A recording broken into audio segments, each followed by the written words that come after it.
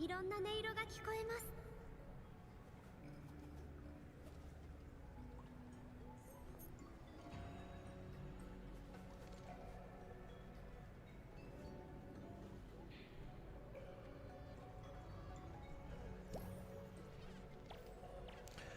Alright, welcome back everybody. Late night stream.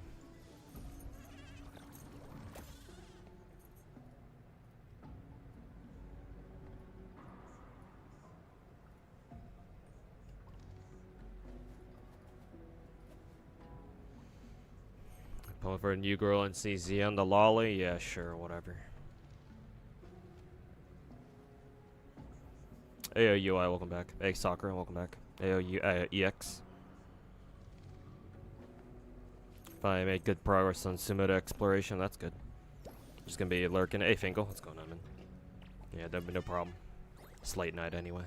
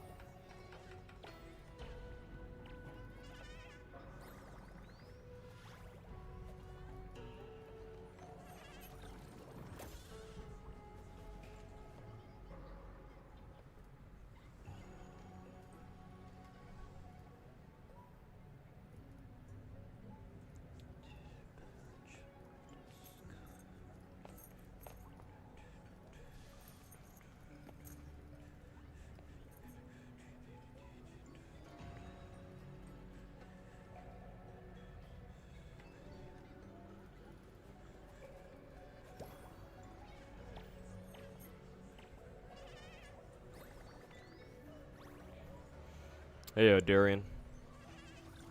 Late stream, 11:10 for you. Yeah, we're in the same time zone then. It's a wild hour for you, yeah. You're usually here during the daytime streams, I think, Chucky.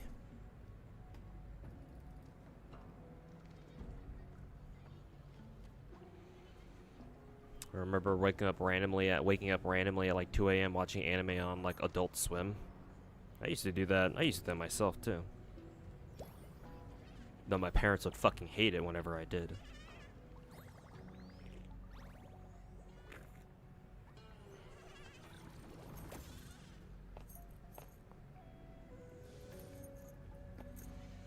They'd always yell my ass out. Fucking wasting my time watching TV in the middle of the night.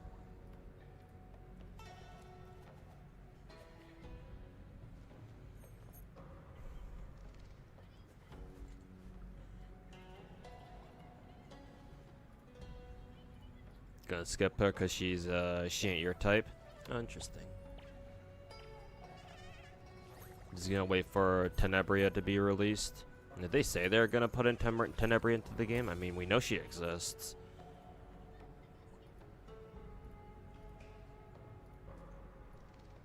Because I mean, they put fucking Kayron's been in the game since the beginning.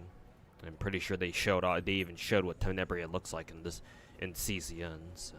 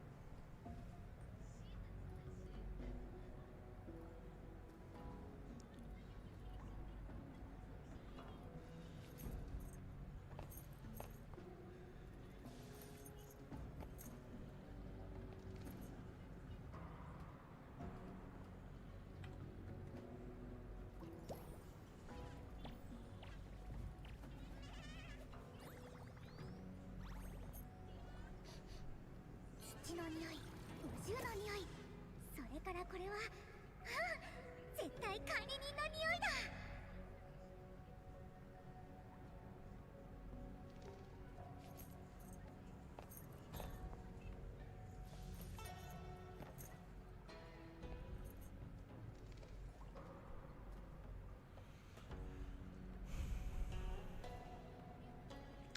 They even showed her on screen this season, like in game or during the last stream.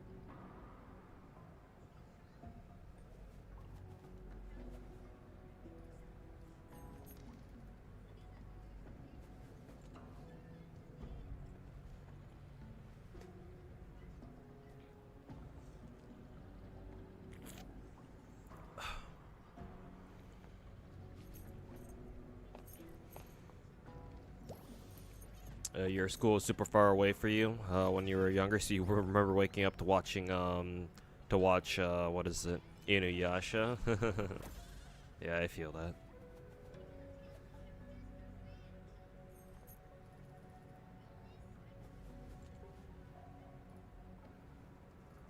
I feel that one. Okay, I'm gonna have to say, I'll leave Star Rail alone for now. Cause now they must grind a little more.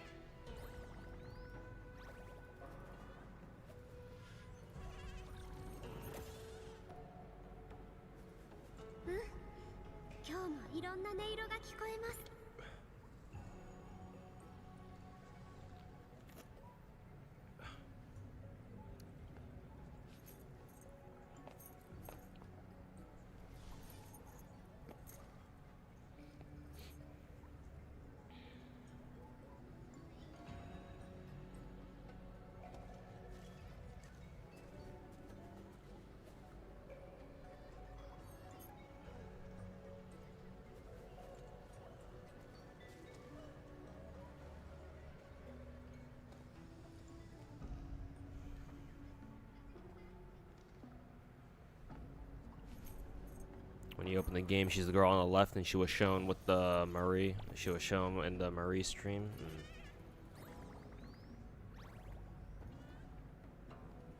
Hey, HQS. How's it going, man? Enfield's graphics are really good, but you hate the factory stuff even more. Yeah, the factory stuff filters out a lot of people.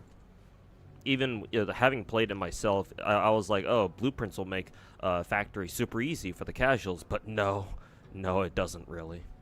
No, because even when you use, even if you're a casual with the factory stuff, which hey, I am, I'm not afraid to admit that. But even when you do use blueprints, it's like, bro, so many things can still go wrong anyway. It's like trying to figure out what went wrong can take hours. So it's like, yeah. If you absolutely hate the factory stuff, then yeah, I would say maybe stay away from the game. Because like it's not like the factory stuff is completely completely optional either. You have to do it at some point in order to progress the story.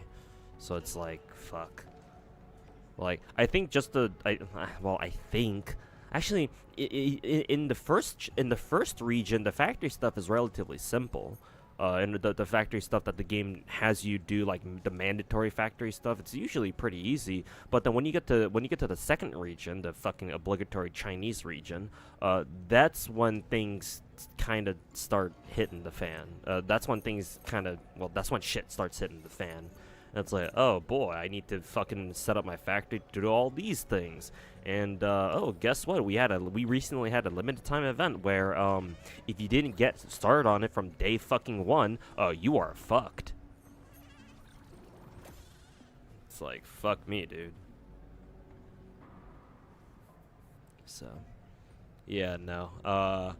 That event that I was referring to has changed my outlook on the factory stuff about Enfield significantly, to the point where like for example, if someone like you were to come up to me and say, yeah, like I would like to get into Enfield, but I'm just not big on the whole factory stuff, man. It's not really for me. I'd be like, yeah, sure, that's valid.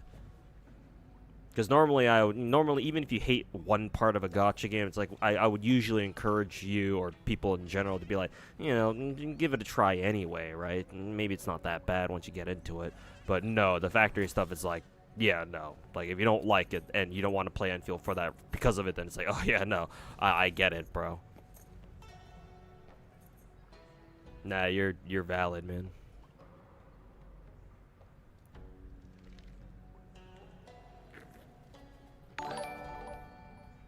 Also, Enra, thanks so much for a 13-month resub. Welcome back. Hey, Just Carcass, welcome to the stream. Do I play Reverse 1999? No, but it's one of the gacha games that I will pick up. I say eventually, but it's one of the gacha games where if I ever become a full-time content creator, I will pick it up and play it. I just don't want to right now because 1, I don't have enough time, and 2, I'm not so interested in Reverse 1999 where I'm willing to take it. I'm willing to add it to my list, my very long list of gacha games that I already keep up with what little time I do have. So maybe one day, if I'm lucky enough to be able to do content full time, but not that time is not right now.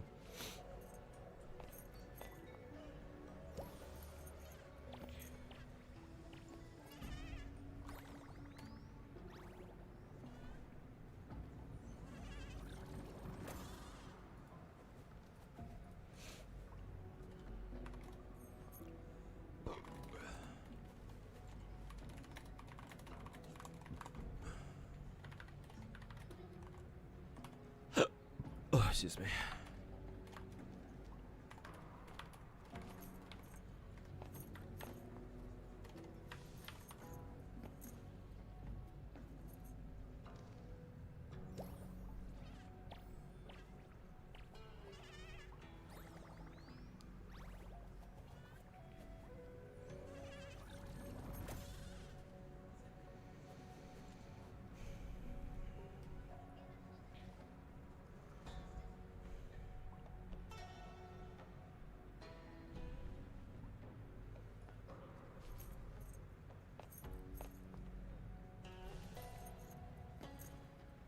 NTE's graphics are way better than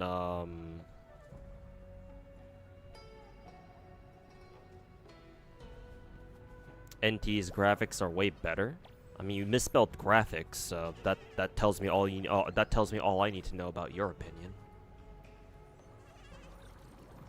But to answer your question, to answer your dog shit opinion seriously, I mean they're both good-looking games. I mean, if you really want to nerd out and be like, oh, Enfield or NT has better graphical fidelity, blah blah blah, it's like, cool, but I don't think I care. They both look pretty good. I will say though that NTE does colors better. Maybe that's what's what gaslighting you into thinking that NT has better quote unquote graphics.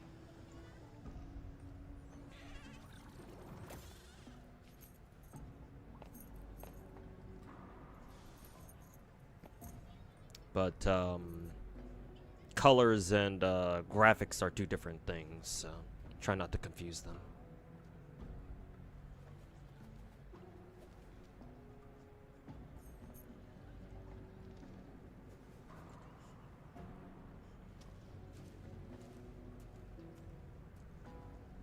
It's just the factory stuff's gonna get more and more confusing as time goes on. Yeah, it's kind of what I'm dreading at the moment.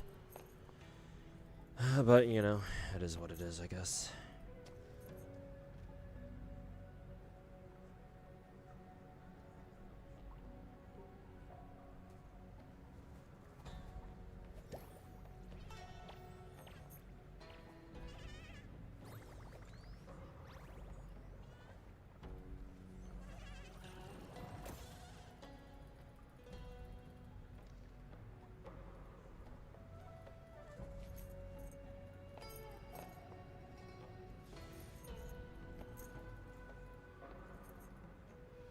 し管理に寝てるみたい。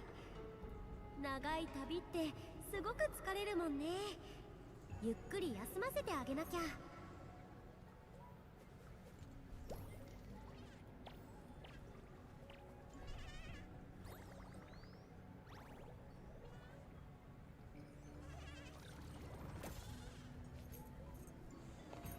Holy rage bait if you think that way. I mean, who's the one who just showed up in my stream for the first time? A literal tourist like you calling another guy in my chat who's been here for a really long time, at least compared to you, and calling his opinion rage bait? Damn, bro. Absolute tourist behavior.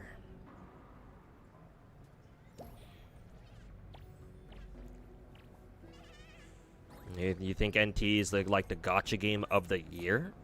Like every player's quit other gacha games for this. NTE is like the flavor of the month gacha. It's a very good gacha, don't get me wrong. I'm enjoying my time with it, and I think it absolutely offers a a very different gacha experience compared to what most people are used to, myself included. Considering, you know, the whole point of it is the fact that it's supposed to be an anime GTA clone, or something like that. But the main reason why you think that, oh, everyone's quit NTE, quit all their other gacha games to go play NTE, the reason for that is because, again, NTE is the flavor of the month right now.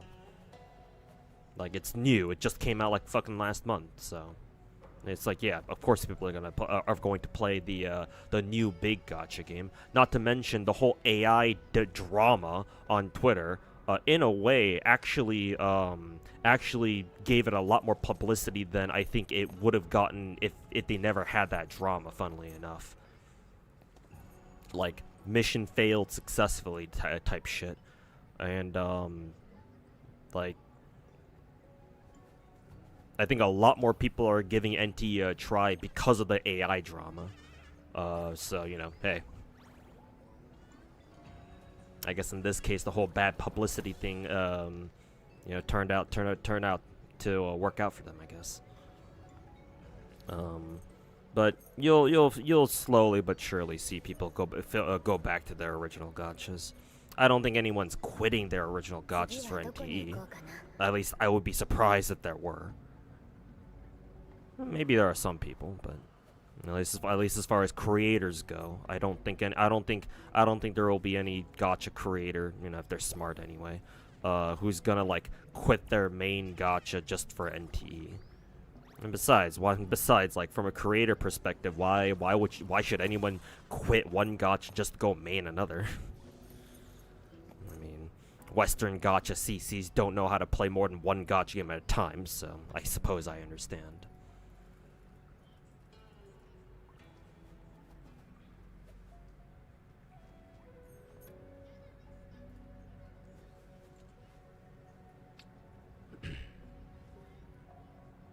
Speaking of playing more than one gacha game at a time.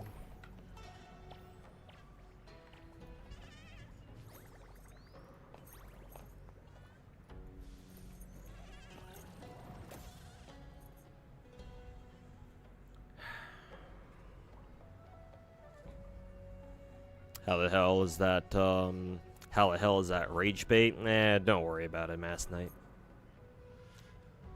I don't know if you saw, but that dude's first comment about NTE's graphics are better than Enfield's, by the way, was a first-time chatter message. So yeah, Kind of tells you all you need to know about a guy like that.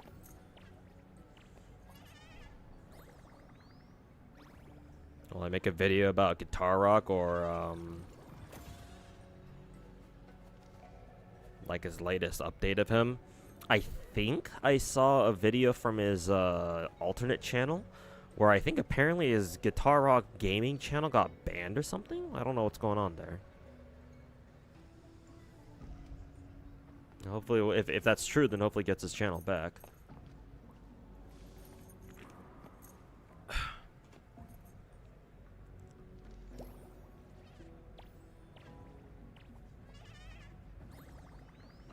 NTE is good and stuff. Is good and all, but Gacha of the year, it's too early to say. You calling it the gacha, the whole gacha of the year phrase kind of reminds me of the whole fucking the fucking dog shit ass gacha awards that retard Sticks did last year. So I'm just like, gacha of the year, Jesus Christ.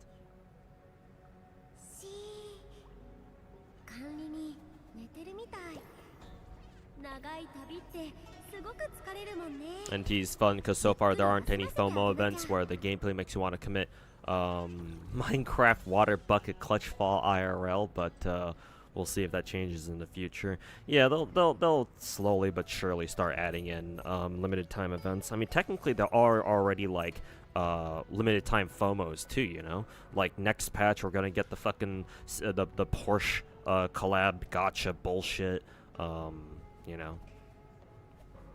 Yeah, next patch it seems like they're gonna start throwing at us like actual like limited time FOMO stuff. I mean, technically we already have some right now. Like for example, every 2 weeks, right, you're supposed to farm, you know, 1 million fawns from like the Pink Paw heist or whatever. You got to use up all your city stamina in order to get as much fawns as possible, and now we know why. In order to pay for the Porsche collab using, you know, fawns. So, you know, if you don't have like 26 mil fawns or however much they're telling you to have by then, it's like, well, you can go fuck yourself, I guess.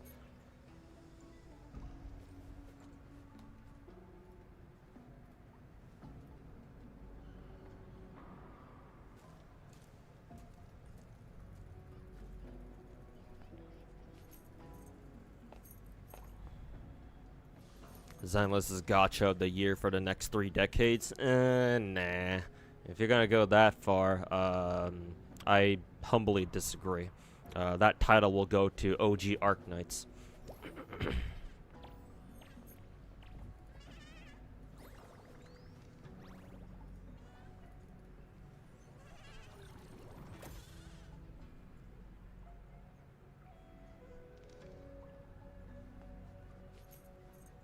The awards are rigged anyway. Yeah, they're all fucking rigged. They're either straight up rigged or it's just one massive ass fucking nepo baby you know, jerk off fest. Like the streamer awards, for example. Basically a fucking glorified popularity contest.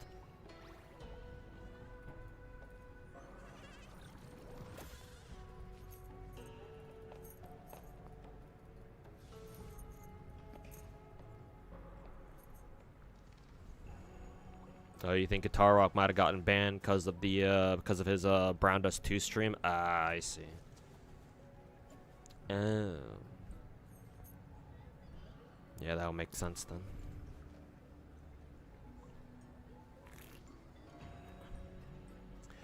Ew.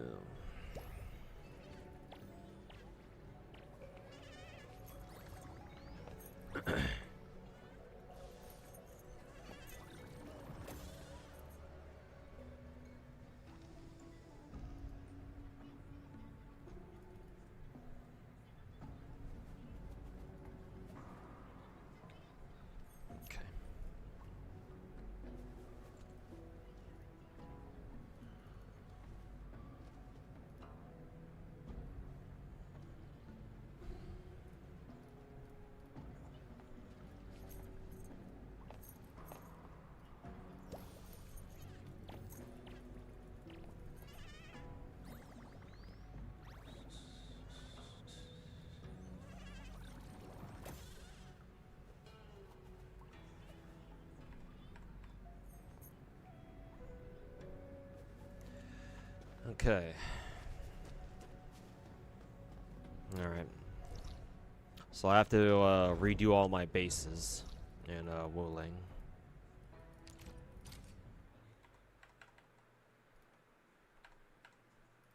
So let's go ahead and do that.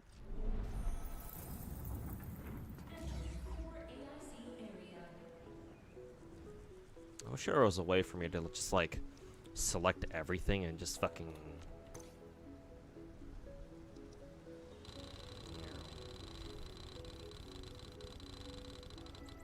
Oh god, my fucking client is fucking lagging with how much shit I'm selecting.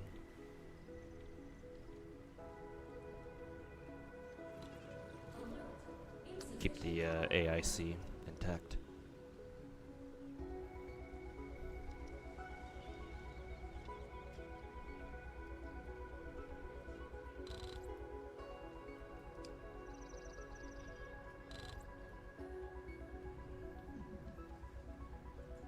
Alright.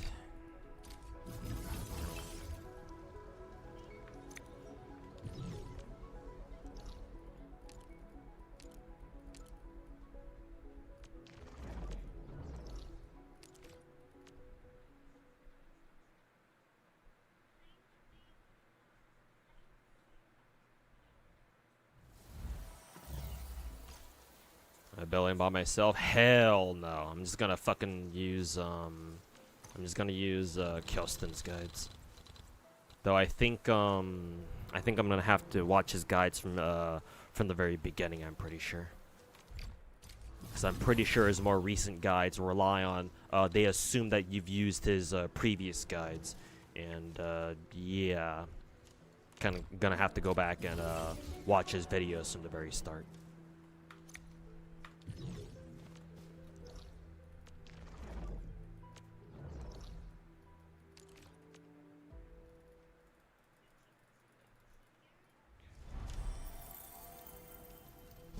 Getting secondhand stress looking at all these factory pieces. Yeah, yeah, you should be.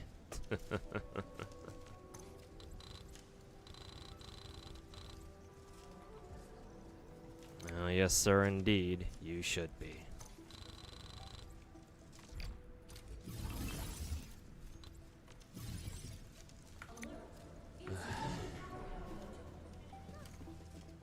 Also, what the fuck is still taking up power?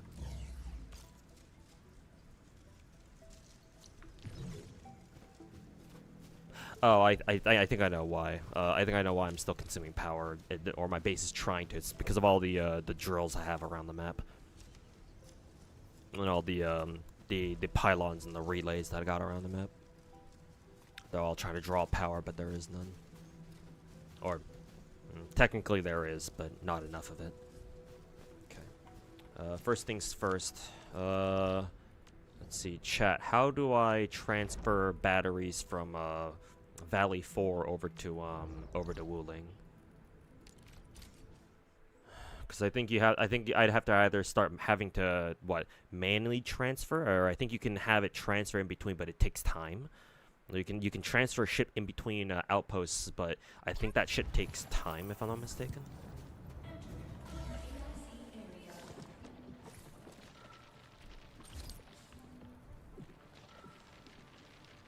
See, so I want to start transferring my HC Valley batteries. I'll work off this. I'll have my Wuling outpost work off this, or burn through these as I set up another,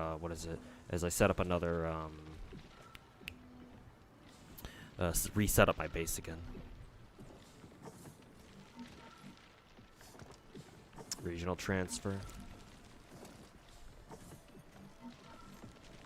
Can you explain this factory stuff? It looks too confusing. How the fuck do I explain this?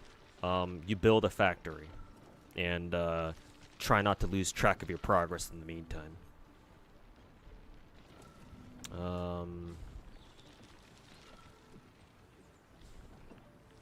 You're supposed to go mine for raw materials. You set up drills and designated ore spots or mining locations. Set up automatic drills there. and then those drills will send the raw ore automatically to your base inventory, and then with that you can start building like structures that will either refine or process the raw materials into, you know, something that you can work with.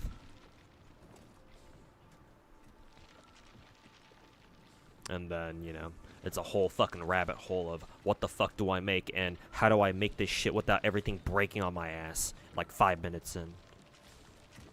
Oh, and power. You'll never run out. You'll never not need power.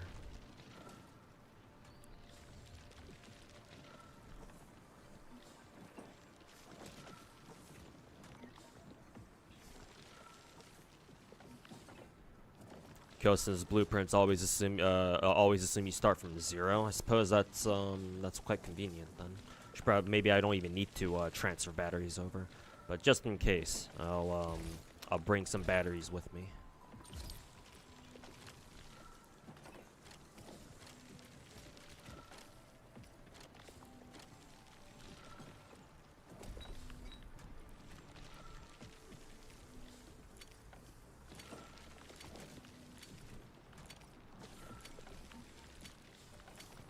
If I need more, then I'll come back and grab some more.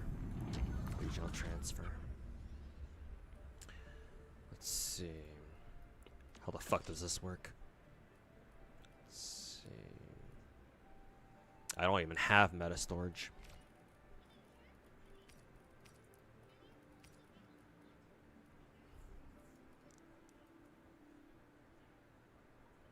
Start transfer. Oh, I can only transfer 20 batteries. Okay, that shit is not worth it then. Yeah, fuck you.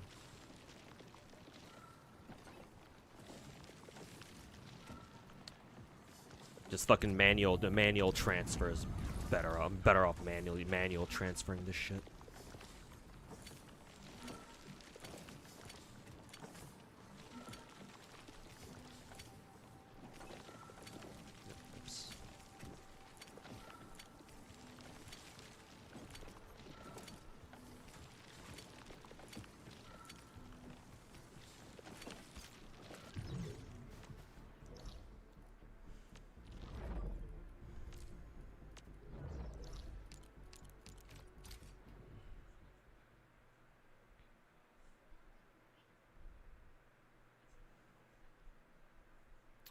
Super annoying part with the factory is trying to figure out whether you did something wrong or that you're just bottlenecked by the current available max resource collection. Technically, it's not so bad. That problem isn't so bad because if you think if you think it might be because of a resource that's capped, it's like, well, all you need to do is just go to your AIC and pull up your inventory and check to see if there's like a material or like a resource that's capped out. Like for like the parts of the components here, like the component maximum is like 58k. Same thing with some of the processed resources like cuprium. So it's like once you have that going, it's like, oh, okay, might be because of that. But the problem is when, you know, it turns out, oh wait a minute, that's not the problem actually. It's probably something else.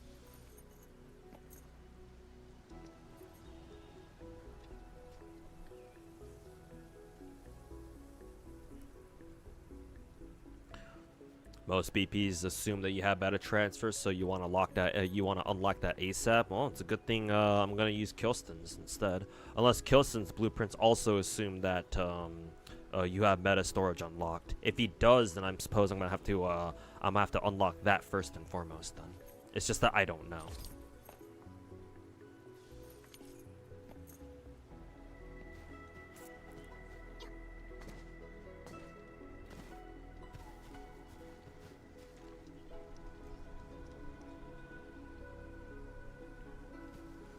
If I have some batteries, I can just straight up use his new one. Yeah, but I do want to set up some HC Wuling Valley battery production lines too. I don't want to have to keep transferring batteries over, even if that's actually not a bad idea.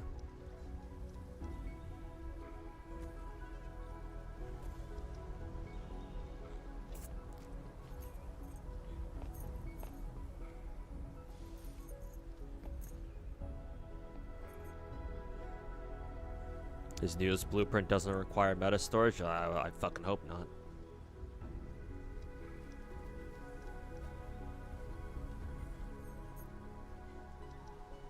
You unlock meta storage by getting Valley 4 sub-regions to level 4 or whatever to like max. I think most of them are level 4. Oh, Refugee Camp is only level 3. Infestation is level 4. I'm assuming level 4 is max level. And I can do their upgrade quests. I could just go do that right now.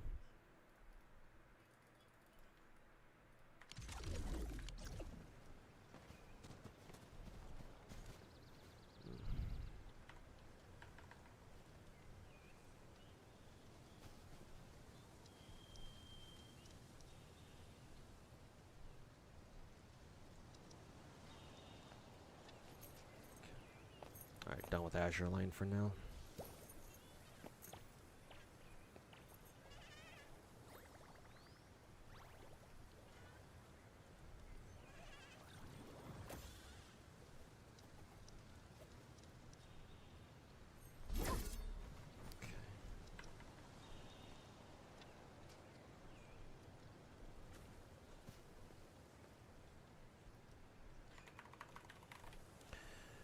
Alright, let's go look up Kyosten videos.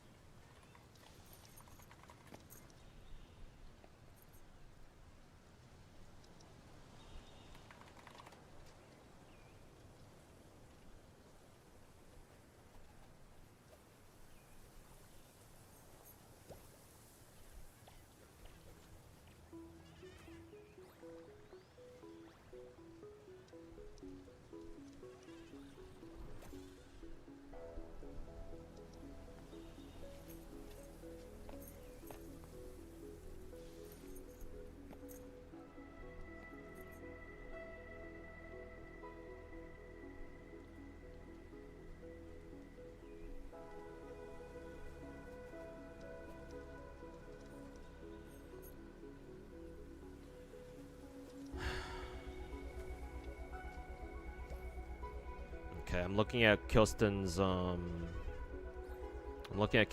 most recent 1.2.2 Wuling Factory blueprint, max profit, mega base blueprint, blah blah blah.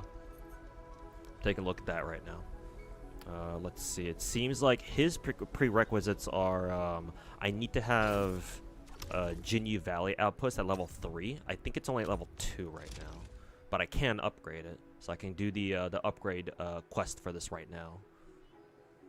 Also, I should maybe change Wolfguard to Tang Tang.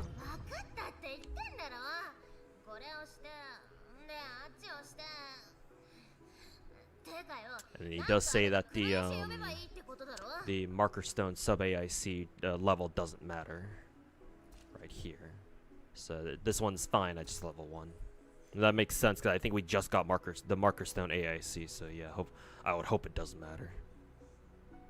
And I reach development level 14. Okay, this I don't know how high my level is. Yeah, only 10.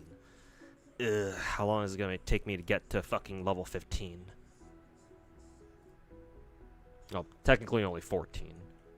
But yeah, that's still the second highest fucking regional development levels, so.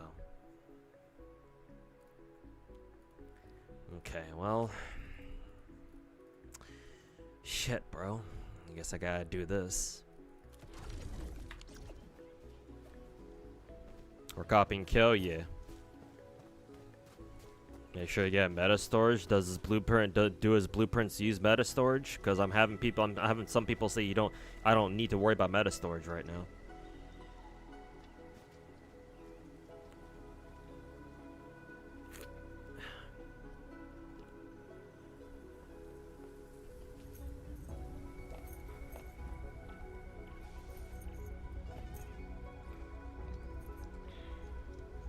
Do I grab the Azure Lane gear skin selector? Hell no. I don't give a fuck about gear skins.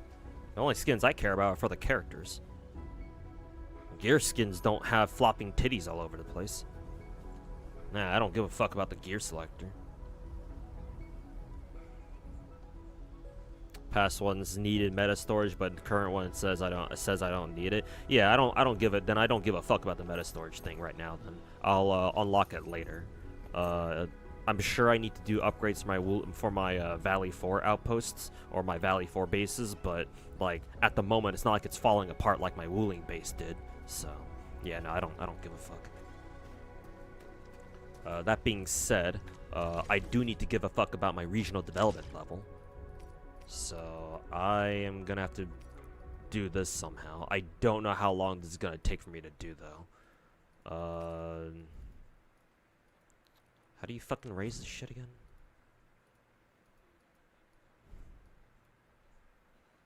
Outpost connection and prosperity upgrades. I'm assuming they mean these ones. Yeah, complete outpost missions, blah blah blah. Sure. I need to raise this shit anyways, so.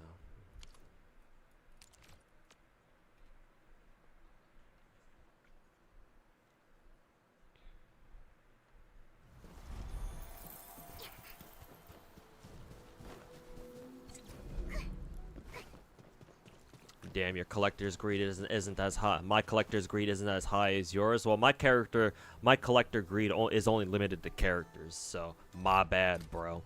Let me know when you play 20 different gacha games next time.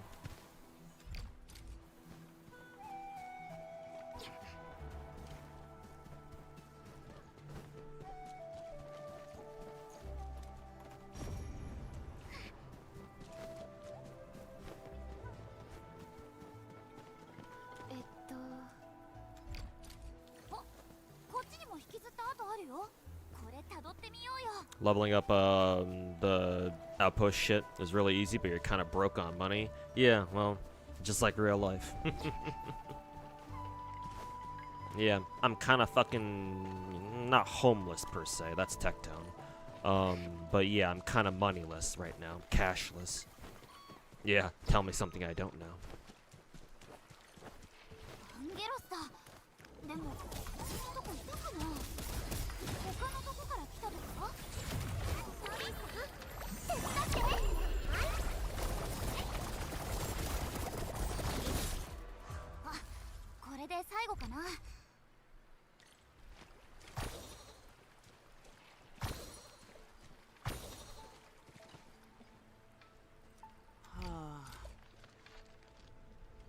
Got a lot of upgrading to do and not a lot of stock bills. Yeah, and I have that fucking dog shit ass AIC event to blame for that one too.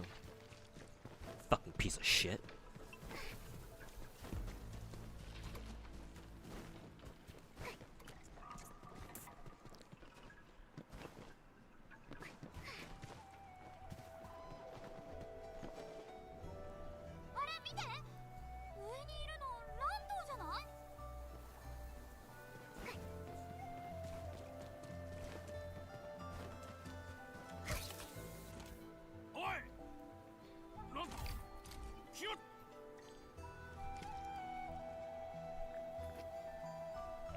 Get Cuprium parts. Oh, that's convenient. Gee, I wonder what I have 58k of. Actually, no. These are components. Do I have parts actually? I'm actually not even have parts anymore. Yeah, these are components, not parts. I wonder if I converted. I wonder if my my Cuprium line already converted all my fucking parts into components. They probably did. Now that I think about it, I do have ore. I'm sure I can probably figure that shit out real quick. Because if it's only asking for what Cuprium parts, then I can probably set something up real quick.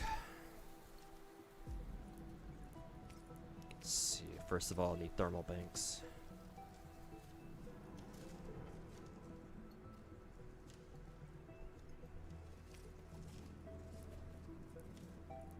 What the fuck are the thermal banks? There.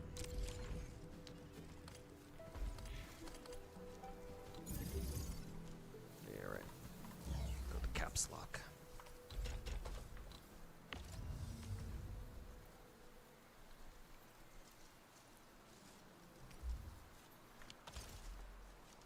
How much power does give us?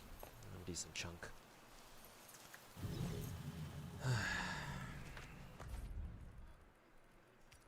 Let's see, they wanted cuprium parts, right? These things, yeah. Yeah, I don't think I have any of these things. I probably converted them all into components already back when I still had a cuprium production line.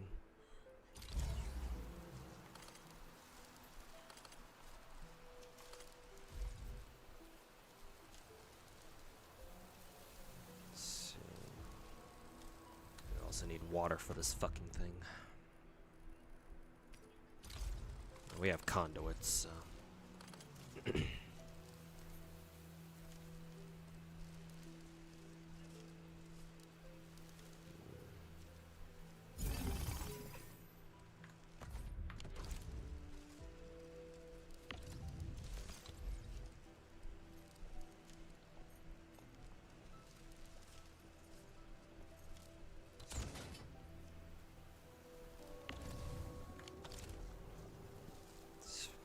Maybe should flip it around, maybe. Actually, I just have the conduit over here, actually. Shouldn't really matter that much. Water treatment unit. Just move the pylon over here. Powers everything.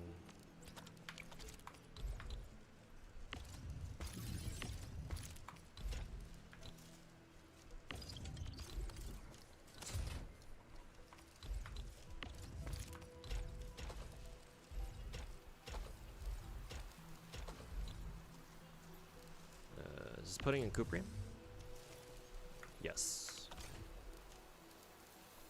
Let's see. Fitting unit. Pylon over, powers everything. I need a conduit.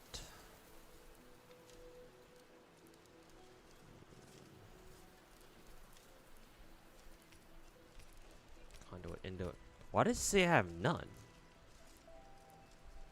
Oh, I know why. I think I put all my fucking conduits over in fucking Valley 4. God fucking damn it.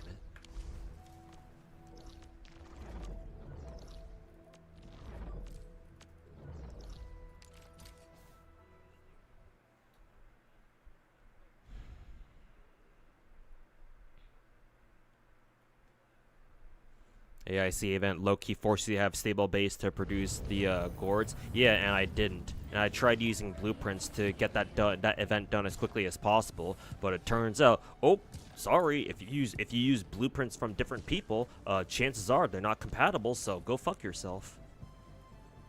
Yeah, here are my conduits. Take the fluid pumps too, because it's not like we need any of these here. Brine unit, I can stay there.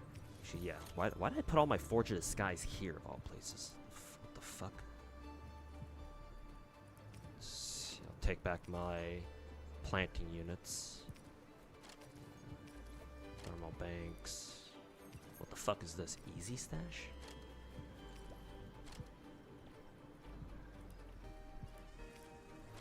Bring back the bus. Sure, I'll bring back the fucking grind units too. Is that all? Yeah, whatever. I'll just leave the towers here.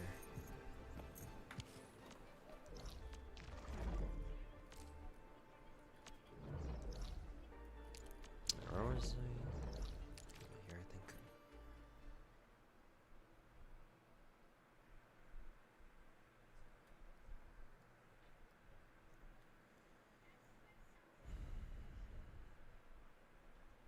Hey, must have minute. Yeah, another late stream.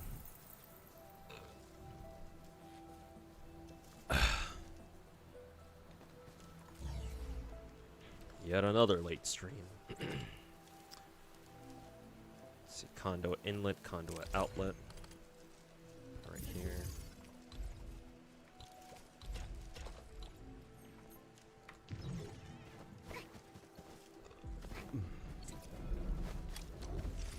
Do I have my fluid pumps? Yeah, I do.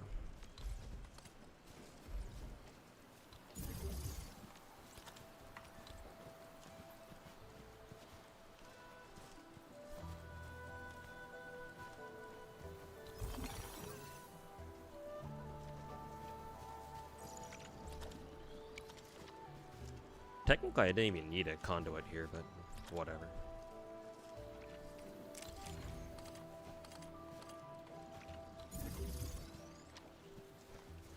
Endfield は変わらずここにある。時の時間かな。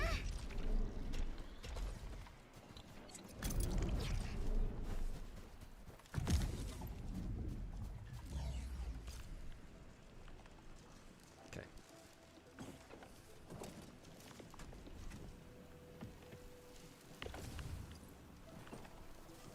I assume this is on a, it's producing at a 1-to-1 ratio.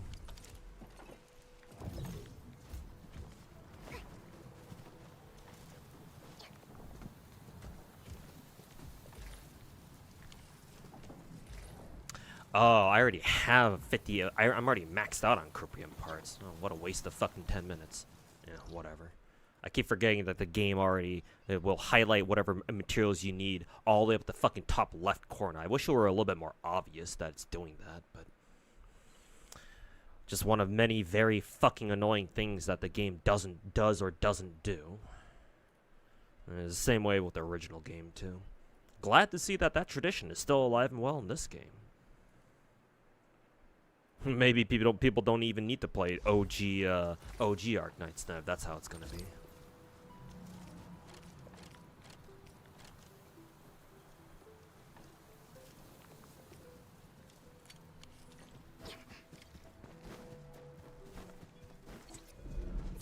Enfield's factory wasting your fucking time? Oh, wow, I'm so surprised. How could they?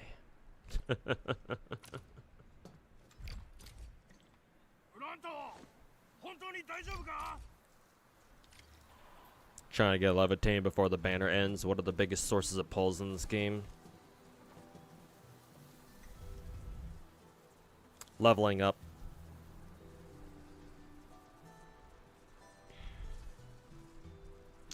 Let me think. Leveling up. Try to do as much exploration as you can. It's not quick, but... How much longer does the banner have, actually? Also, are you sure? Because, like, let's see, you got 8 more days left. Like, are you trying to go for hard pity? Or, are you trying to pull Surtur directly from this banner? I'm assuming you're trying to go for hard pity, right? Because this is a 4-way fucking rate up. So I'm assuming you're trying to go to hard pity no matter what. Because good luck pulling whoever it is that you want from that banner. But anyways, to answer your question, leveling up mostly. Let's see here. Yeah, just leveling up. If you're not max account level yet, you got this whole New Horizons giveaway thing. These are basically your beginner missions. Try to do as much of this as possible. Everything you see here. Also, regional development bullshit, whatever. I still haven't done this yet, but might want to do this. I don't know if it's quick. It's probably not, but it's there. Another decent place to get gems or gacha currency, whatever the fuck they call it, is, let's see. If you haven't done your simulation trials here for your factory, just go in here. And then you don't even need to do this yourself. The game just lets you skip them. So for example, I haven't done all my trials here. And so the trials in yellow, the ones that have yellow check marks, means that you did it yourself. Whereas the ones that only have a white check mark next to them means that you just skipped them. So since time is of the essence, if you haven't done this yet, it's not much, but you can get these ore barrels instantly. What you can do is you can be like, oh, there's a trial here, like a factory trial that I haven't done yet, but I don't want to do it myself. So what you can do is you can just be like, oh, start simulation. Actually, how do you do this? You're not supposed to go into it, because you don't need to actually load into the trial yourself. So I don't know why it is. Fucking exit this shit. There's got to be a button somewhere where it lets you just fucking get the rewards instantly. Unless those trials, they force you to do it. But that'd be weird. Because, like, why would they force you to do some trials but not others? Let's see. Oh, this button right here.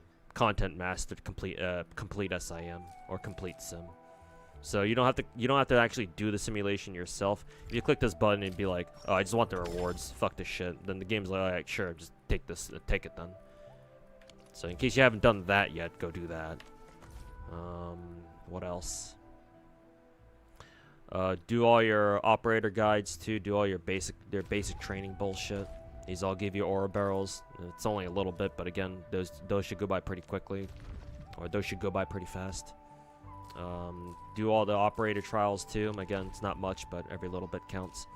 Let's see. Go to Etch Space Salvage. This will take some time. Oh, nice, got some free pulls.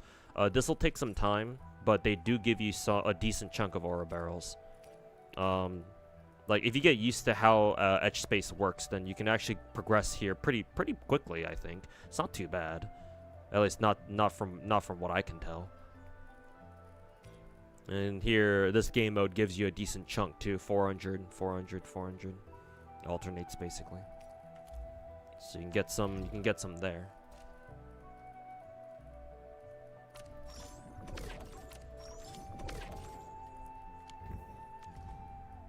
Yeah. How convenient. So yeah, do Etch Space. Should give you some aura barrels to work with. And then lastly, Umbra Monument. This is kind of like the quote-unquote endgame mode of this game. I say quote-unquote endgame because we have another endgame mode coming up, but it's more like an event. So, but all of these fights, all of these quests do give you aura barrels too. I think. Luckily, I think they give you the aura barrel. Do these things give you aura barrels? Oh, I think the missions themselves don't. But if you're doing the event for them, I think you do. So, for example, we have the do we still have the Umbral Monument event going on right now? Oh no, we don't. I think it's gone now. Well, rip. So never mind on the whole Umbral Monument thing.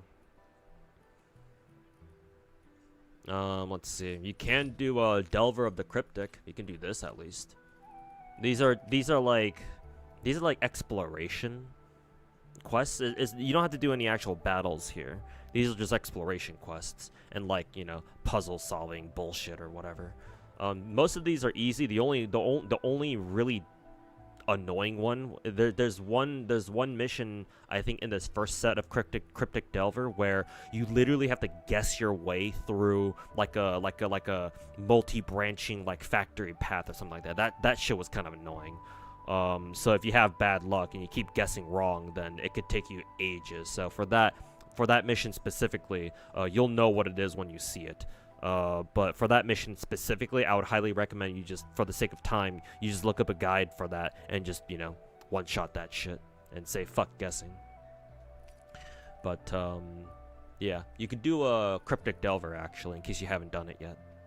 Because each mission, each quest here gives you 200, which is not bad. And, so a lot of the missions, not all of them, but a lot of the missions also have chests that you can find, too. As you can see by a 3 out of 3 over a lot of the quests here. Matter of fact, only 1, 2, 3. 3 of the quests, 3 out of 6, or sorry, 3 out of 9 do not have extra chests that you can find. And the chests themselves also give you a bit more aura barrels, too.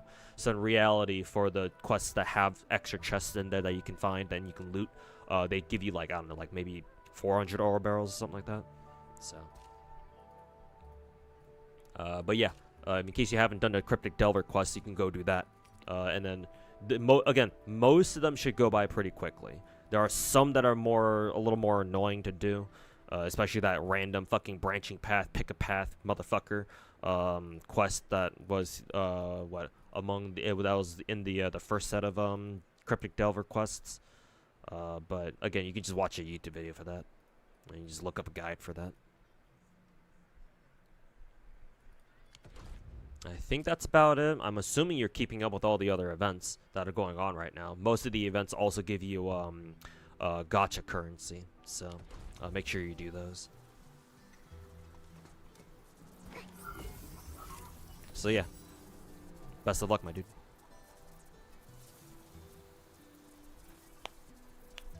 Alright, bet. Haven't done most of them, so time to grind. Yeah, best of luck, dude. And yeah, the Cryptic Delver quest shouldn't take too long. I say shouldn't. Some of them might take a little bit, but yeah. Just watch out. I would say watch out for the branching path one, because that is complete RNG if you've never seen it before.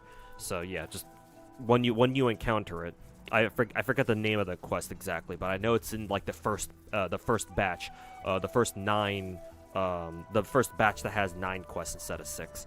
It's one of those.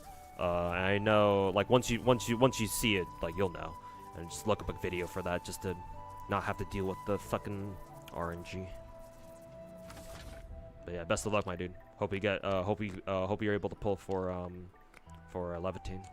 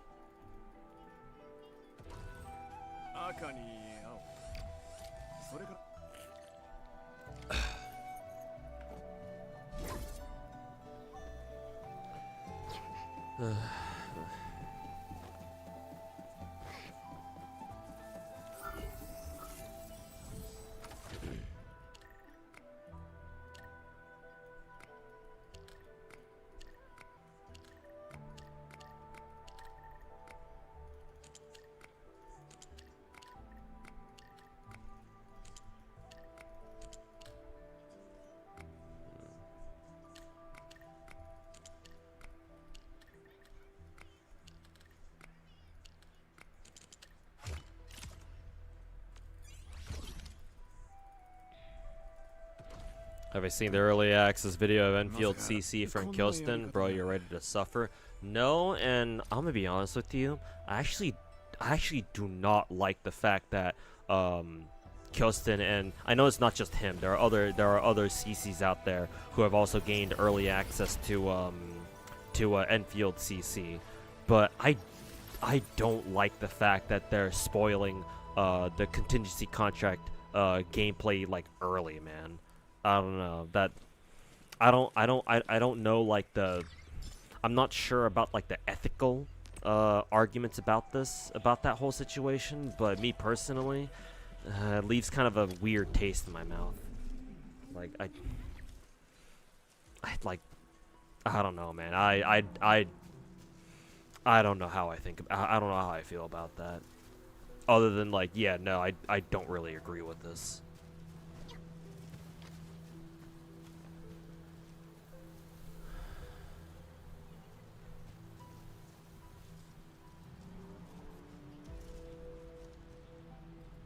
Like, so whoever has watched any of the Enfield CC like preview videos that like Kyostin or any other Enfield CC out there has posted by now, answer me this before I start judging too harshly.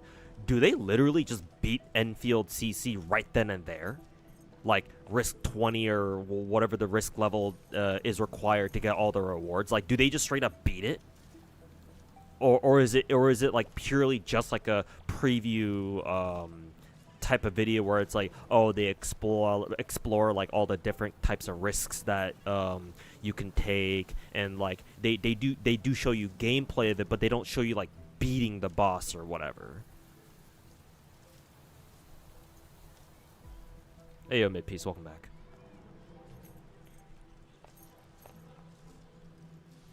I think it's 20. Yeah, I'm pretty sure it's 20 for all the rewards, and then it can go as high up to like 46 if you want to deal with that, but obviously I'm not going to.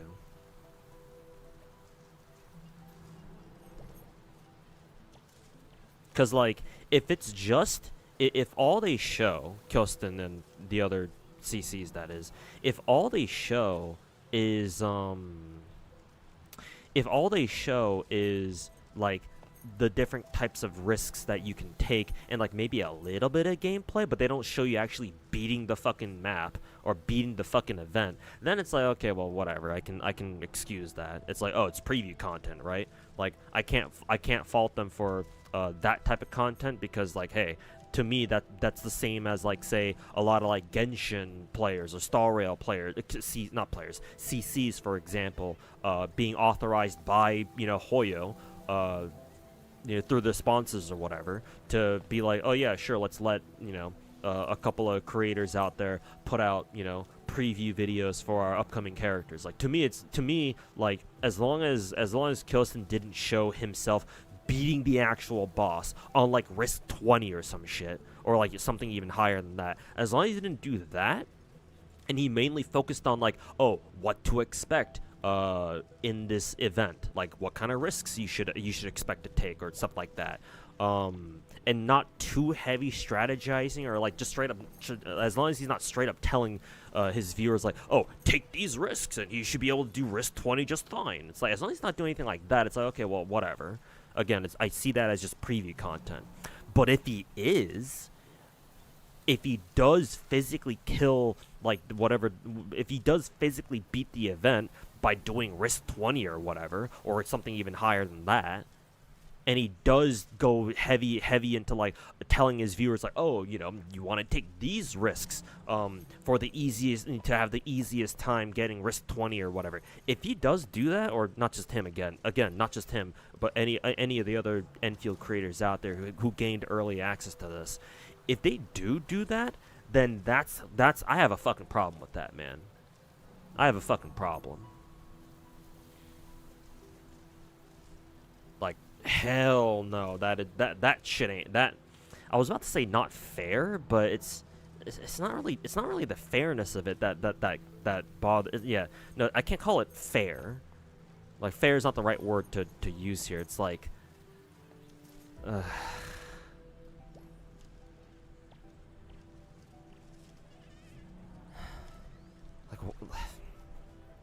don't know, man. I don't like that, bro.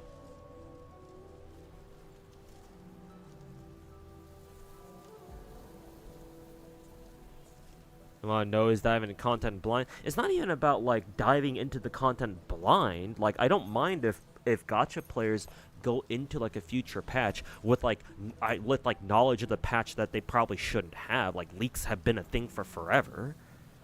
Leaks have been a thing in the big gacha space ever since Genshin fucking came out. So basically for the last 5 or 6 years. So like, that doesn't bother me. It's because, like, here's the thing, right? I don't know if they did this for OG Arknights, but I don't recall any of the original Arknights creators, Kyosen himself included, who were able to make videos about CC like before the event even came out. Like yeah, sure, for the English server, for the global server, it's like, yeah, like we're like 6 months behind the Chinese server, so yeah, of course we're gonna know what to expect. But that's not really our fault, Like, that's just clairvoyance at that point, But at least on the Chinese server, unless OG Arknights has been doing this too for a while, I don't seem to recall creators like literally beating a contingency contract map before the event even came out. Like I think that's what bothers me the most about this whole thing. It's like, OG Arknights didn't do this, so why are Enfield creators able to do this shit, man?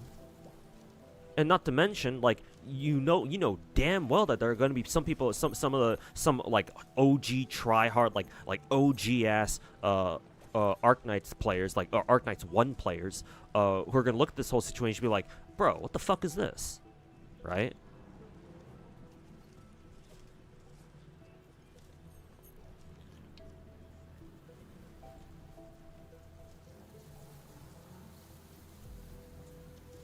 Count checking CN content early access because it's already in game, even if it's not even on global. I mean, yeah, obviously, Chaos. I mean, we play FGO here now, don't we? Actually, I don't know if you play FGO specifically, but I still do. Yeah, of course not. Because that was the exact relationship we have with the JP server. So it's like, yeah, no shit. Excuse me.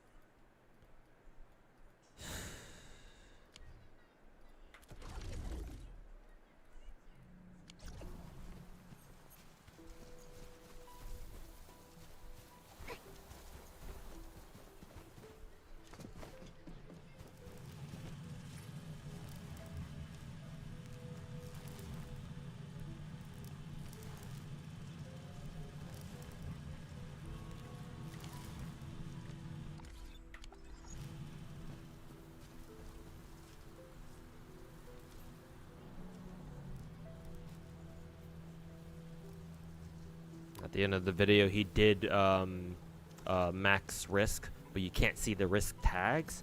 But does he does he show himself beating the boss?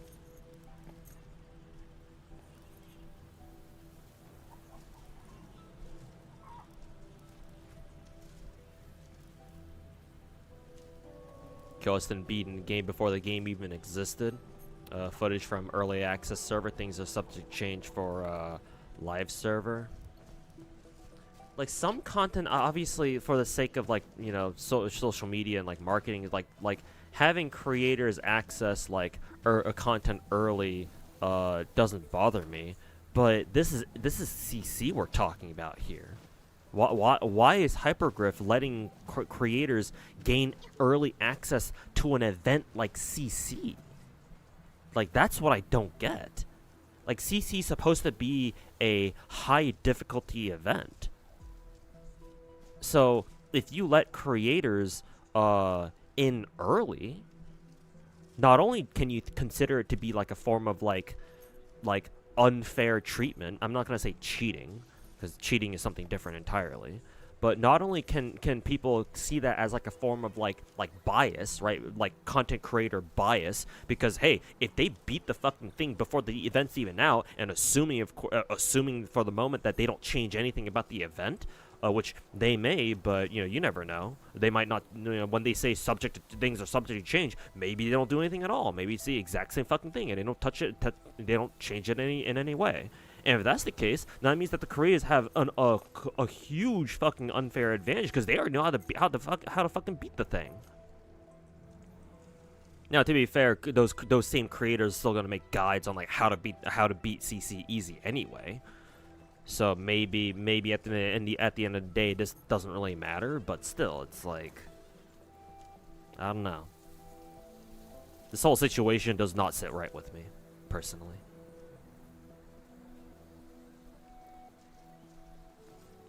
Yeah, he did kill the boss with the highest risk clear screen. Yeah, okay.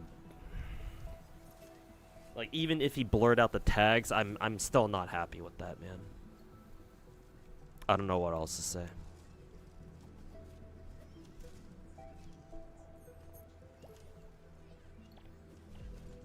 You love Kill, not dissing him whatsoever. I mean, I'm trying not to either. I'm doing my best to try not to diss him either. I have nothing against the guy. He's the best Arknights, he's the best English speaking Arknights creator that we have. So, and like he's nothing. He himself is, I think, a pretty decent guy. I don't think he's ever been in any drama before, so I have zero reason to like go after him or anything. But like, it's like, even though this is technically not his fault, obviously, it's still like, and I'm mainly blaming Hypergriff themselves for because it's their decision, right? They were the ones who okayed this, or gave this whole thing the green light. So it's like what is going on here, man? Like, why do they think this is a good idea?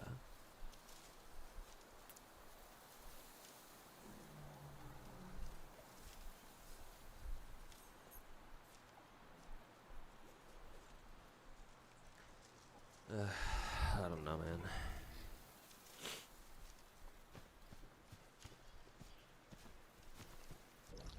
Alright, what the fuck do I do?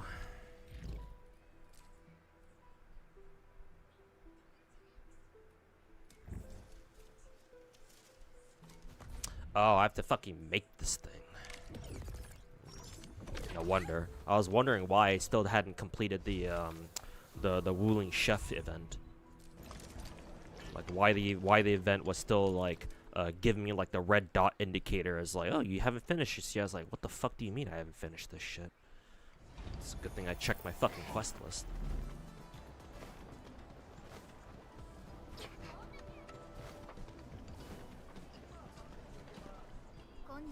Feels weird they let CCs make videos about it. Yeah, it's like, again, maybe I'm being too anal about this, but it's like,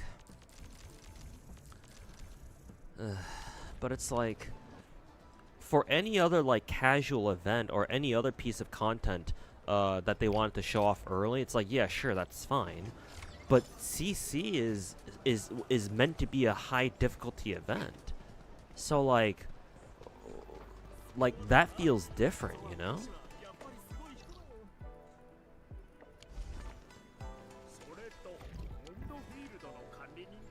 It's like that don't sit right with me, man.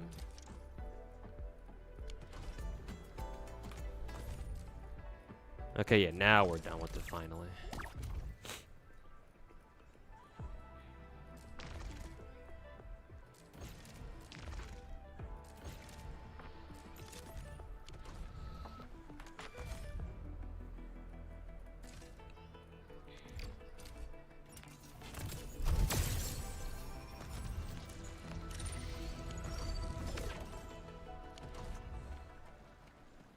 How far am I away from the selector again?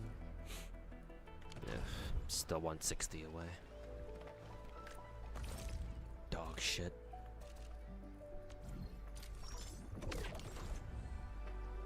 Endfield は変わらずここにある。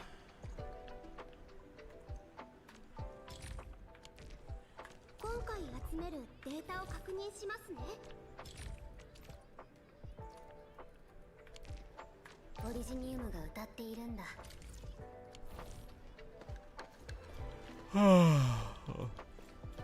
Okay. Now what?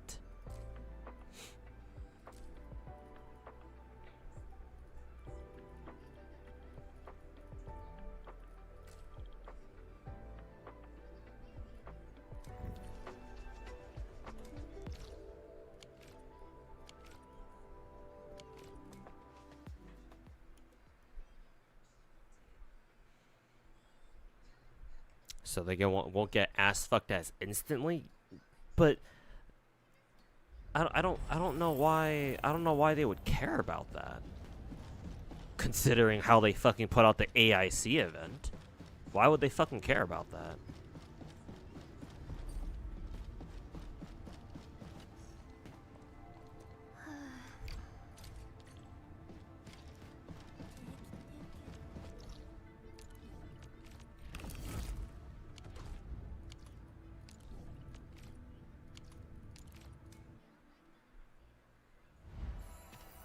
Let me get ass fucked. Not just that, but like why would they concern themselves about like the normie casuals or like the casual players getting fucked when like you know damn well that they're all like every creator and their fucking mother's gonna put up a contingency contract guide how to clear risk 20 super fast and super easy. Like bro, people are like when CC comes out next patch, like at least in the Endfield content creation scene, those are the only videos you're gonna see for like the fucking week after it comes out, or like for the first week it comes out. So it's like, what what is their actual fucking, like what is going through their fucking minds? I guess I'll try to knock out some of these quests. Hopefully these will help raise my RDM level. Or hopefully this will count as RDM.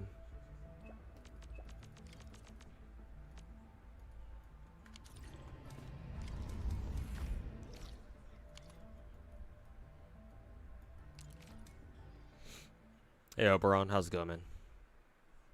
Hey Zetrov, welcome back.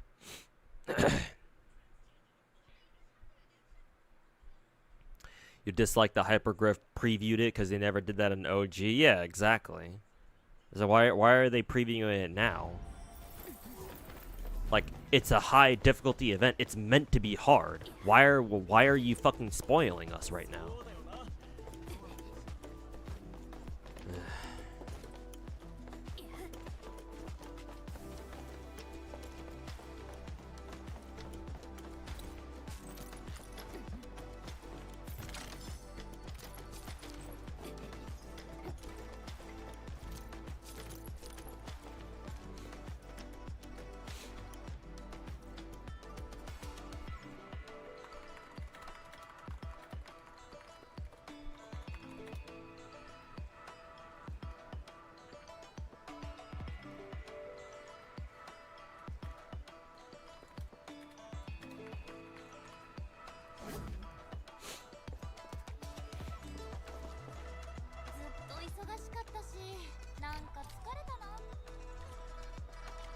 let them feel the same hell we felt firsthand. I mean, I'll be honest. I'll be real fucking honest with you here, Changli's pet.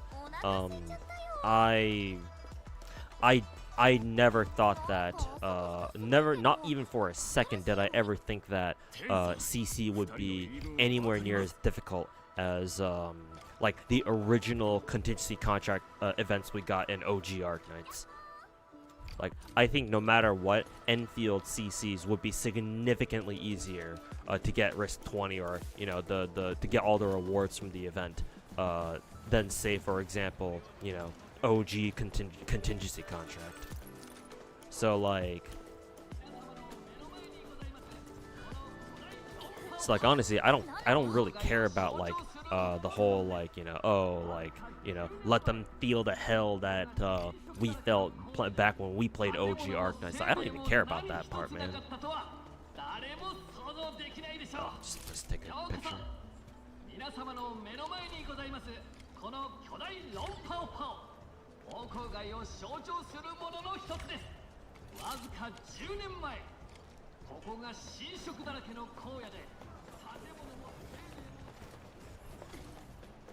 It's just the my problem with the AIC, not AIC, my problem with the CC event in Enfield is how the devs have been treating it.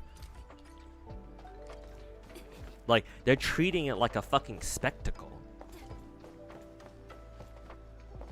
Like, it's fine if they want to treat like any other, like any of their other content pieces of content as like a spectacle. That's fine with me on that. But like, CC is meant to be an actual event you're supposed to fucking suffer over, or at least that's how you know, that's how it was for us.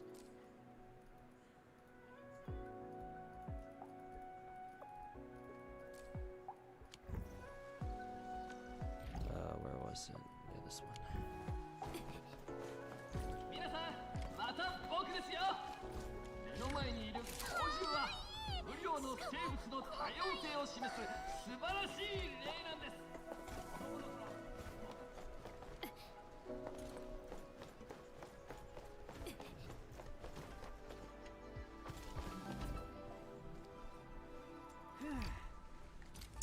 You're signing off. Alright, take care, HQS. Thanks for hanging out, man.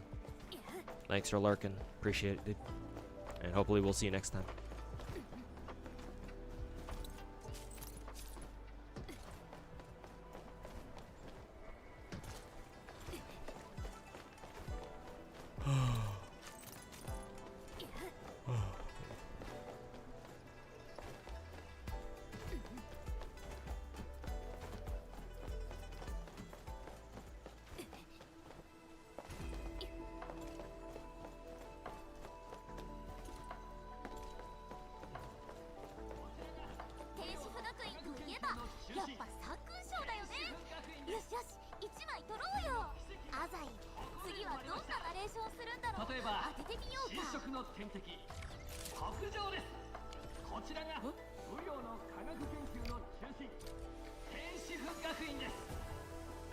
You're just glad it isn't CC isn't a two-team content. Oh, just you wait.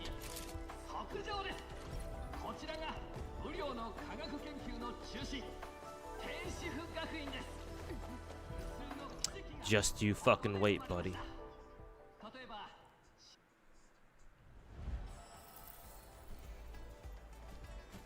Spoiling CC is kind of less bad compared to OG Arknights, because even with guides, there's a lot of mechanical skill involved. Your timing, your rotation stuff. Oh, like mid-piece, like maybe you care about the nuances of that, but that doesn't matter to me, man.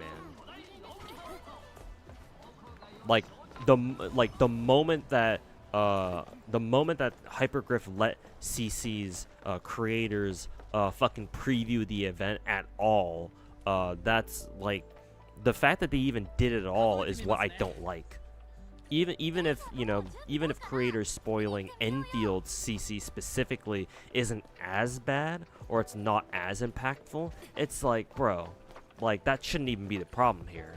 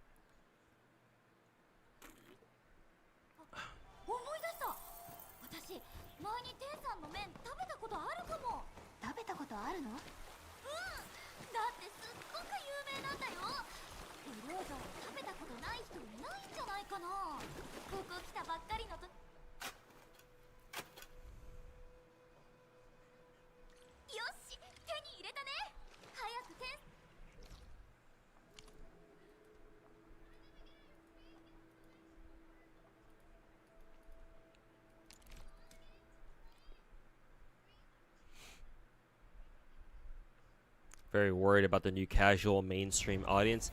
And to be honest with you, like this whole previewing thing, I don't even know how much that would even reassure the casual players anyway.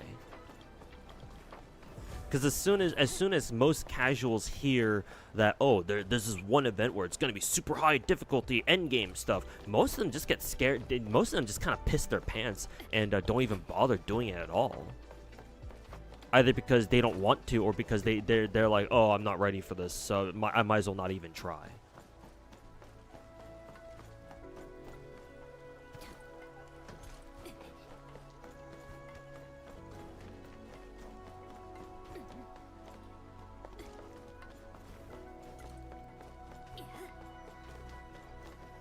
So like why Hypergriff even felt the need to do all this previewing bullshit is beyond me, bro.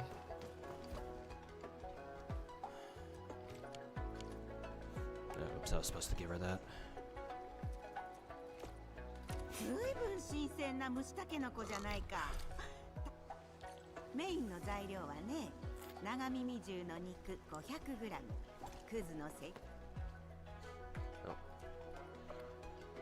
Great. This is like this is one of those reading comprehension quests. Huh?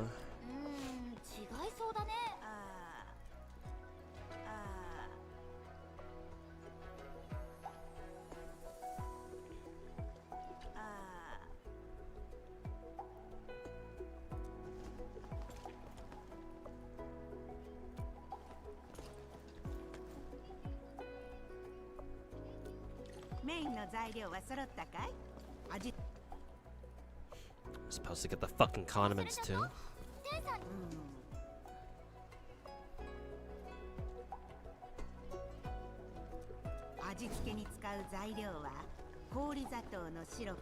Ten syrup, 20 fennel, 30 parsley.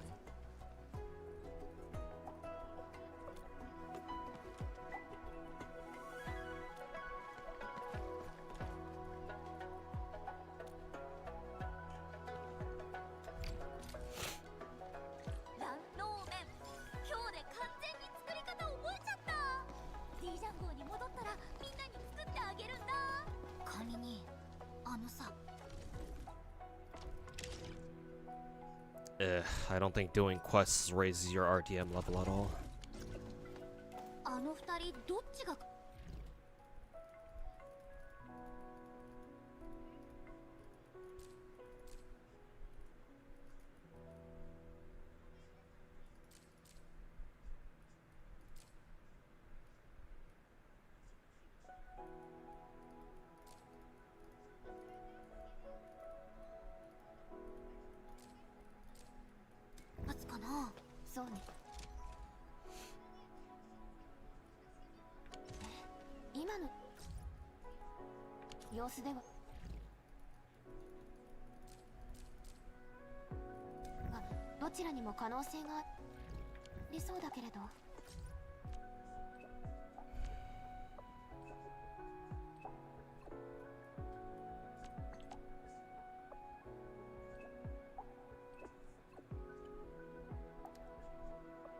Just showing CC in general, early in general, you don't like, yeah, I don't care about the specifics. Just the fact that the Hypergriff creators preview it early for everyone to see is something that I have a problem with.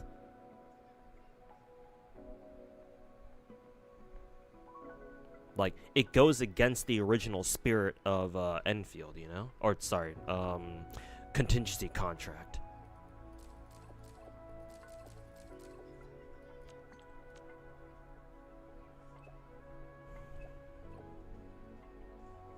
Oh yeah, that too, Chaos. Yeah, that's a really good point. Yeah. Now that they've done it with the very first CC, now people are just gonna expect creators to fucking solve CC for them from here on out.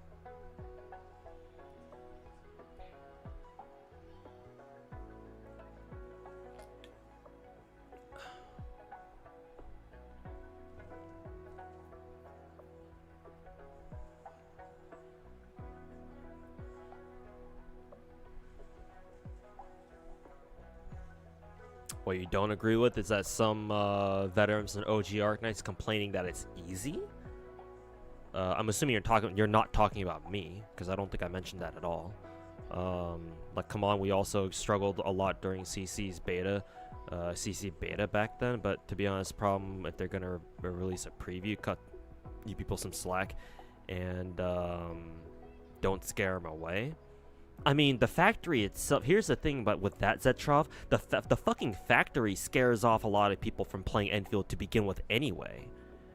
You know, take one look at the factory gameplay in this game, and that already is too much for a lot of people out there. Like, why should Hypergriff be scared that contingency contract is gonna scare away a lot of their players? Like, bitch, the factory already does that shit.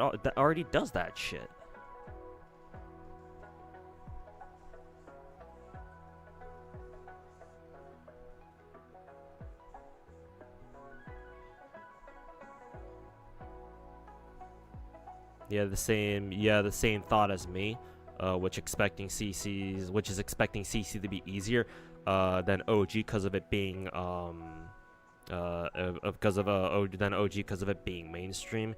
Yeah, I don't necessarily care that Enfield is going to become easier. Like, I only ever do risk 18s or 620s in OG Arknight, so I'm not trying to sit here being like, oh, you know, they should make CCs easier. If anything, they should make it harder. Like, I'm not Taboro of all people. So the fact that CC is gonna get easier is fine. Like, I don't care about that. I don't really care about that on its own. I care more about how they're turning CC into this whole fucking spectacle.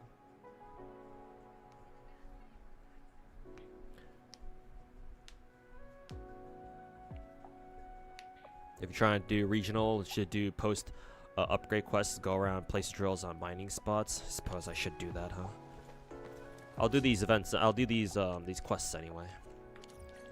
I do need to get them done eventually at some point, so might as well do them now. Maybe, hopefully, they'll give me some RDM levels.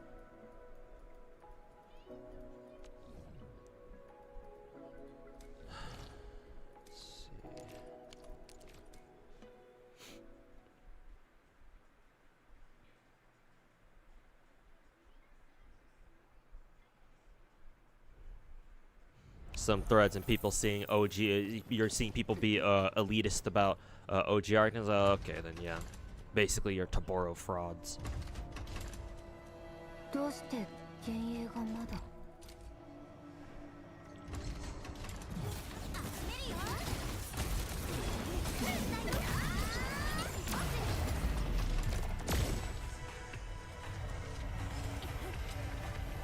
Alright, these guys resurrect.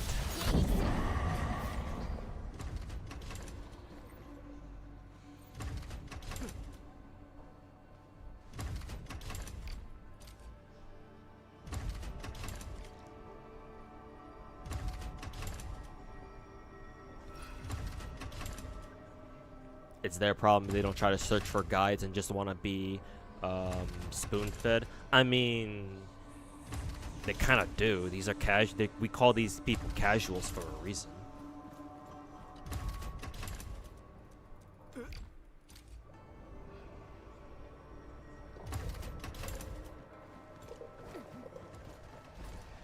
Where am I supposed to go?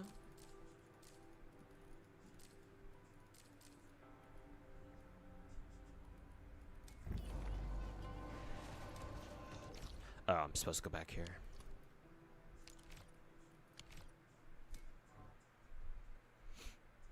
They want to be better, but don't want to put in the effort. I mean, that's unfortunately how a lot of the internet is these days. Like, even outside of gacha games, you have a lot of people who act like that. They want to become better at something, but they don't want to put in the effort to actually get better. I see that all the time in fighting games, especially. Fighting games, I'm sure that's a thing in MOBAs as well. I mean, to be honest, that's always been a thing in MOBAs, I would imagine, like League of Legends. But that absolute dog shit mindset has been fucking spreading across the internet, and it's been leaking into other gaming spheres and other gaming communities like a fucking poison, like a fucking radiation. Not a radiation, like radiation. It's like a degree of it is understandable in gacha games. Like, I get that, because, you know, gacha games are supposed to be casual, so, like, what did you expect? But, like, even still, it's like, even for gacha games, the amount of people who act like that is just way too much, man.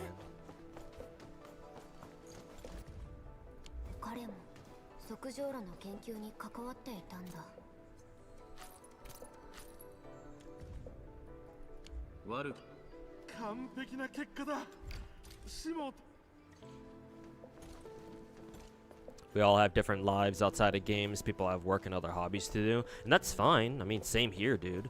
But here's the thing. Like, actual fucking decent people will realize that, oh yeah, they'll never really be like as good at like these video games that maybe they want to, unless they're willing to make some like significant sacrifices in order to make that happen. And so they own up to, they just own up to it. Like, they accept their reality, that they accept the reality that or, you know, they accept the reality that they will probably likely never be as good at video games as maybe they want to, and they make peace with it, and they're fine with it. They don't try to pretend like, you know, they know what they're talking about in this one game when in reality they don't.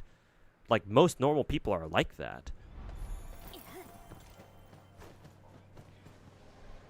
But, you know, people who are chronically online 24/7 on the internet are far from normal people. It's either that or they are actually normies. It's just, you know, they just have an ego the size of a fucking rice grain. Either or, take your pick.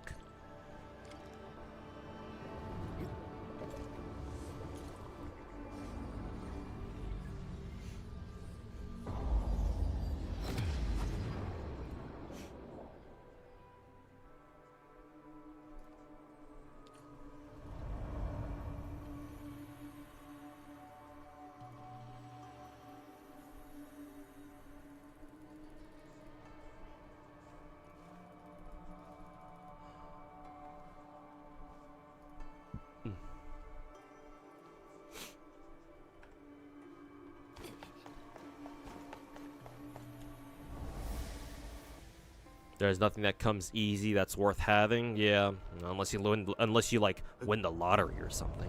But even then, it's like, well, even then there are people out. I'm sure there are tons of people out there who've been buying lottery tickets for like years, and they've never won anything. At least, you know, nothing significant anyway.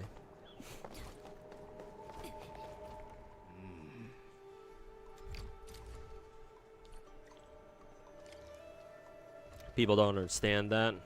Not enough people do, that's for sure.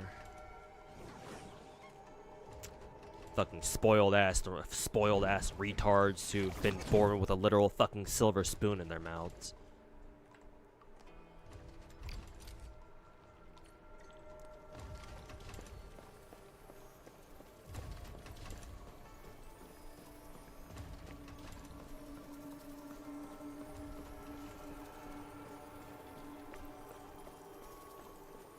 Haven't we been here before? Weren't we here during like a main quest or something?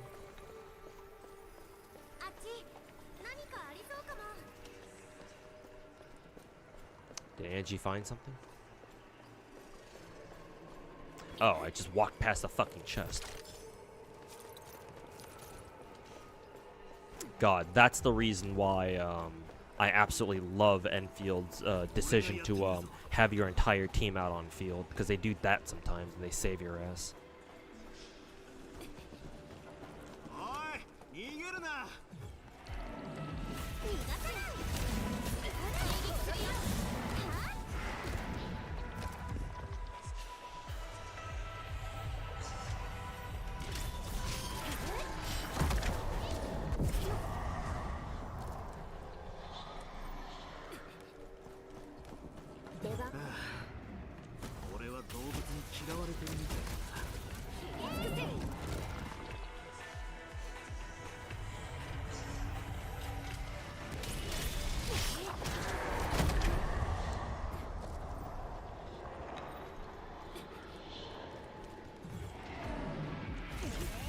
Actually, do we even need to fight these fucking bastards? Just fucking ignore them.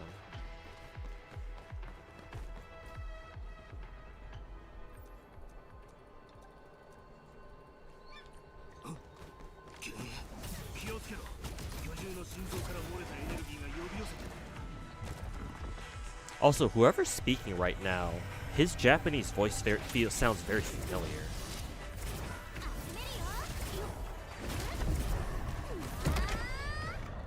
Where have I heard his voice from?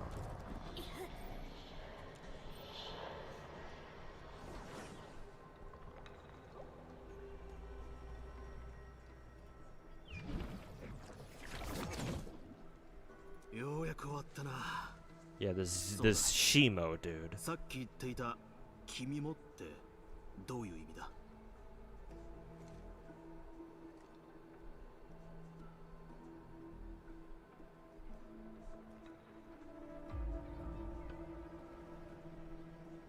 I know I've heard this dude's voice before in another gacha game, I'm pretty sure.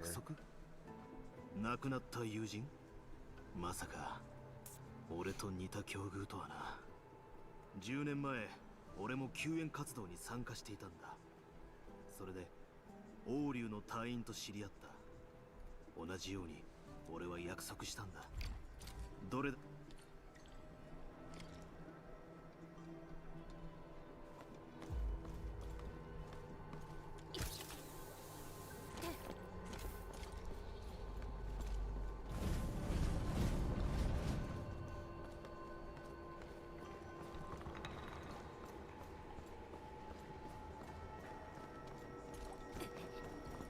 It's over here.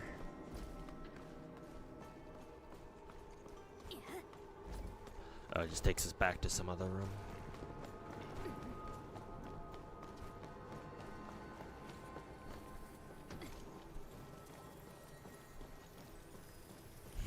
You've bought over 1,000 lottery tickets and yet these hands will never hold anything. Real.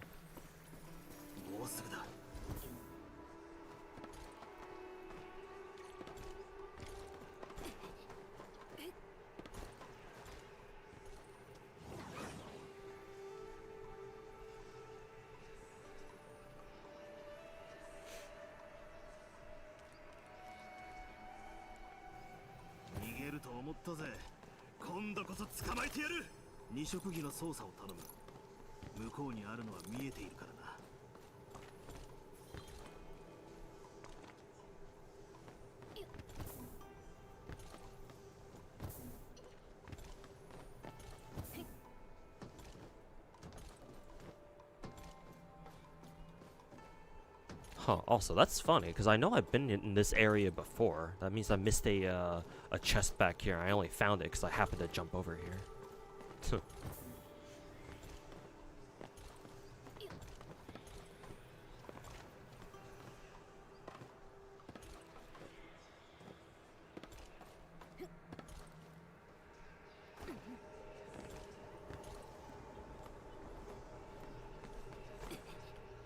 Oh, fell off.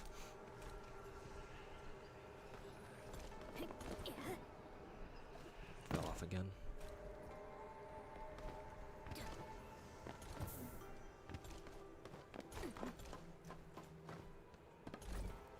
Try to approach the whatever the fuck. Wait, how am I, now that I think about it, how the fuck am I even supposed to get back there? Am I supposed to do this?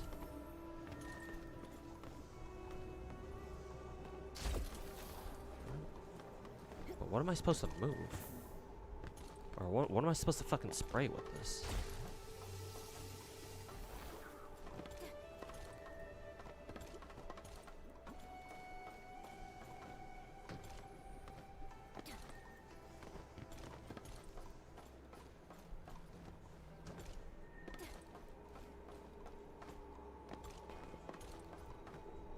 So what does GACHA God mean? The way I use it, I use it to mean that I play more gacha games than anybody else on this platform.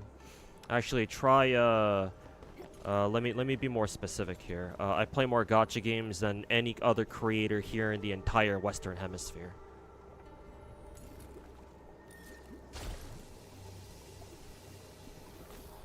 Where? Am I just supposed to go around? What the f— see.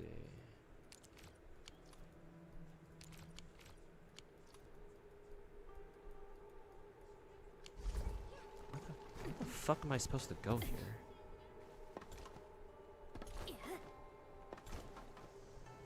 Yeah, there's no platform that leads us back to over there.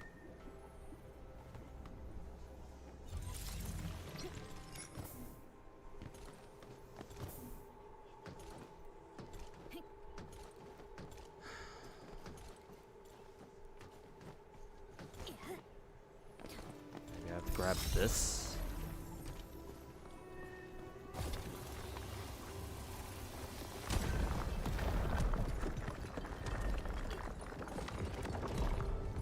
Yeah, I think that did it.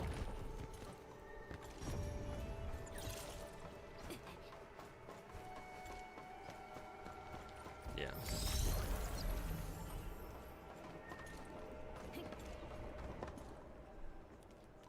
巨獣の心臓から漏れ出したエネルギーのはずだ。しかし、本物とほとんど変わらない。こっちに寄ってくる。Am I gonna get the Porsche skin and car too? Well, if I can get it completely free, then I'll try.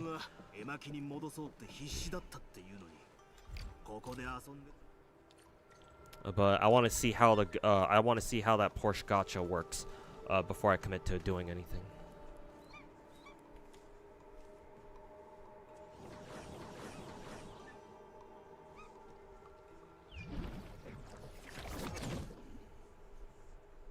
Do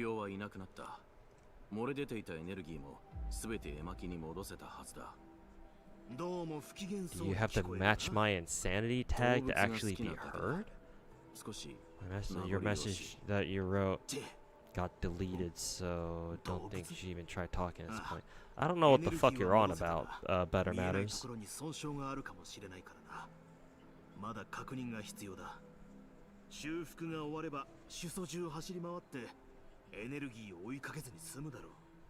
Like, what the fuck are you on about now?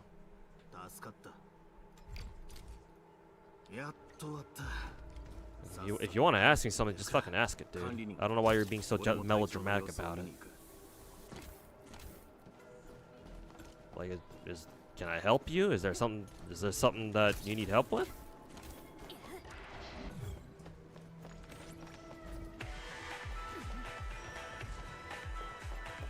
I want to kill these guys.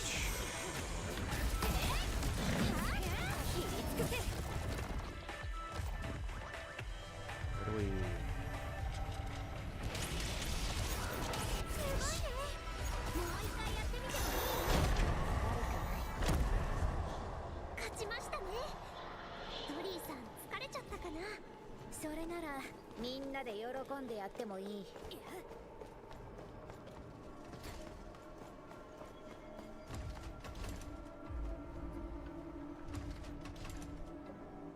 Technically, you can use 3 currencies in the collab: gacha, fawns, and riftstones, and they all like and the Porsche gacha will like count them all as the same, and like no matter how you pull on the gacha, it counts towards the overall progress. If that's the case, then that's actually pretty cool.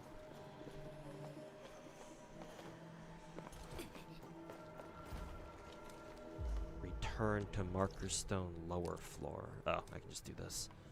There we go. 一段落したら美味しいものをおごってやるよ。遠慮する。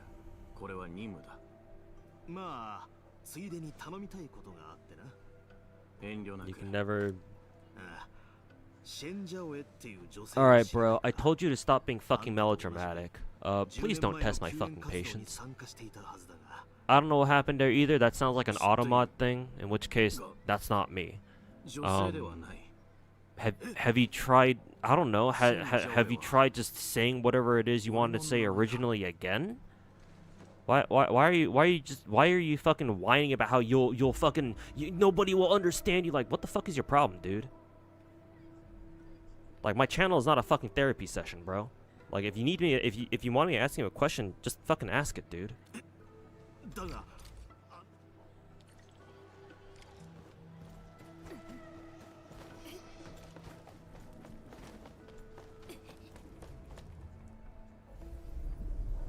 Like, if one of your messages got deleted on like automatically, then shit, man. Again, like, I don't know if you knew this, but Twitch does have an auto mod feature, or like it for some random fucking reason. Don't ask me how this works, because I don't work for Twitch. Sure wish I did though. But you know, since that's not a thing, since that's not the case right now, I do know that, you know, auto mod is a thing, and it's been a thing for what, a year or two, for a bit now. And they do sometimes snipe people's messages here and there. Like, if the automod detects that, oh, like, we think this person is talking about something sus or whatever, or is being rude to the streamer or some shit like that, then yeah, sometimes it'll snipe messages automatically. I'm assuming that's what happened with you.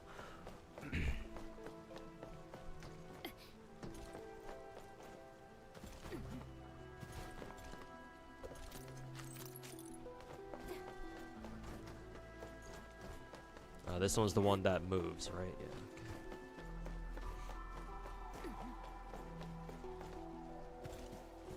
Yeah. Okay.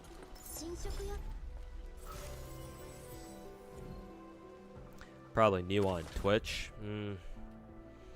Normally I get people like that in my YouTube chat, to be honest.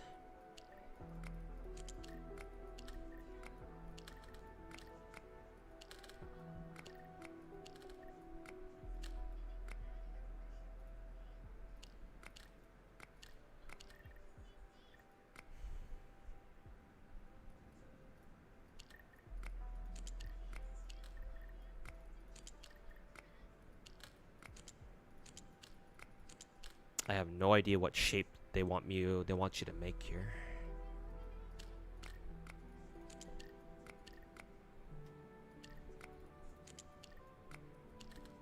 Oh, excuse me.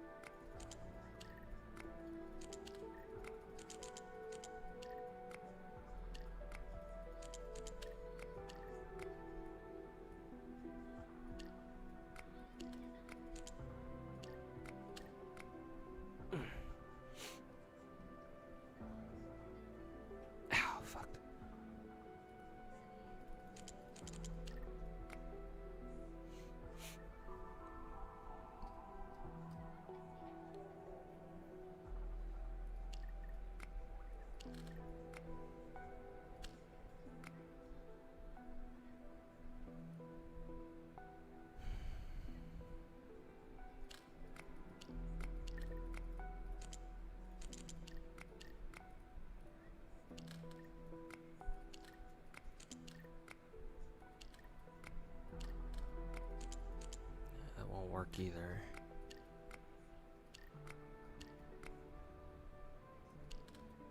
Maybe like this? Oh yeah, that was it.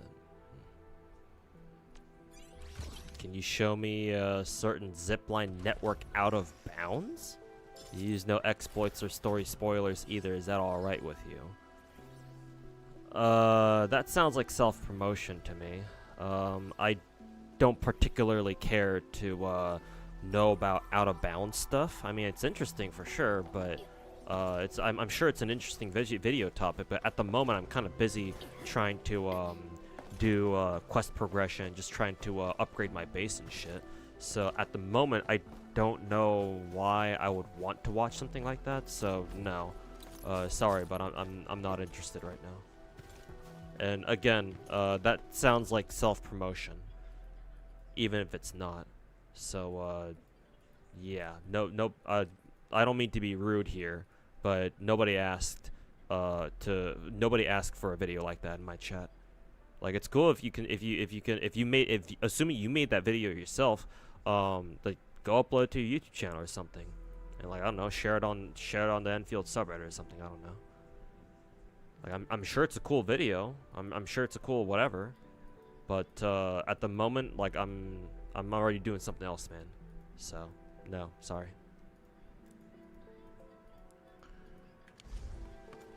Okay, where do I need to go now? Am I done with that? Am I done with that event, or am I done with that quest line?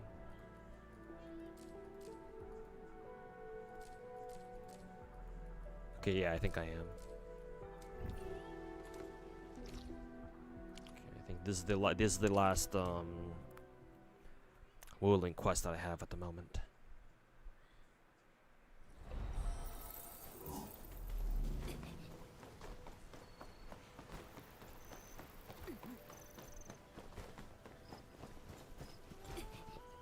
You're not a creator? I'll take your word for it then. Then in that case, I'm assuming you just wanted to share something that you thought was cool. I mean, maybe I don't know, maybe I'll end up watching a video about out of bounds things in Enfield. I'm not saying it's not interesting. It's just right now, I've got something I want to do for my stream, or while I'm streaming, and I'm trying to do it right now. So now it's kind of a bad time.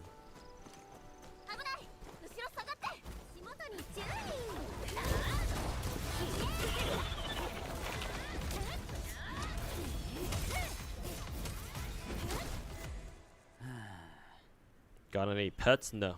I haven't had a pet in years, I think. Ow, fuck. The only pets that I think I'm pretty sure I ever owned were like 4 hamsters total. I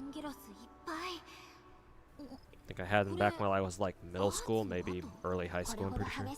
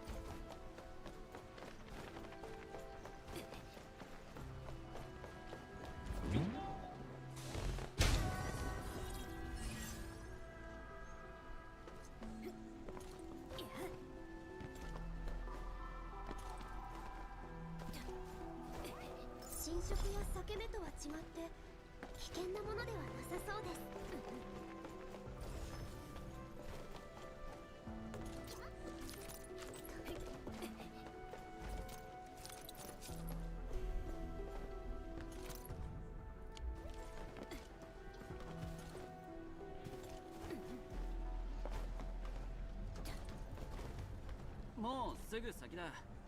進捗が亮落ち着いてテシコを先に Like maybe when I have a maybe eventually maybe すぐおじいさんとこ uh, 行けるからさ if I even can find one, maybe eventually I'll think about getting like a cat or something. But that ain't happening right now, that's for fucking sure. I can barely take care of myself as it is.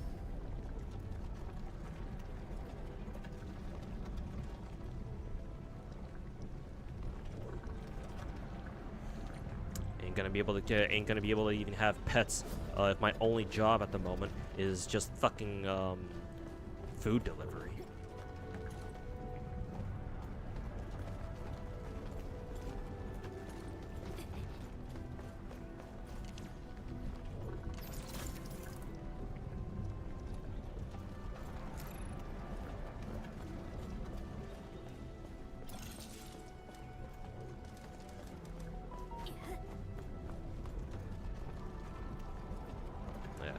I suppose, is this fucking Simon Says again? Fuck me, dude.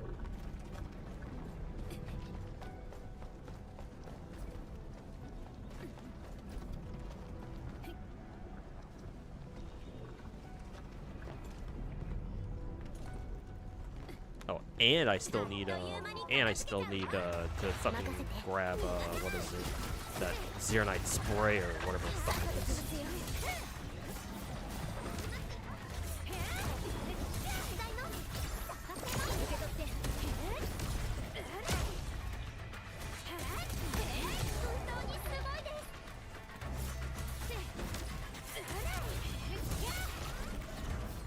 Endfield がまた一歩前に進んだね。それならみんなで喜んでやってもいい。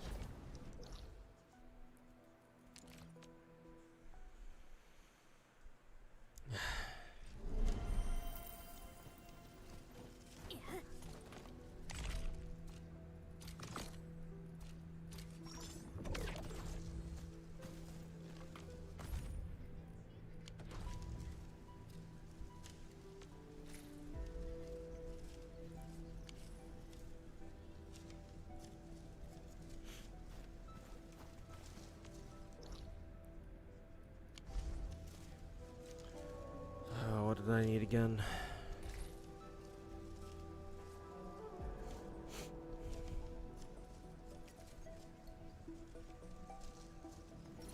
Oh yeah, I needed a liquid Zeronite or something.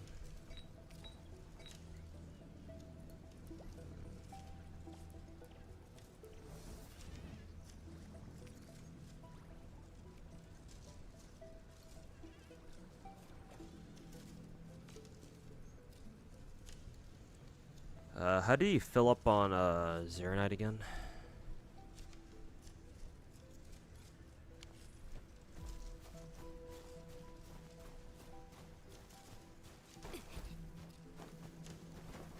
Also, I thought I had more liquid Zeronite than this.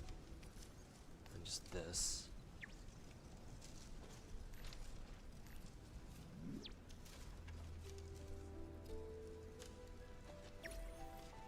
Oh, I need a filling unit to do that shit.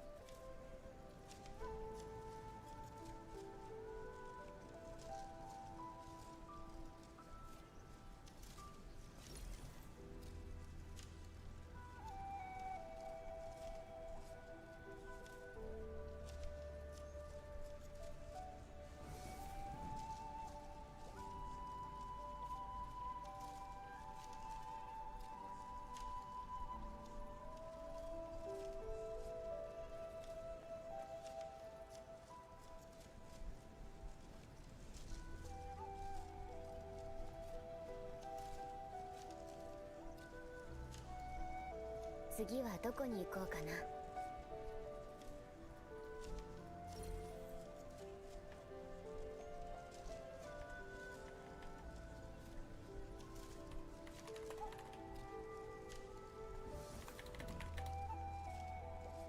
Hey, BN, welcome to the stream.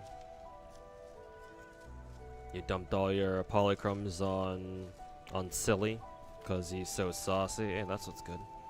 I'm assuming he's out now for the Asian servers / EU. NA doesn't have him yet, naturally.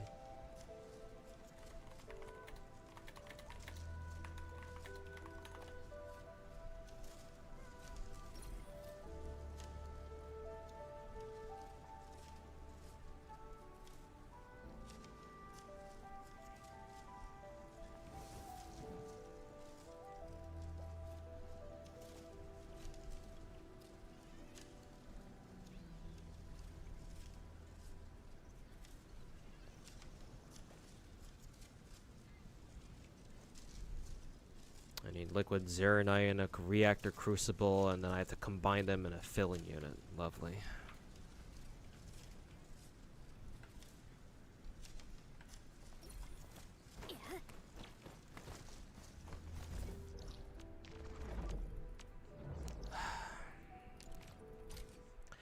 That fucking AIC event.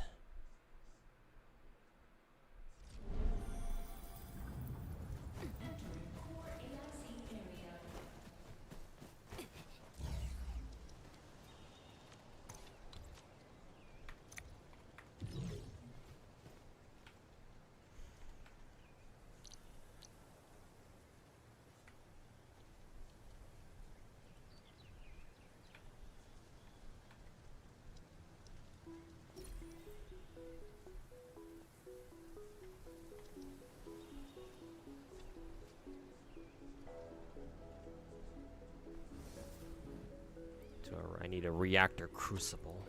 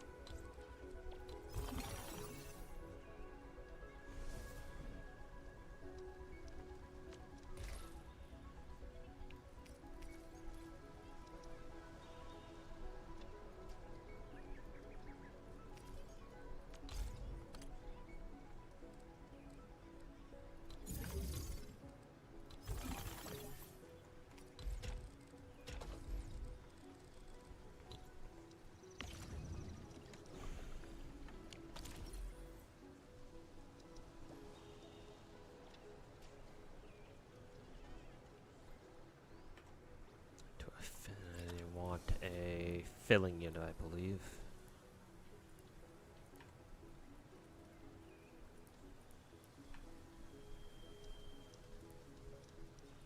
Not a fitting unit, filling.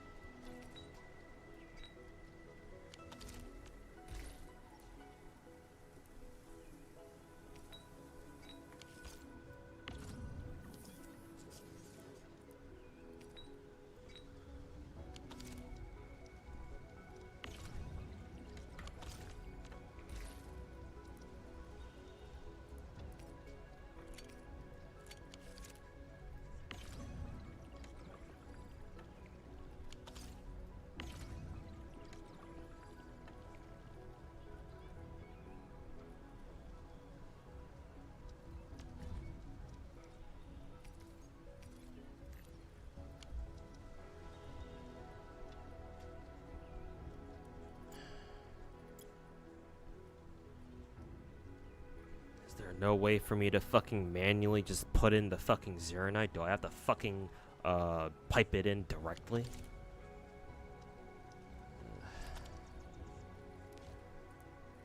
Fucking dog shit, bro.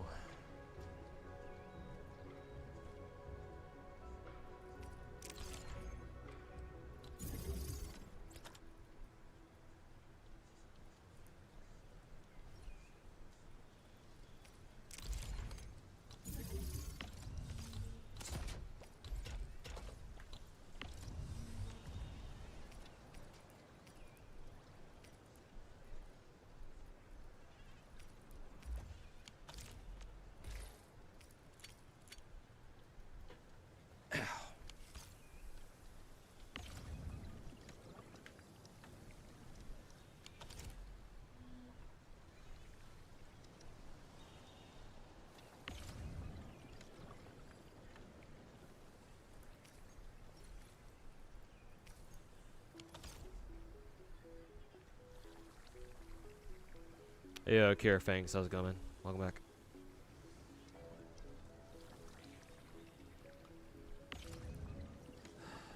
Okay, why is it not pumping out the liquid Zeronite to somewhere else?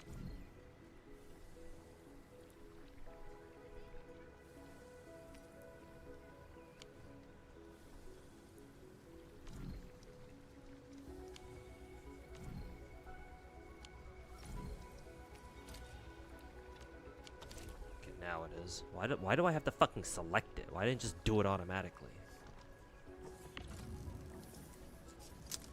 Fuck ass piece of shit.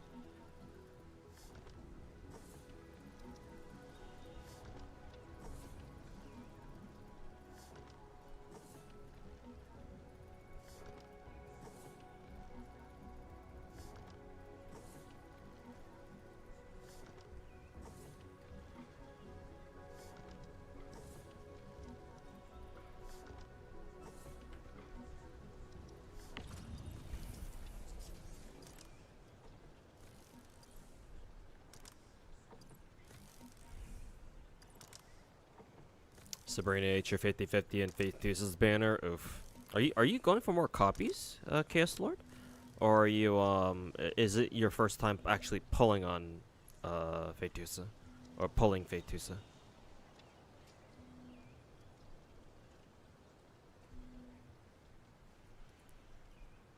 Oh, no more Zero Night.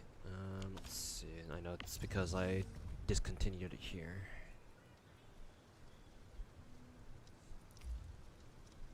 1, 2, 3, 4, 5, 6, 7, 8, 9.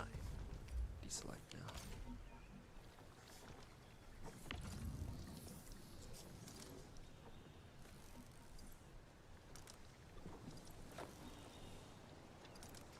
There we go.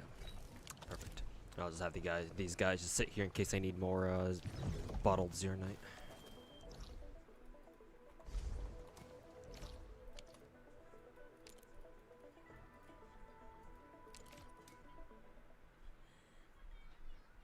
Going for V1. You already had our V0 R1. Gotcha.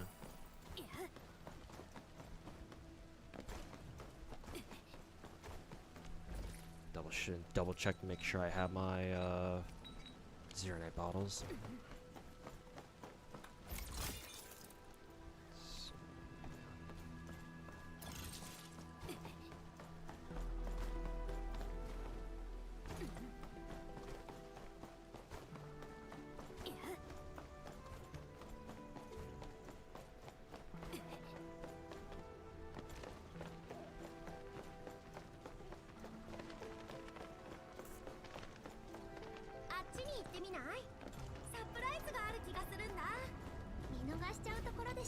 Oh, this one.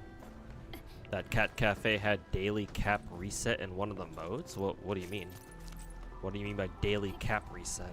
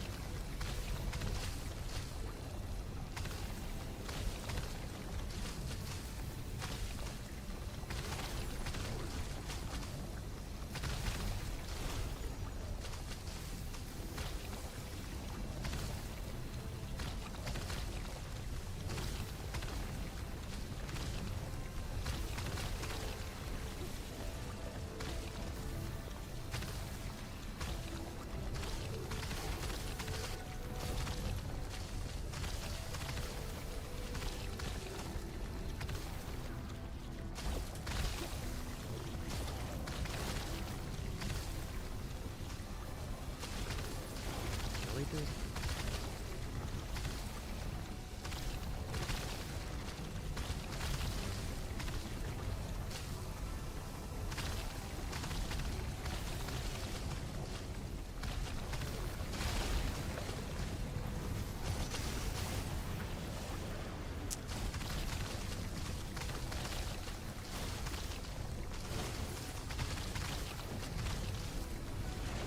Where the fuck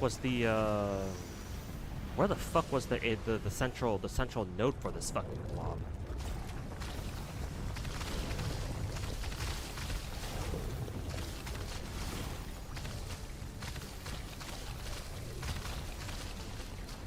Fucking go make more. Fucking shit.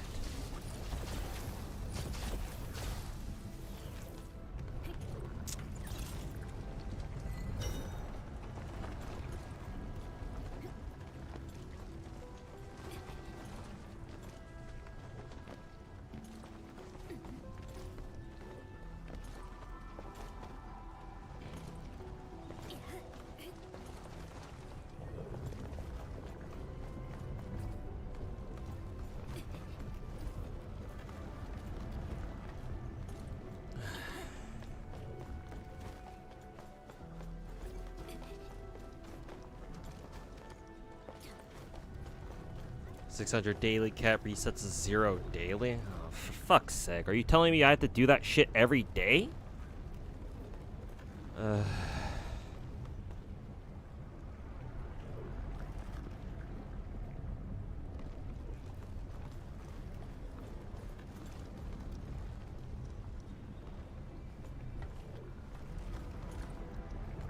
Also, I have no idea what the fuck the correct order even is here.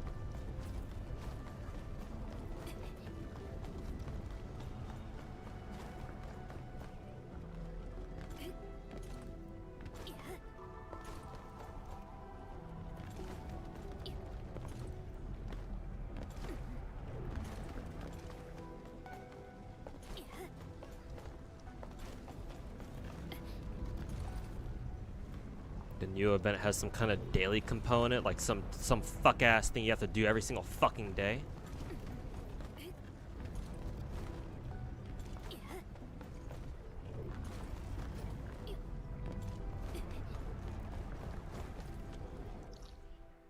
Because we're talking about GFL 2.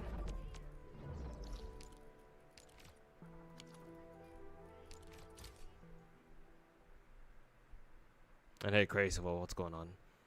I'm trying to redo my base here, and I'm trying to follow Kyosten's guide. Unfortunately, he requires his guide requires that I need to be at Wuling level 15, and I'm only at 10.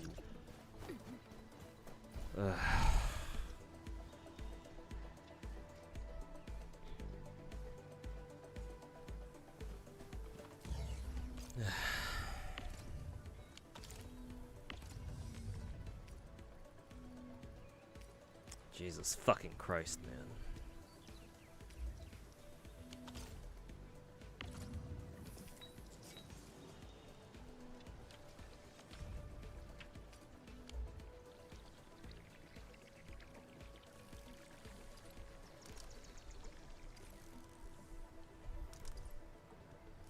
Yeah. Should I even bother doing it at this point? Because I haven't started any of the little fuck-ass mini-games in GFL 2's event so far. Been planning to do a stream where I just go through all the GFL 2 event bullshit. But if there was a part in there, like at the Cat Cafe, where you were supposed to do it every day, alright, well, I guess I'll treat it like the AIC event and say, fuck you.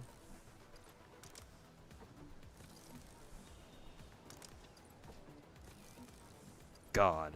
I fucking hate it whenever gacha games do like this fucking daily fuck-ass shit, man. Like, it's one thing for gacha games to have, like, the usual dailies where, oh, it's like, oh, log in, spend your stamina, stuff like that. That shit's normal. But whenever they do it for events, like, holy fucking shit, dude.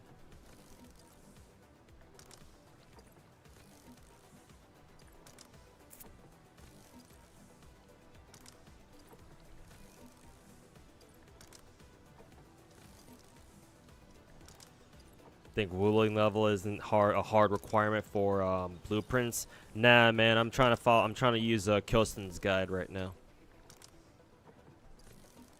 and his guide requires that I have level 15 development. I learned my lesson from what is it? I learned my lesson from the AIC event, man. I'm gonna have to stick with Kyosten's guides and just stick with his for basically all my base building. Because the AIC event taught me that if you use blueprints from like multiple different sources, those blueprints are not always compatible. Matter of fact, most of the time they shouldn't be compatible.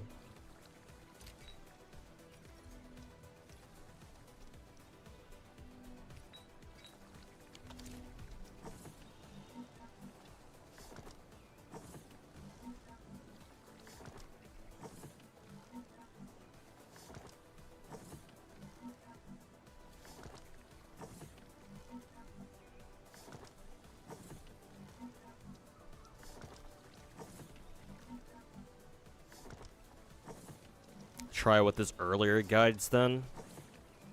People told me that his earlier guides require that I have meta storage unlocked, which I do not have that shit unlocked.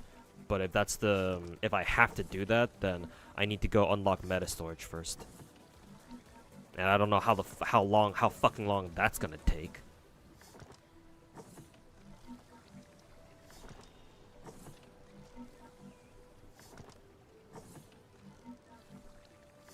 If you don't have it, it'll probably just be less efficient, but it should work anyway. Nah, that's not good enough. Again, the AIC event taught me that, just, you know, if it's not as efficient, that's fine. No, bruh. I've heard that one before. Fuck no.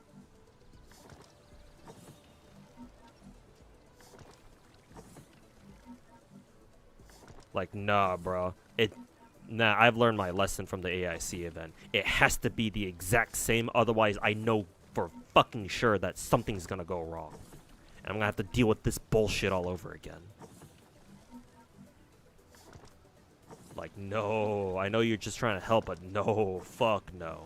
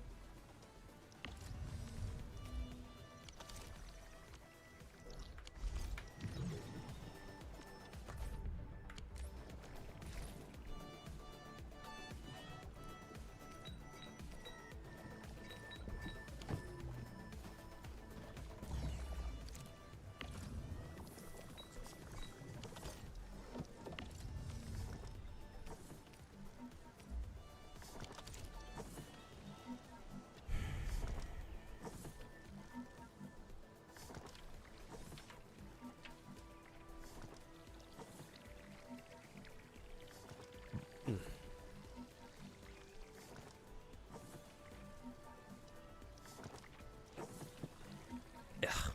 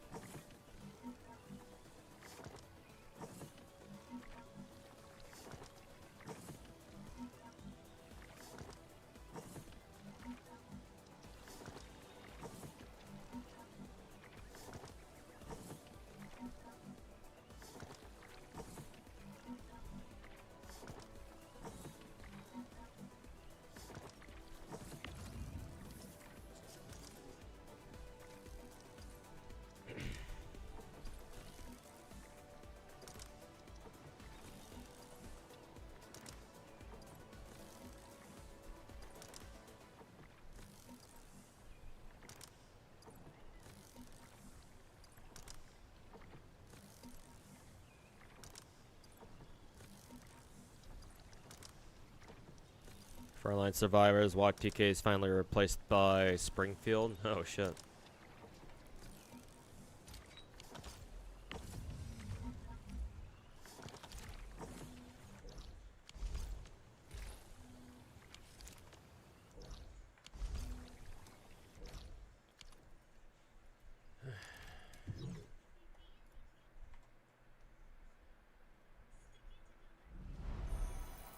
You know how to level it up? I sure fucking hope so. I'm doing these quests in the hopes that it'll raise my RDM level at least a little bit, but I think they're not. So I'm gonna go around. I'm gonna have to go around fucking plopping down mining rigs on every single fucking ore patch that I see.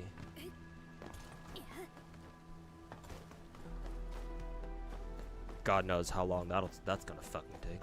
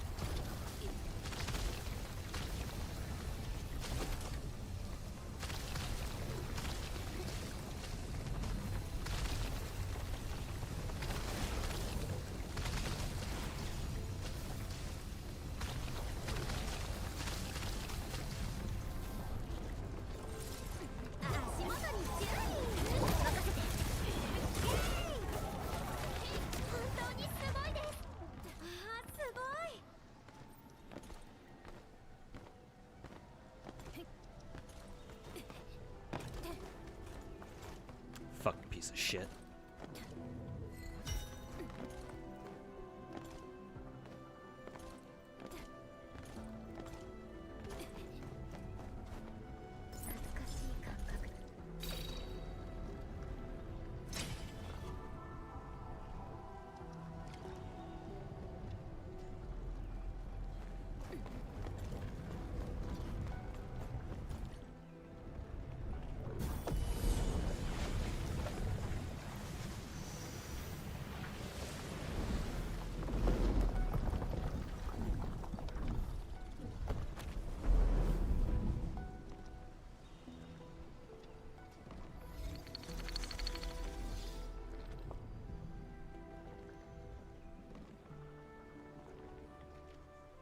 Yes, 消えた。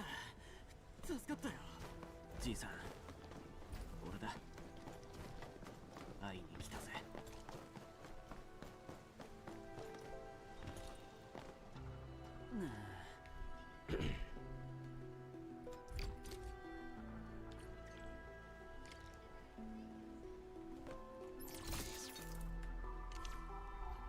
オリジニウム装置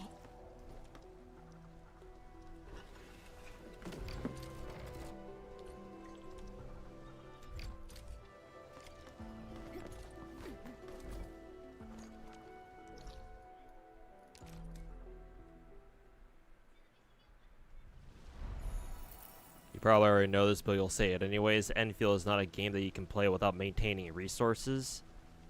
Yeah, I kind of know that. So yeah, no, you didn't have to tell me that.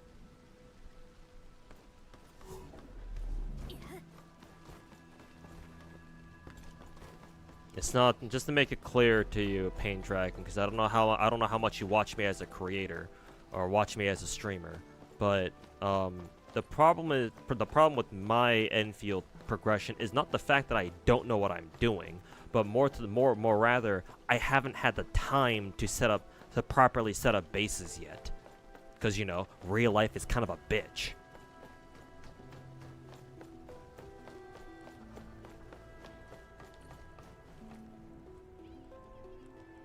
Everything here is tied to hey, Flying Ligma, welcome back. Everything here is tied. Everything is tied here, just like NTE with fawns. Okay, if you want to bring up NTE as a fucking analogy, then okay. Here's where I have a problem with your comparison with the NTE here, Pain Dragon. So listen the fuck up. The main difference between Enfield's base factory dog shit and NTE's fawns is the fact that with NTE, when it comes to fawns, all you gotta do is just fucking earn that shit. You just gotta figure out like, oh, what are the ways to earn fawns? Oh, you can do like cargo deliveries, you can do races, you can do like fucking Uber rides or whatever. Every 2 weeks you've got the pink paw heists that you can do, and those give you up to 1 million fawns each. And so on and so forth. It's pretty fucking simple. So it's like, yeah, NTE's system is tied to how much funds you have, that's for sure, especially mainly through the whole tycoon level system or whatever the fuck. And with that whole Porsche collab gacha that we're supposed to get next week, or whenever it's coming out. Which apparently you can pay for the gacha, if I'm not mistaken, with funds, which is really nice because that's technically a free-to-play way of pulling on that collab gacha. So that's cool and all. So yeah, I get it. NTE's whole system is tied to funds. That's cool. All right, I get it. But the thing is that it's really fucking easy to get funds.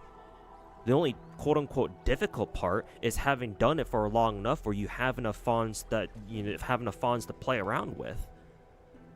But actually getting funds and figuring out how to get funds, that's not hard. I cannot say the same with Enfield's base factory shit, dude.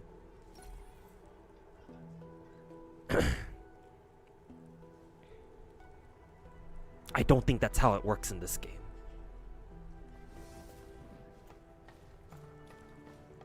Hey, Arlos, how's it going, man?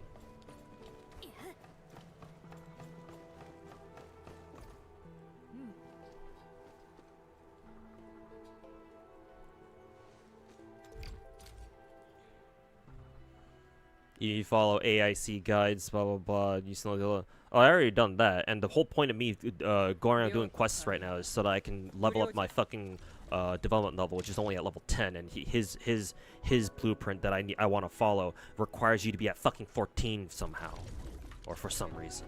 リフさんはそれを知っていたのですか？ So yeah, imagine guess what I'm trying to do right now. あいつの後ろからアンゲロスの胸が迫ってた。 You can still use blueprints to Endfield, but you still have to know that. Oh, believe me, I had to. ジェン、 You can thank that fuck ass AIC event we had we had like 2 or 3 weeks ago for that shit. これ出てきた。 You can go check out the 2 or 3 7 to like 9 hour streams that I did just trying to figure out how to fucking do that dog shit ass AIC event. Believe me, I know.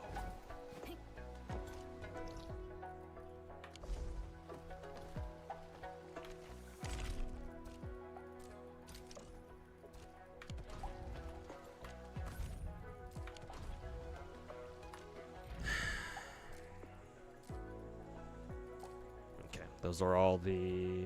Well, technically, there are some smaller quests here, but I'm gonna believe you guys when you say that quests don't do shit for your RDM level, because I think my RDM is still the same. Yeah, it hasn't really changed, I don't think. So yeah, I'm going down to Marker Stone and try to fucking plop down as many mining rigs as I can.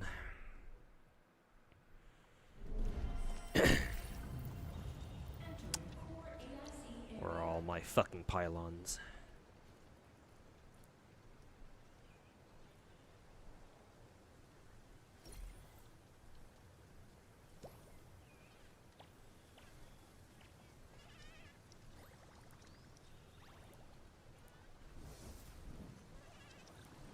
Oh, I already have all my pylons.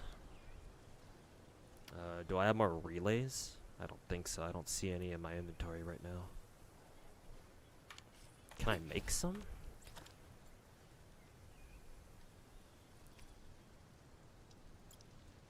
Okay, I can. It just needs Zeronite. Thankfully, I have a lot of that already. I think like 19 for 30 total.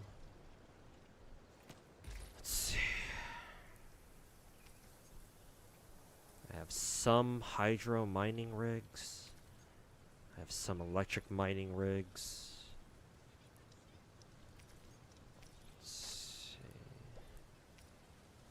Bring along fluid pumps. Just in case I need those, I'll bring those along too.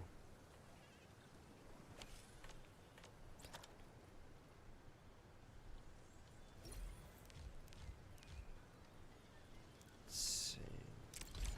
Oops.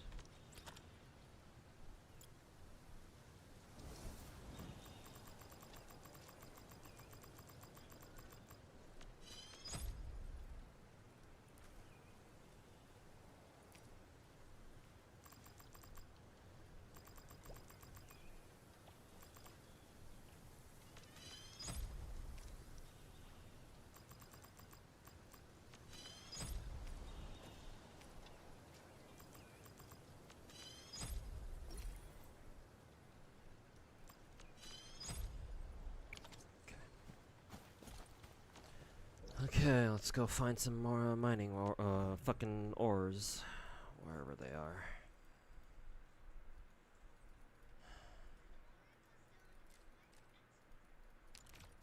I think I already set up rigs here, so these should already be good.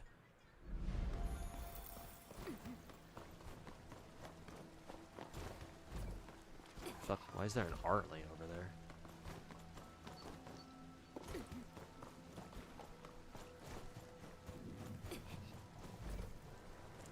Hydro mining rig clogged. Right, because I already have maximum, whatever the fuck these are. Cuprium.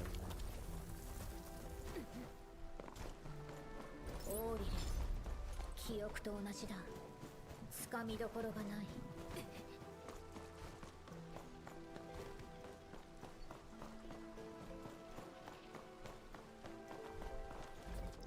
Okay. That's already done.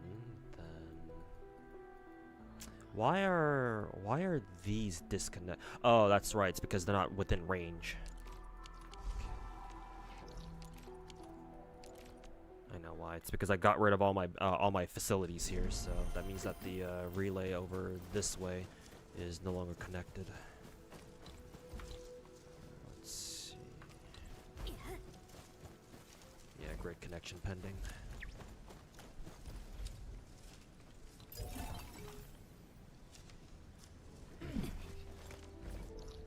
Let's see.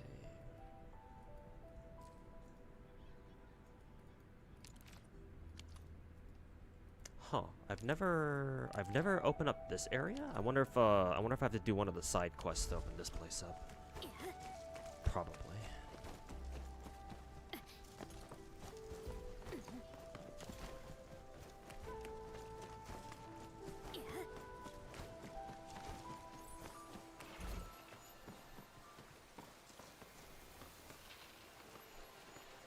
Test area has new mining spots. Can't access the test area. Actually, can I? No, I actually liquid no. Actually, I think I should be able to make liquid heavy zeronite. I think.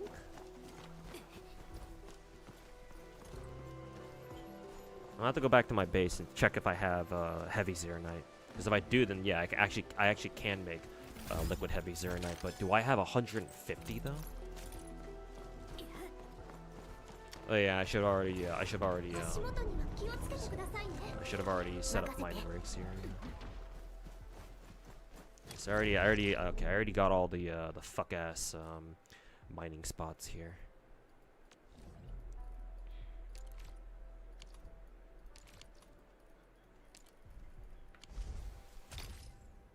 Oh, let's reset.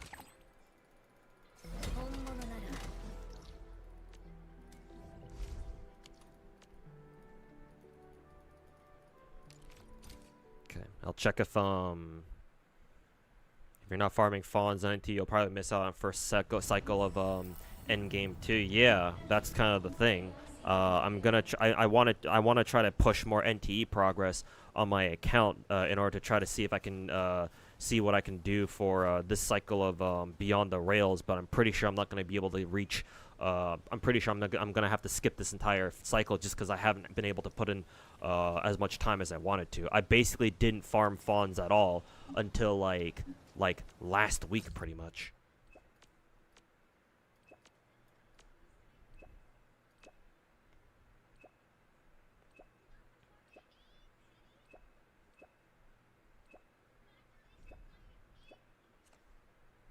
Hey, aboard, Sebastian. New Stygia in 6 hours. Cool.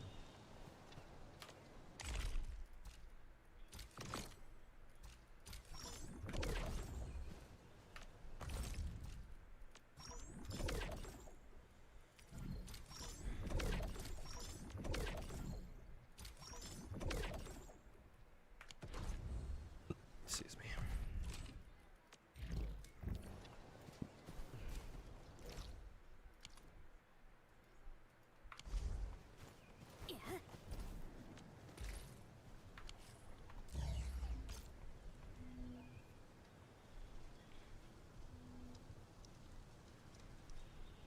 Level up facilities. Actually, I don't even know if I can level up that many facilities because I only have like a million wooling bucks, and I know that upgrading facilities can cost quite a bit too. So, yeah, I have once again I have that fuck ass AIC event to blame for that.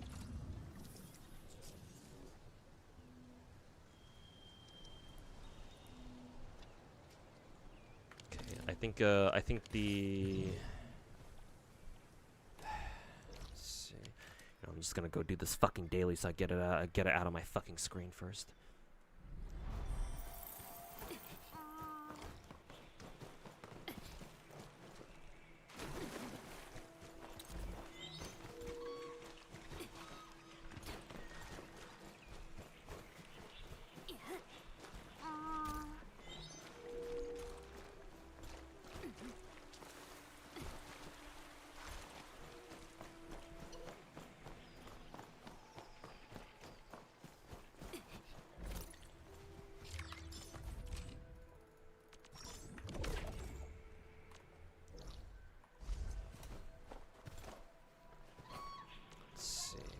Oh, it's optional. Bringing heavy Zeronite is fucking optional. Then why can't I enter it?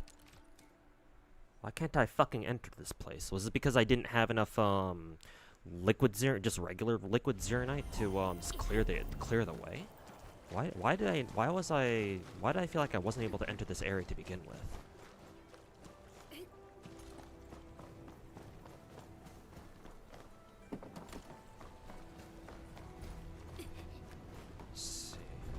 Yeah, all I need to do is just fucking spray this shit, right? Oh no, yeah, I need liquid. Yeah, they specifically say you need heavy liquid Zeronite. Okay, yeah, so I still need to make them anyway. Why the fuck did they say it's optional? What?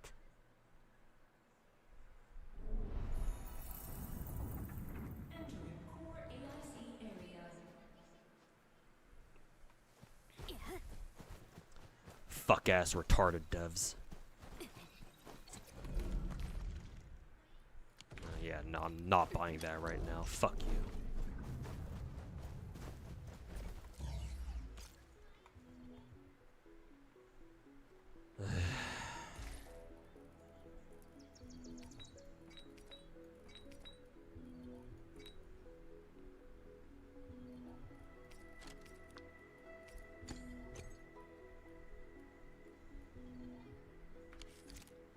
Okay, the question is how much heavy Zeronite do I have? Okay, I have 2k, which is good enough. Actually, hold up. Switch.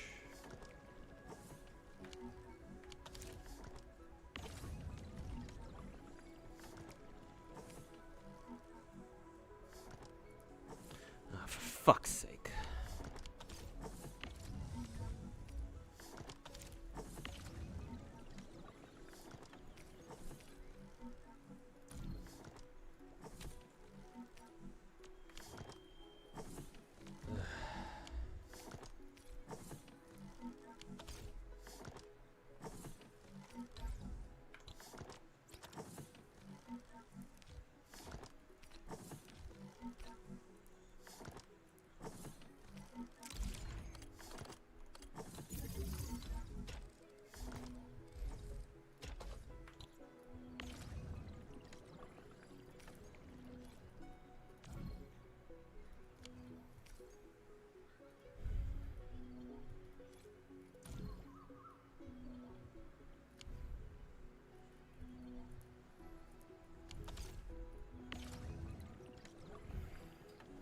How the fuck do you how the fuck do I remove my heavy Zeronite from the crucible?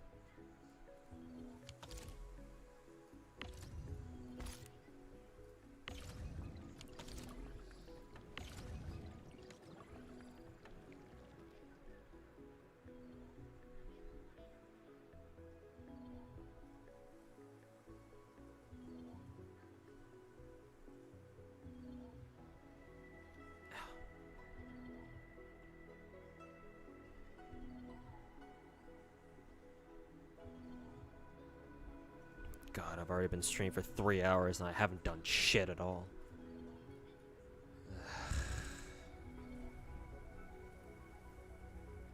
Unironically, my time would have been better spent actually farming fawns in NTE.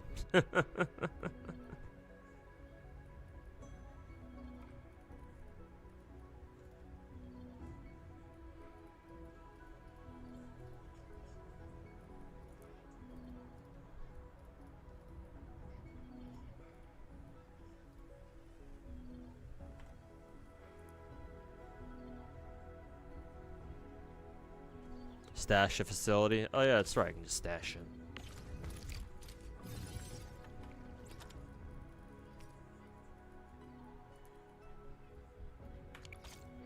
I'll just leave it at that.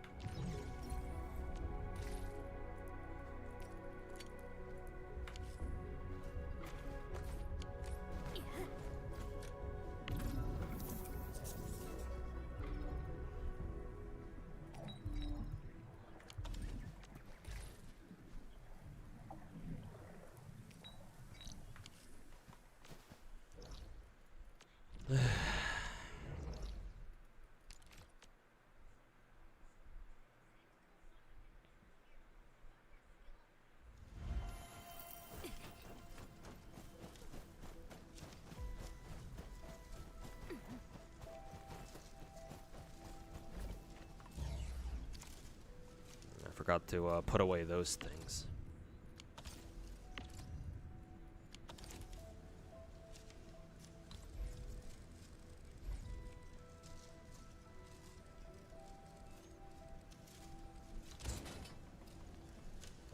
I needed a reactor crucible and a filling unit.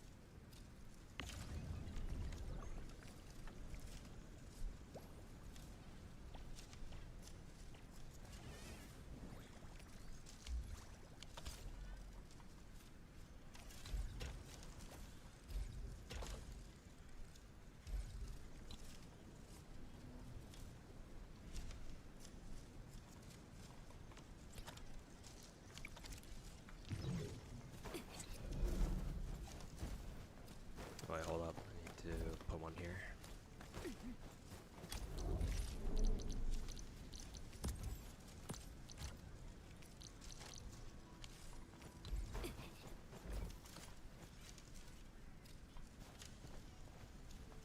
Oh, right. I can't use regular pumps.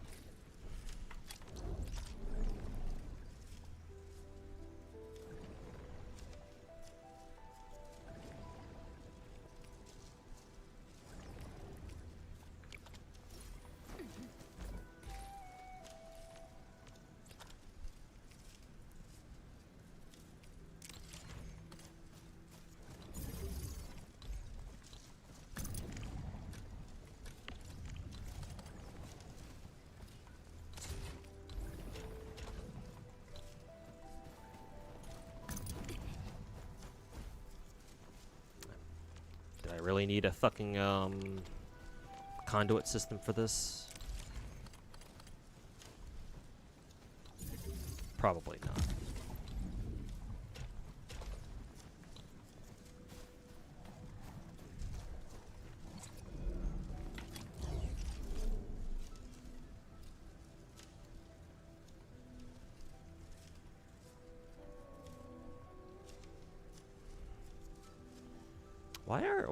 Why are structures in this game? Why do they always have like the most inconveniently placed input output ports?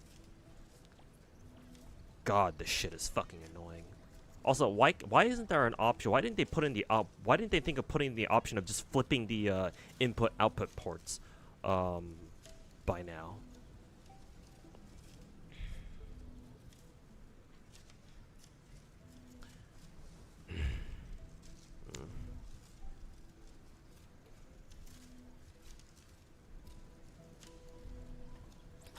I guess I'll just put down another one of these bad boys.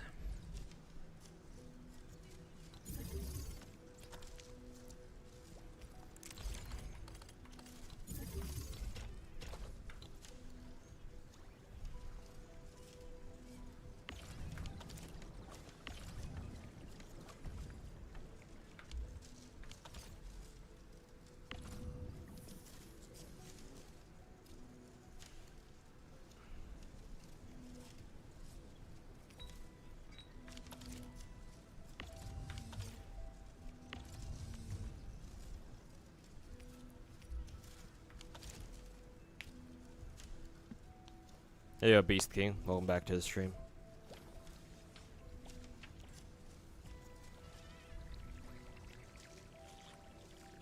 I feel like it's been a while, but I won't say that for sure.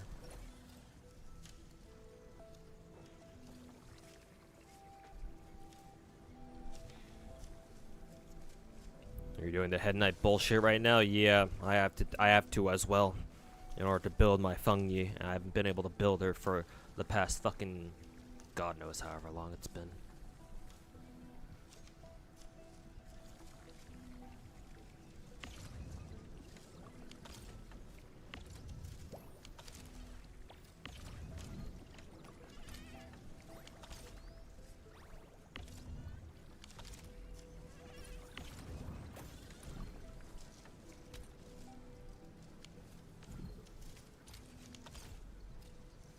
There we go.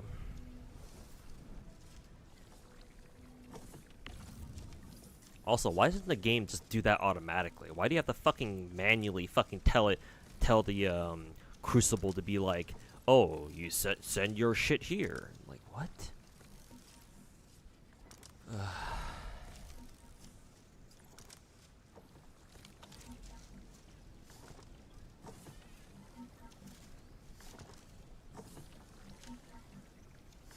Look at your own AIC. You don't want to edit it now that you've already stabilized it. Guess what, buddy?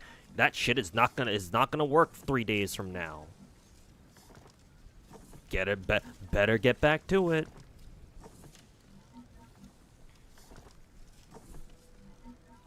The factory must grow.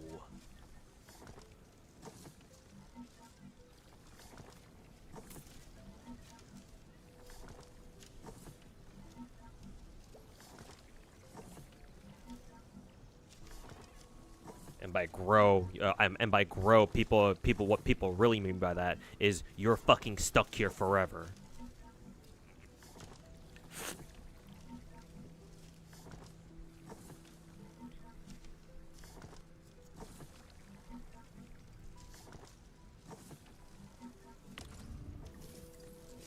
I sure hope bottled heavy zeronite counts as fucking heavy zeronite or liquid heavy zeronite.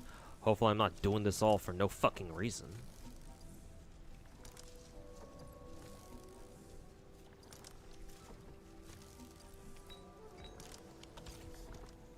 Okay, it actually does count. Thank fucking God. For a second I thought it didn't.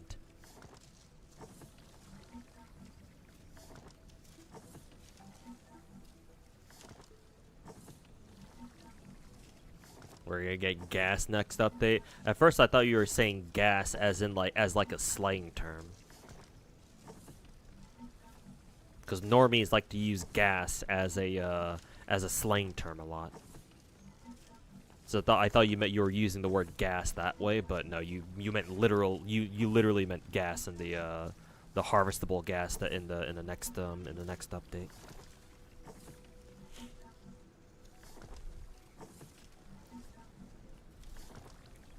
You need more sewage? Things that only an Enfield player would say.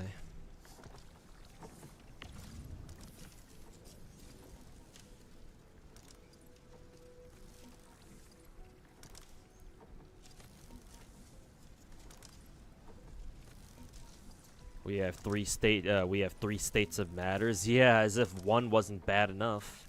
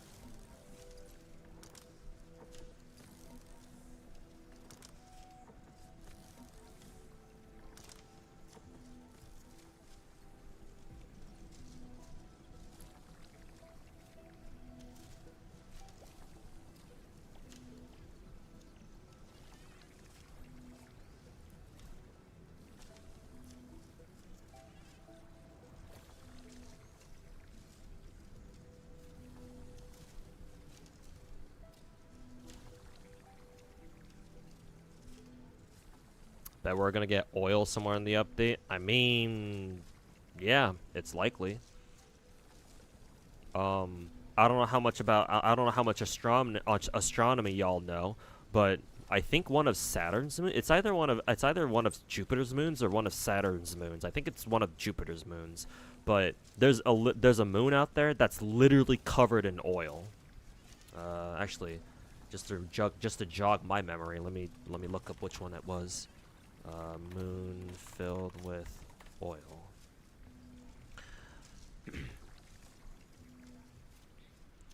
Yeah, it's Titan, not Jupiter's, but Saturn's.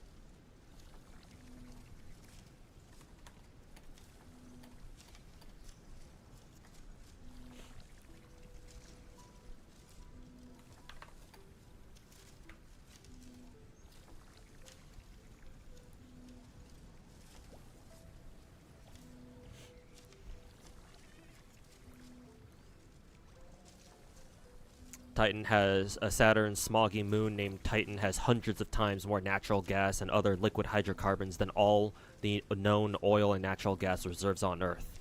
Hydrocarbons rain from the sky on Titan, collecting in vast deposits that form lakes and dunes. It's just basically a gigafactory of organic chemicals. So yes, on Titan it literally rains oil, or it literally rains gas. Just in its raw form. We still have to process it. But so yes, alien planets can potentially literally fucking rain oil, or they can have their own oil reserves.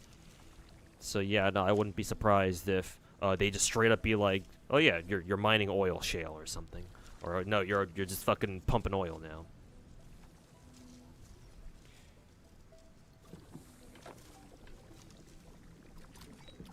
It's done now. I'll put in a couple more.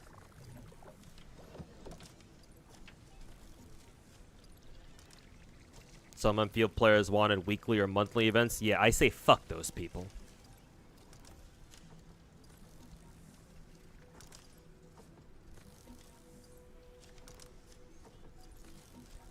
Since I take it that you haven't been by my stream, you haven't been in my stream for very long, Pain Dragon, I'll tell you what I learned from that last AIC event. I think that while the factory stuff of Endfield is fine on its own as like a permanent gameplay mode thing, like I don't mind it being like a major part of the game. That's fine, because that's what helps give Endfield its unique identity as a gacha game. What I do not like, however, the thing that I absolutely fucking hate about the factory in its current state is the fact that as soon as the devs try to turn it into a limited time event, that's when I have a big fucking problem with it.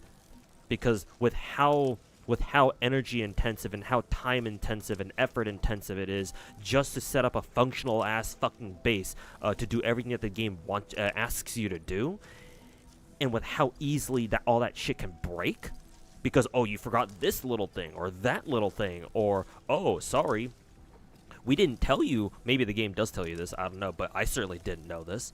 But at least, back when I was still working on back when I still had a semi-functional Wuling base. But hey, sorry, but you've already capped out. You've already mined. This certain resource to the maximum, and you can't get rid of it fast enough, or you can't get rid of it all. So guess what? We're gonna shut down half your fucking factory. Like literally anything that produces that item. Oh, sorry. You didn't get rid of that shit because we didn't fucking tell you. Go fuck yourself. It's like Enfield's factory shit is perfectly fine as like a normal ass game mode. I'll deselect this. It's fine as a normal ass game mode. The issue is as soon as they turn it into as soon as they turn that shit into a limited time event, it's like, nah, bro. Nah, you can't fucking do this, bro.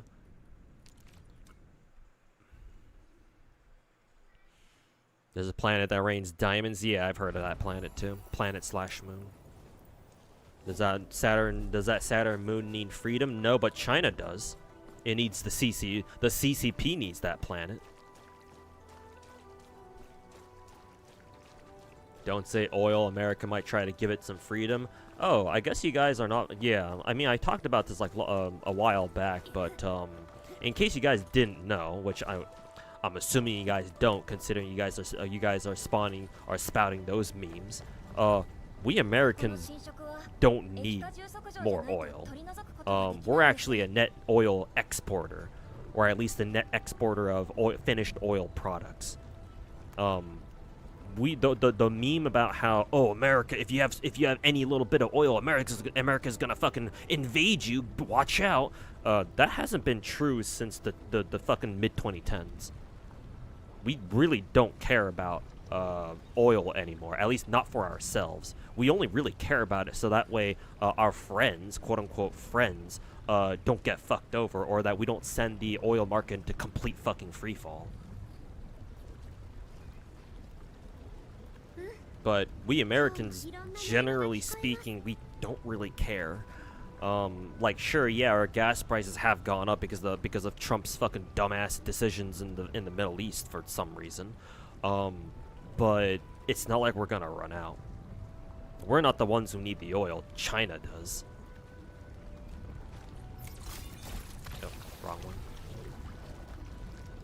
How do you change Q? Switch fluid.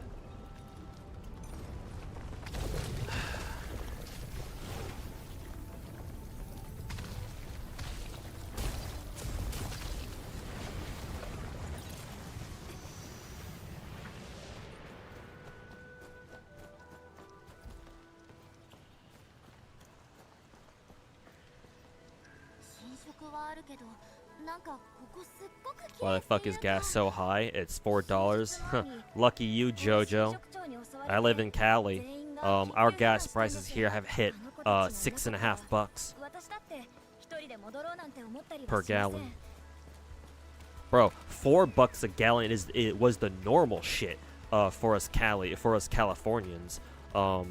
Before the fucking our little fucking, you know, little joyride in Iran. Where do you fucking live? $4 is normal for us. But then again, you know, $4 should be high for the rest of America, because California has fuck-ass retarded oil laws or energy laws.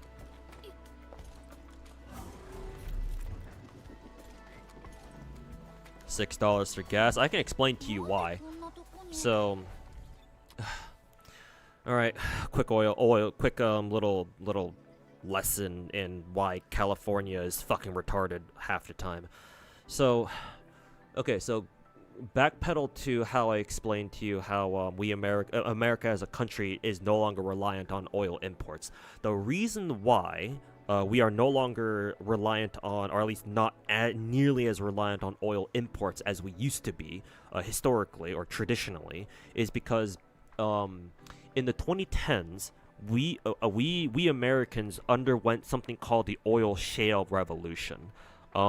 We discovered, or at least, you know, mining firms and all that, we discovered that America has a fuck ton of really, really high quality oil shale reserves, or just resources, that were just we were just literally sitting on it for the entire time. We knew that we had a lot of oil shale for a while, actually, but the problem was actually like mining them and then extracting the oil out of oil shale efficiently enough. We didn't know how to do that yet, but we finally managed to crack the code on that during the mid-2010s.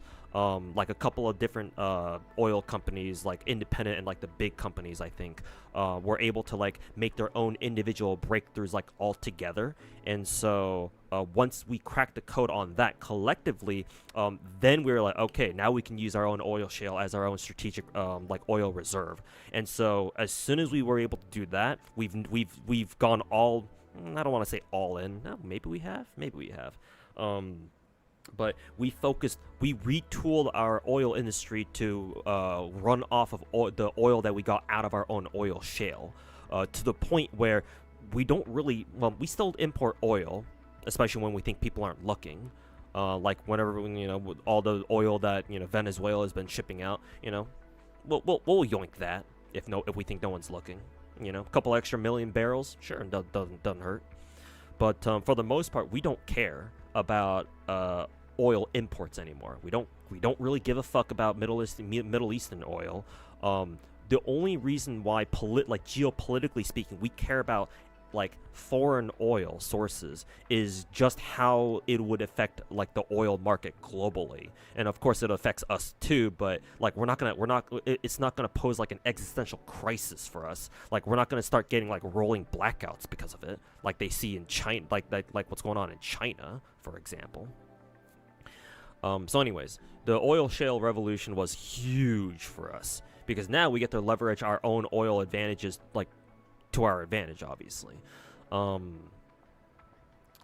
So most of America has retooled their systems to run off of the oil that we get out of oil shale, our own oil shale fields. Guess what? The only state in the entire fucking country, at least continental U.S., hasn't done that. That's right, good old fucking California. California as a state is still running off of the old oil system, where we still rely on oil imports. We as a state, California hasn't tapped into the whole oil shale system that we've set up for ourselves. And when I say we, as in Americans in general. So we still rely on good old-fashioned oil imports. So our oil prices are still fucking high as fuck, bro. When throughout the country, like the rest of the country has way lower gas prices than we do on average.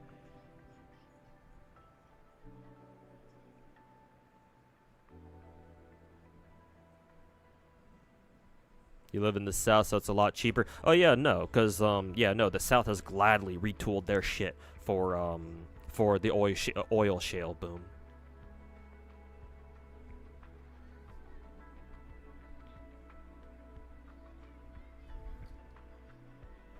Well, even China's not in the worst position because they were ready for this kind of stupid shit. Really? You think so? The Chinese are not as smart as you think. If they were ruled by somebody other than fucking Xi Jinping, then maybe, but it's questionable. Like, I'm aware that they've been working on like alternative solutions to like getting oil. Like they've been building like overland pipelines through like I think Pakistan, and then what is it? They're trying to work something out with the Russians, like the whole Power of Siberia pipelines. But I think recently, Putin went to go pay Winnie the Pooh another state visit because Winnie the Pooh, Xi Jinping does not want to leave China like at all because he's that fucking paranoid. But like the Power of Siberia pipelines were, I think, on the agenda for them to talk about, but they did not come to a conclusion again. That pipeline's been stalled out for years, I think, because they're still trying to negotiate like how much each side gets, and China wants to leverage their position as much as fucking possible because frankly, the Russians don't really have a lot of leverage, like political leverage that they can use. And the Russians are already selling their oil shit to the Chinese at rock bottom prices anyway. But either way, despite their efforts, China is still they're still giga fucked by the little war we got going on in Iran right now, because they still get the majority of their oil through the Malacca Strait and the Strait of Hormuz, obviously. They're still really affected by all this fear. Like China, I don't know if you you have to understand, China gets most of their they get 80%, almost like 80% of their oil or their energy from the outside. They don't really produce their own energy. The only reliable energy source they have is dirty ass fucking coal. and they've been trying to use less and less coal because they're trying to be like, oh, we're gonna be a clean state by we're gonna clean up our city pollution, shit like our air pollution, shit like that by some fuck ass year. Which, to be fair, they have done quite a bit of work on that front, but it's come at the cost of them not using coal as much.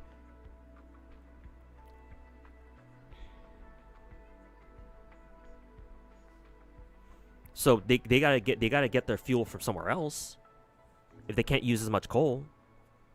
So guess where they're getting it from? Oil.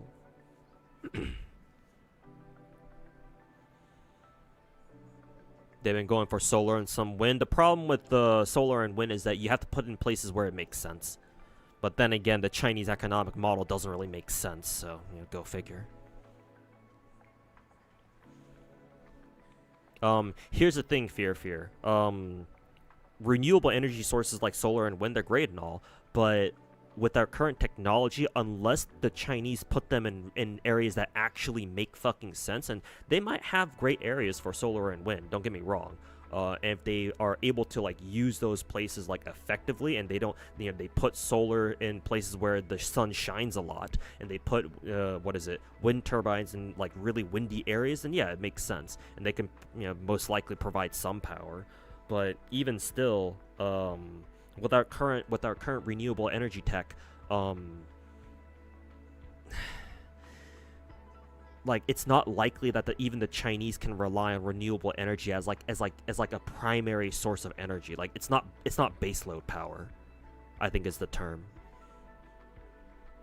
Like they still rely on they still rely heavily on carbon fuels.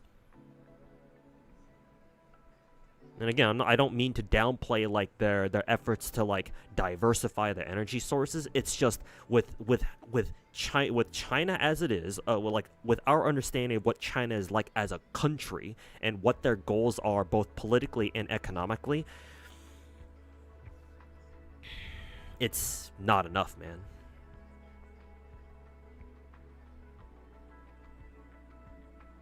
China is relatively empty in the West. That's where they have all those farms, sure, but like you still have to transmit that energy all the way over to the rest of the country. That's not exactly easy. Though again, they could probably just pump out omega amounts of high quality transmission lines. So to be fair, maybe they don't have that problem as much, but still, the physical distances is still a problem. Because remember, you lose power. You will lose power efficiency the longer your transmission lines are. Like sure, nobody lives in the West, so yeah, just plop down fucking solar panels or turbines over there. Yeah, but that means that you gotta transfer that power over to the places where people actually fucking live. And with how much distance they have to cover, like realistically, how much power are they really getting here?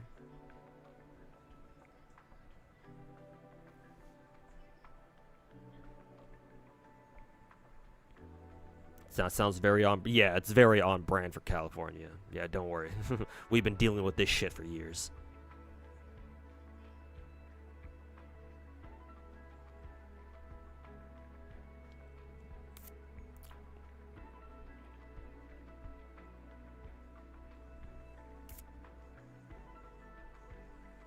Like, despite all that, Fear, I need you to understand. If China were, for example, to invade Taiwan, technically speaking, we Americans don't need to. This is going to sound really bad, and I hope we do help out the Taiwanese anyway.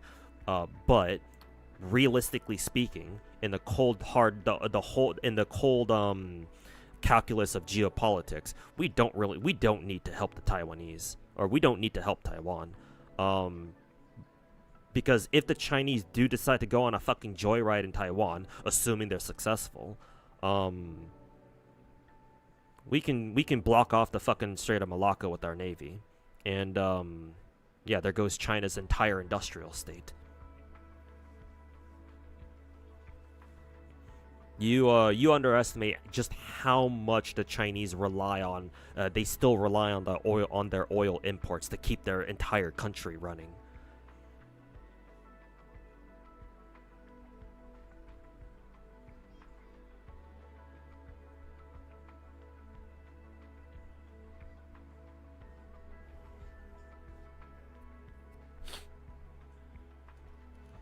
Can I show you a banner, please? What?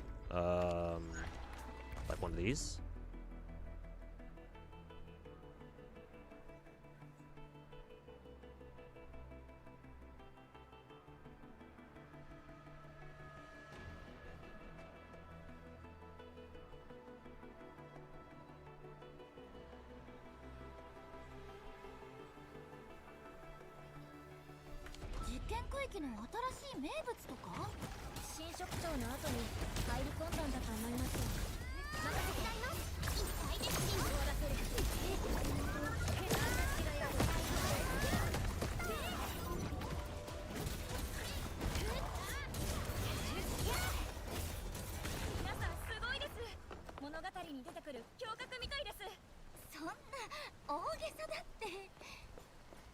So want to know how much longer he had? Oh, how much duration? Yeah, we only have 8 days left.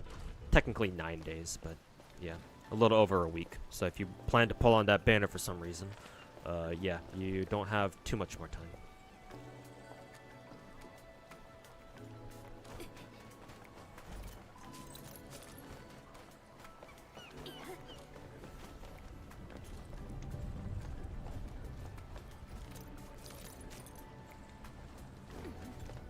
Probably need heavy Zeronite for this.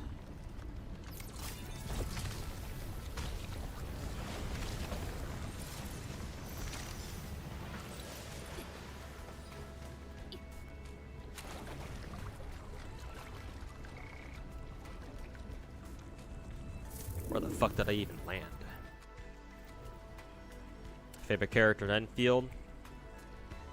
You're looking at her right now.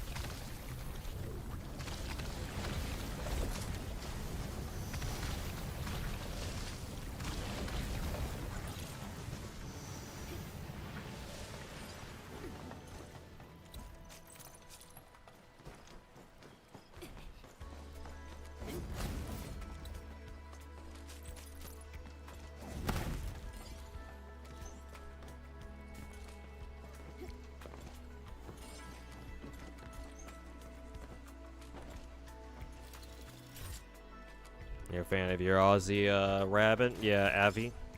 Yeah, she's cool.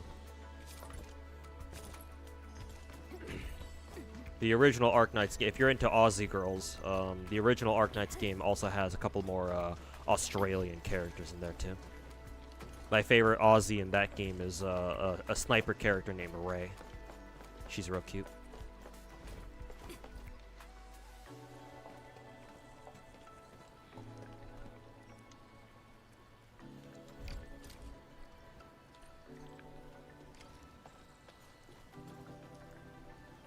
West China is literally a desert. They're trying to make it alive. Yeah, with their whole reforestation programs. But the problem with their reforestation programs is that depending on the political atmosphere in Beijing, they sometimes do it, they sometimes don't.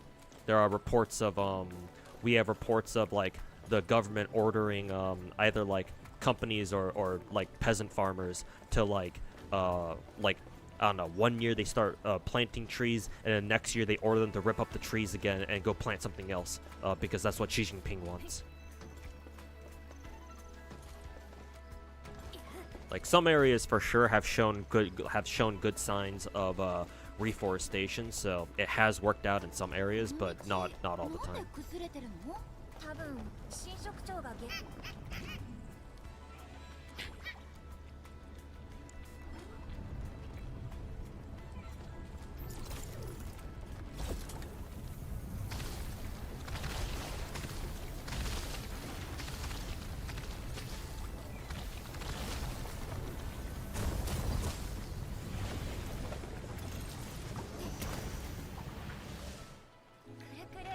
You've looked into OG Arknights, you've been told multiple times not to get into the game, not because it's bad, but it's because it's hard to catch up. Yeah, no. Those people are fucking retarded. The only gacha game that I think you should legitimately, the only two gacha games that I think you should legitimately not get into are like FGO and GFL1. Actually, include any gacha game out there that is considered an old school gacha. No, you can absolutely get into Arknights. ずっとこの基地モジュールの整備をしていたのですか？はい。この子たちとは Like, saying it's hard to catch up in Arknights is like saying it's hard to catch up in, like, I don't know, fucking Star Rail or something. Like, it's not that bad. 侵食除去の機能も問題なし。よかった。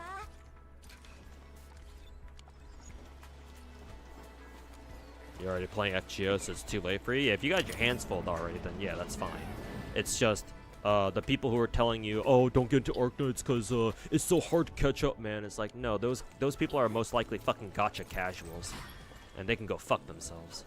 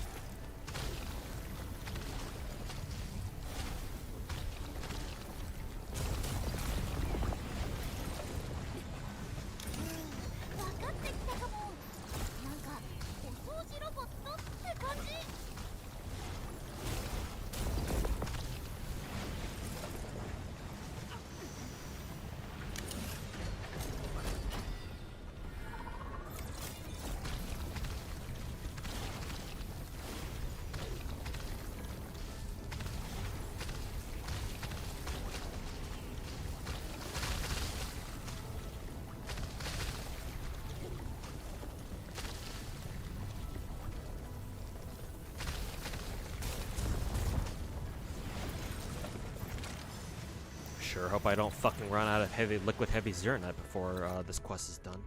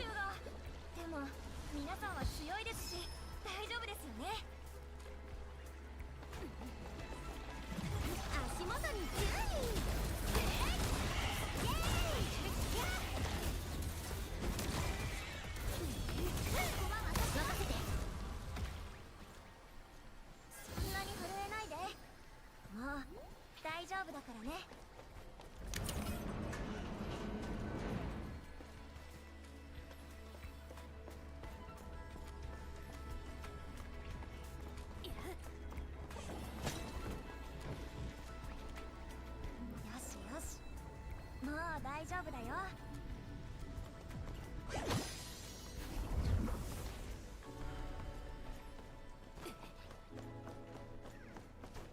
What the fuck's back here? You're supposed to go around?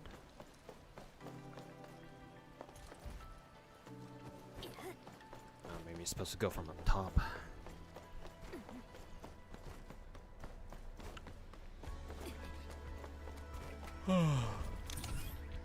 強敵だ。シー90度。私が行くよ。お願いします。足元に注意。切りつけて痛いです。安心して。次はないから。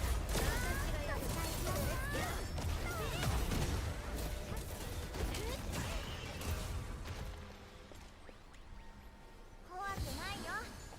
私が守ってあげるからね。おーい。ブルブル、どこ行くの？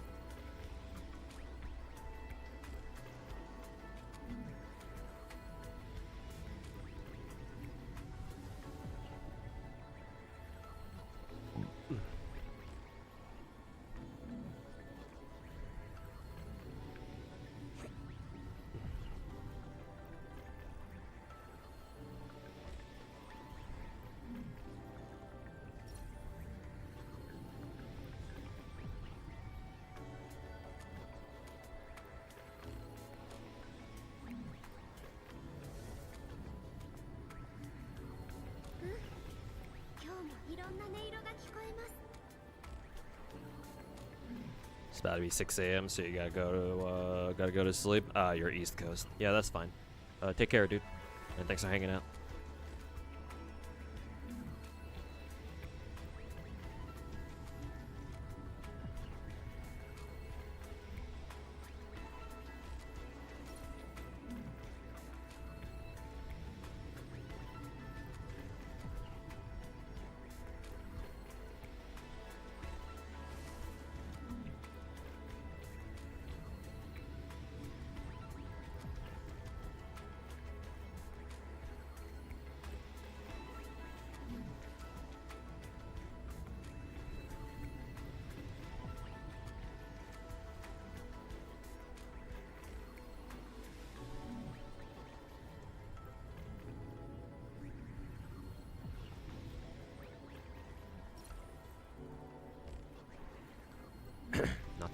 Not sure what live link ups mean.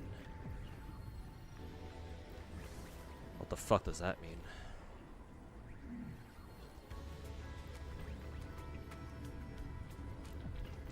Yeah, well, what is this live link up bullshit?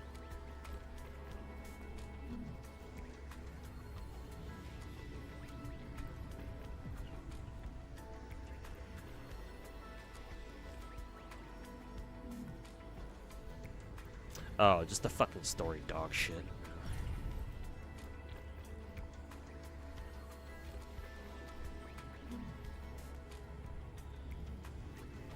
Yeah, I just got it.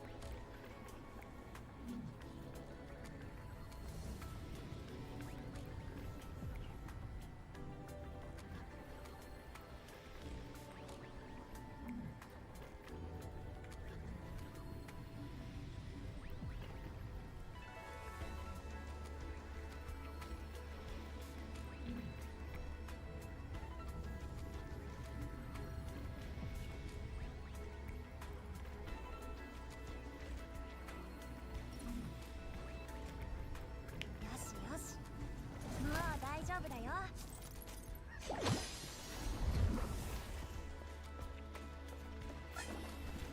がらなくて大丈夫だよ。大したことないやつだし。さっさと潰すよ。はあ、重力見せてあげる。ダビーさん手伝って。だよ。迎撃するよ。ここは私がいっぱいです。終わらせる。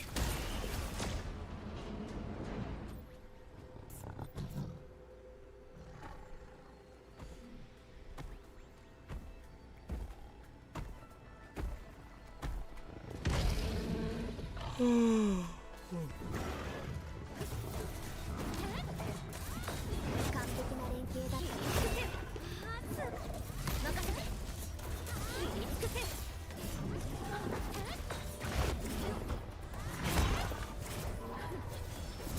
撃するよ。任せて。切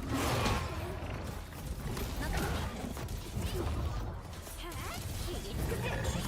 ブルブルはびっくりするとすぐ動かなくなっちゃうんです。ちゃんとなだめて。そんなに震えないで。もう大丈夫だからね。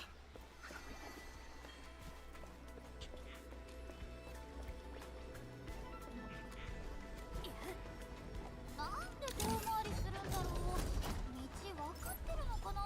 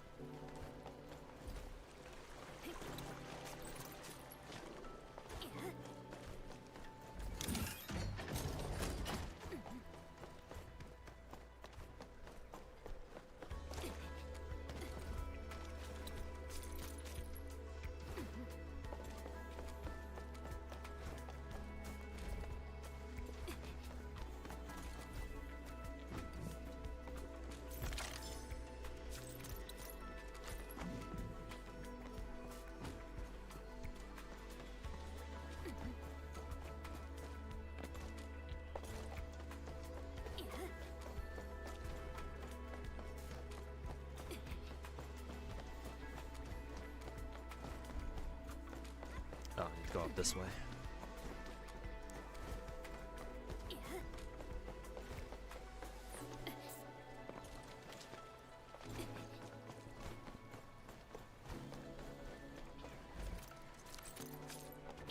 Oh. お家に着いたよ。ほら入って。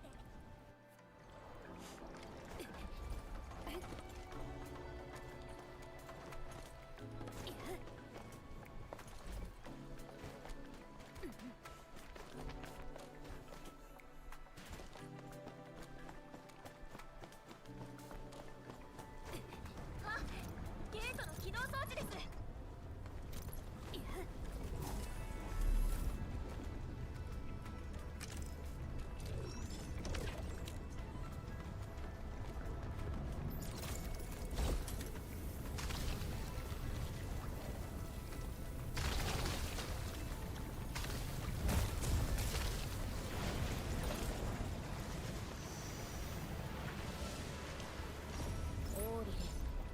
記憶と同じだ。つかみどころがない。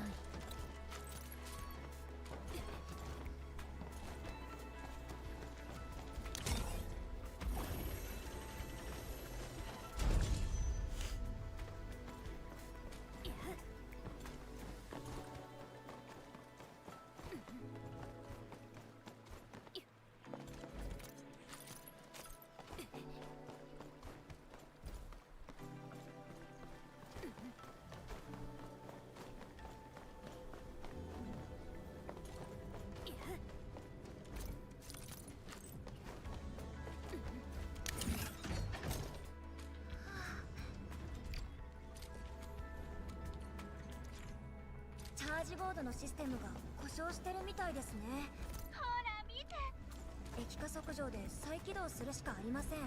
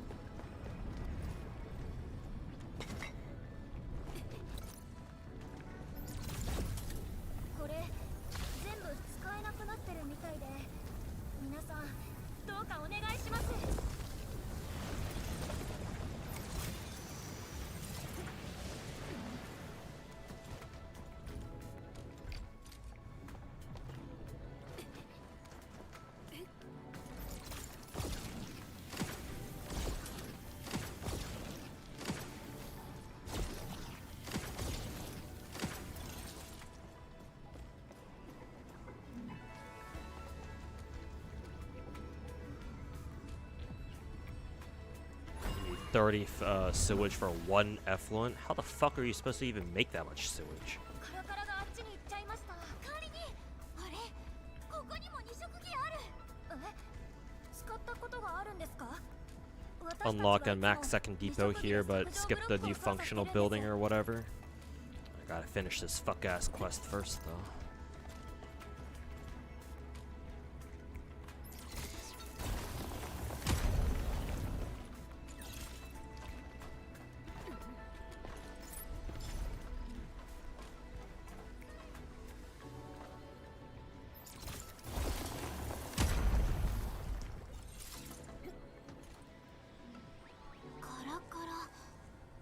上ブロックに道塞がれちゃってる。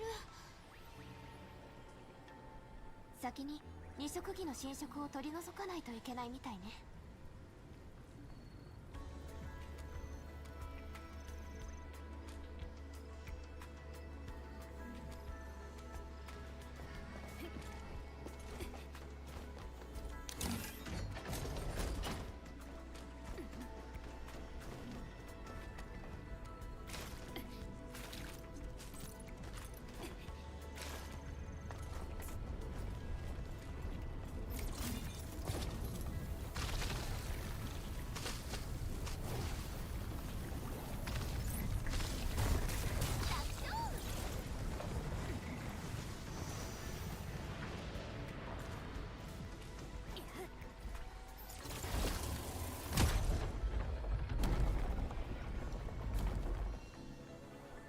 The hell's the rest of my team doing over there?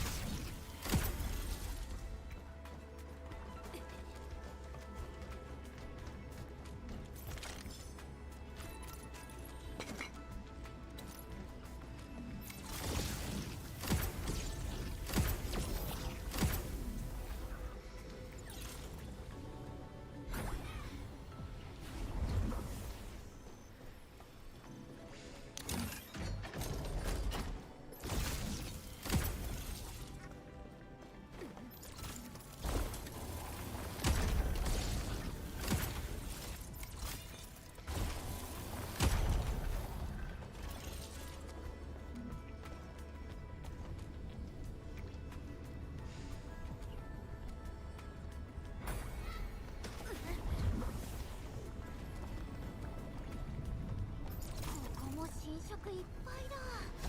メールが。早く侵食口を探しましょう。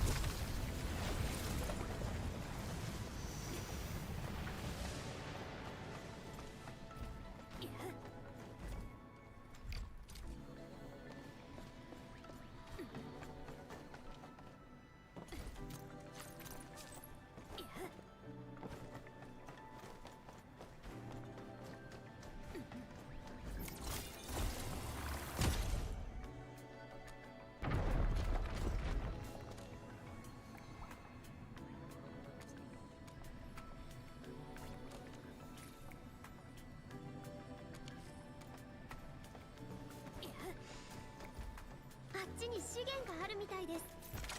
忘れないようにしないと。いい目をしてる。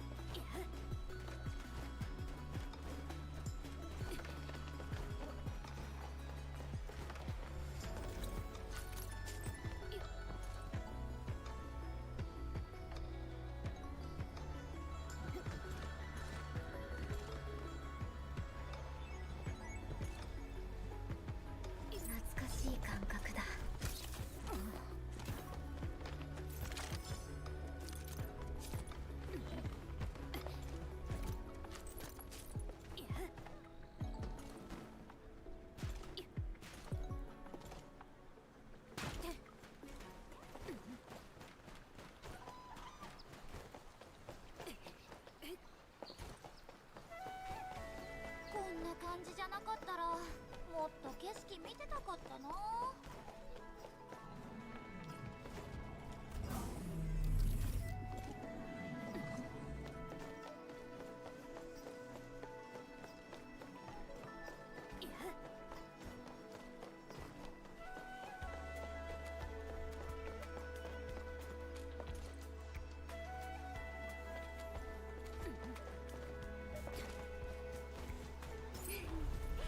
遠くに飛んでいっちゃう前でよかった。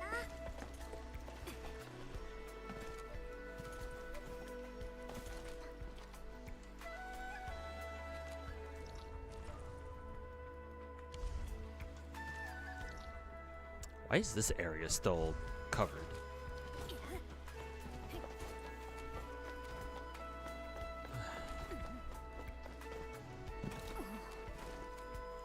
Down to the rice fields again.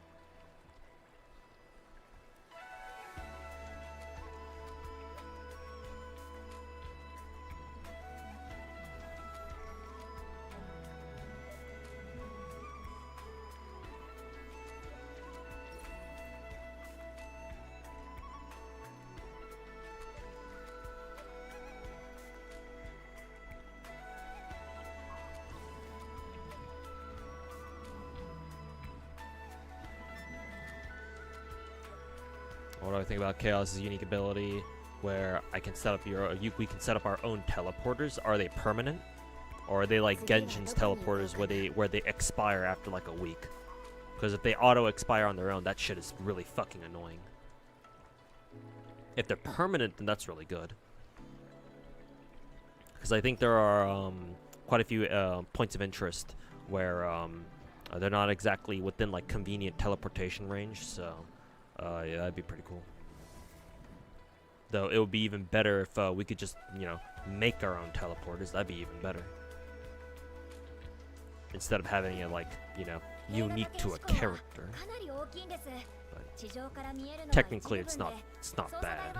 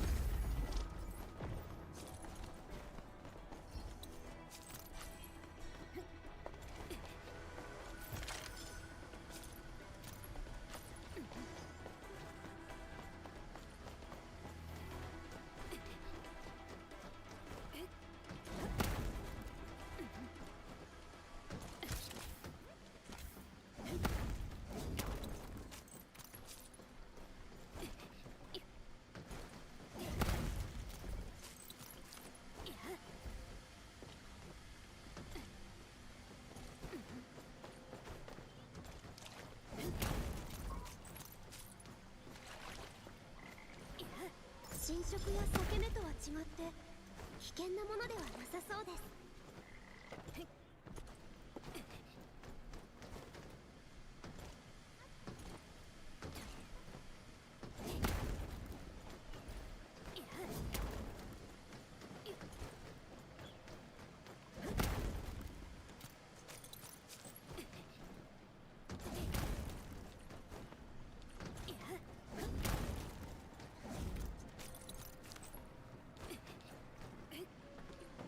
懐かしい感覚だ。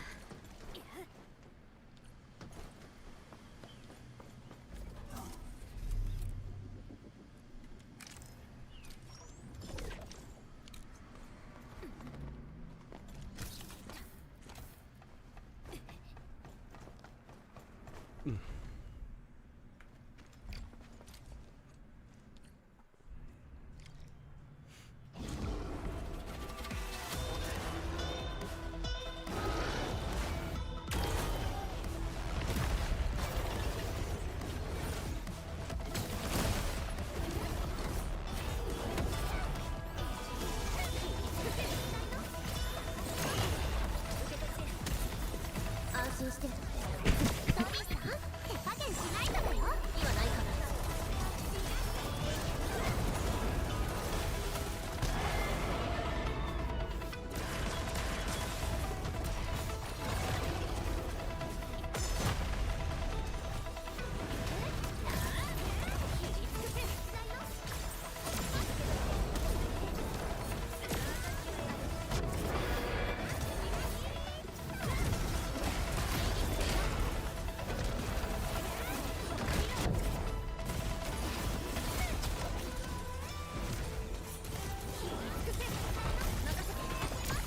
世界をひっくり返すよ。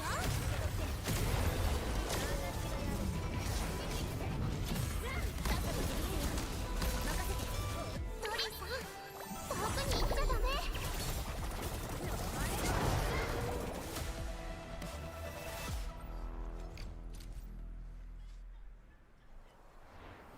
We don't know much about Chaos's teleporters, and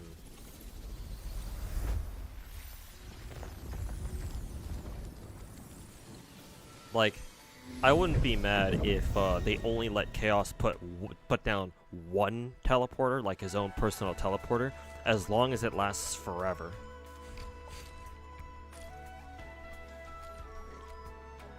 Actually, then again, since it's tied to a character ability, then I suppose I actually don't mind his teleporters having a time limit, or like where they automatically just, you know, expire on their own, I guess. Because the reason why I found Genshin's custom teleporters annoying because not only did they expire on their own, but also you need to build more of them, and they cost resources. So that's why I found that shit annoying. But since it's tied to Chaos specifically, I imagine he doesn't necessarily need like a resource to build more teleporters.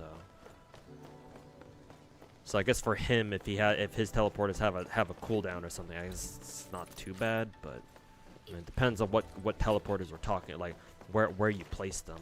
Because like if you do need to put down a teleporter like super far away, then yeah, it's gonna be fucking annoying having to put it down there again if it does expire. So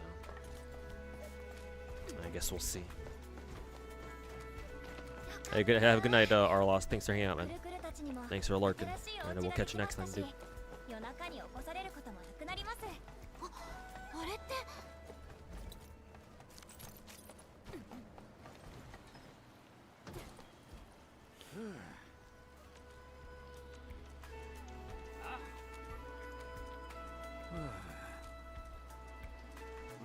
Why the fuck can't I skip this shit?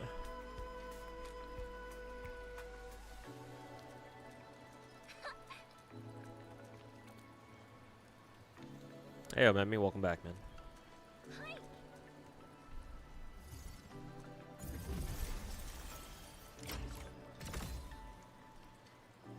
Jibai and Genshin gives you a custom Oh, so that's what that was.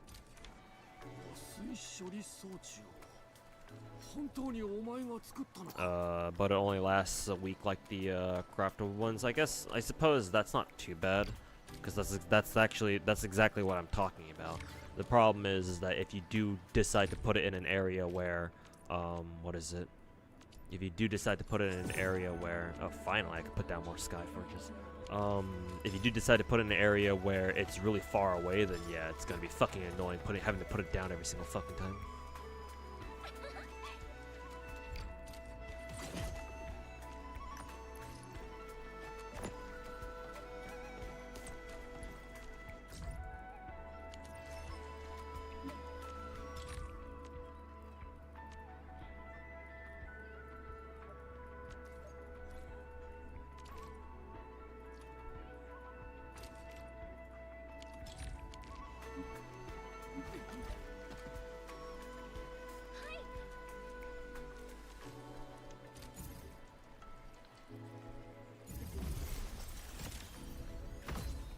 Am I pulling Adelheid? I don't know who Adelheid is.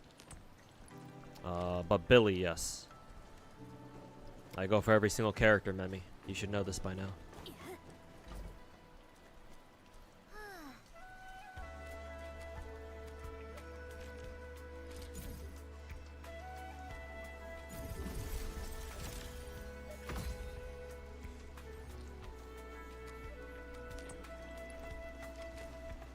Skip the new functional feature structure. Oh, is it this thing you're talking about, Fear? Ugh, wasting my fucking money if that's the case.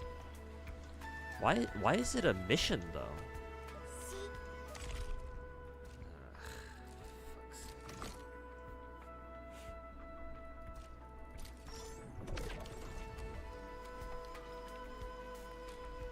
The lolicon. Lolicons are what we call people who like lollies. The characters themselves we just call lollies. And yeah, I will try to get every single character in CZN, so yeah, I will pull for the lolly too.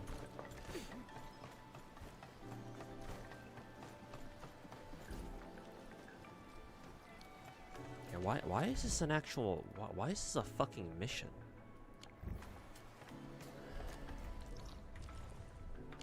What, more importantly, what's my development level at right now? I'm at 11. So let's go track this guy down.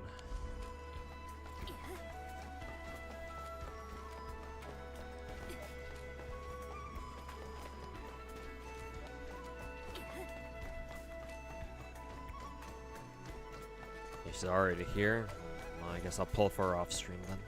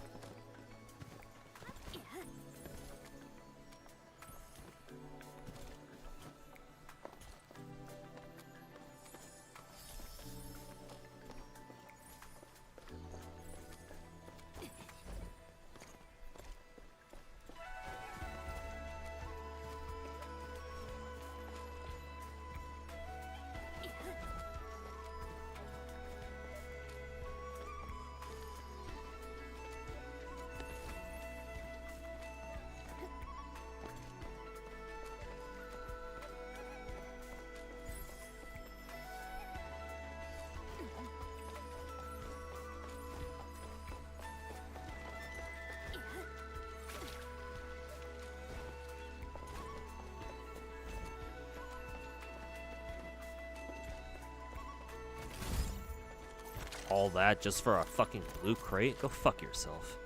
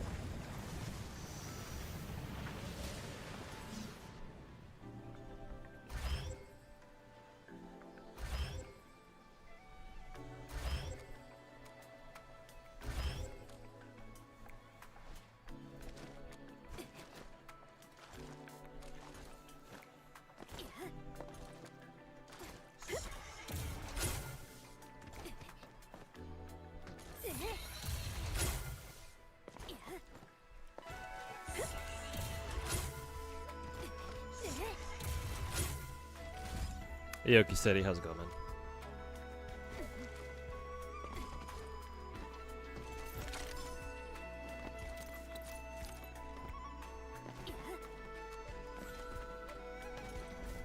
Oh, this is the extra ores here.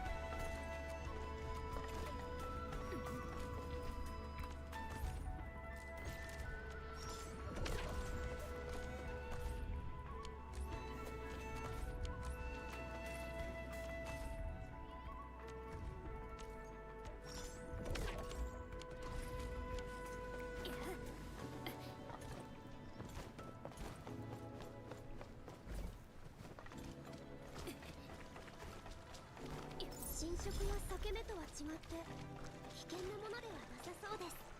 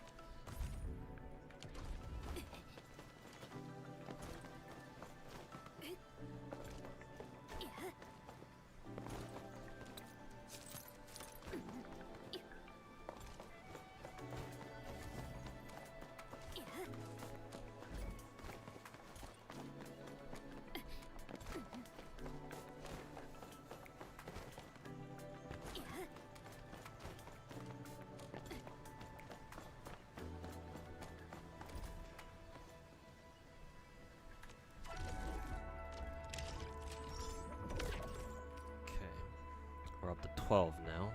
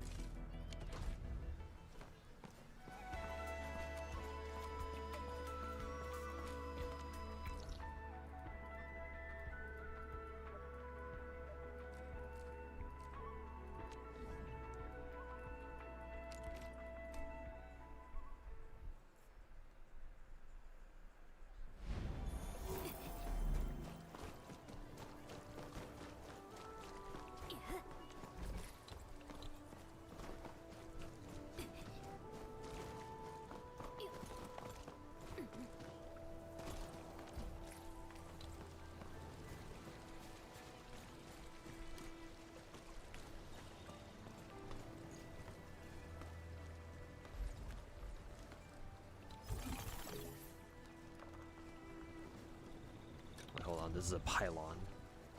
I need the relays.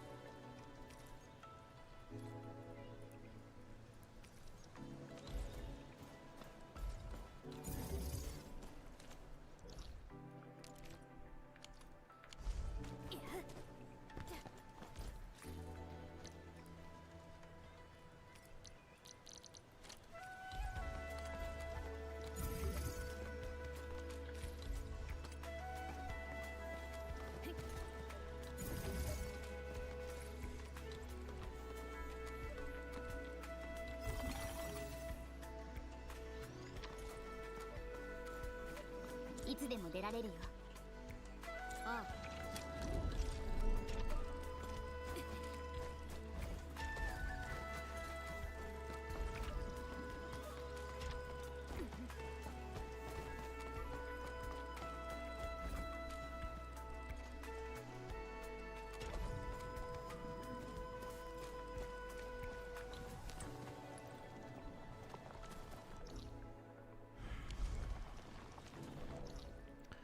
hooking up mining rigs barely gives you any fucking development points, man.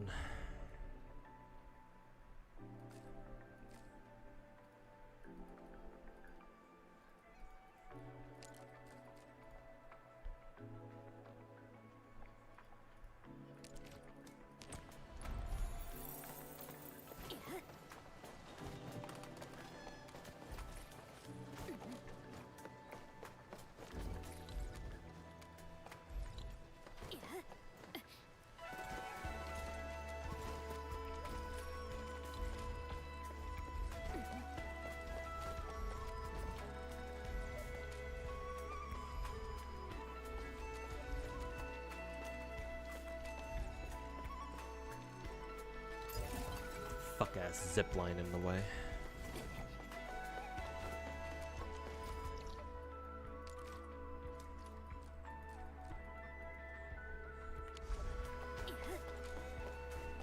Yeah, Kung Fu Titan, welcome back.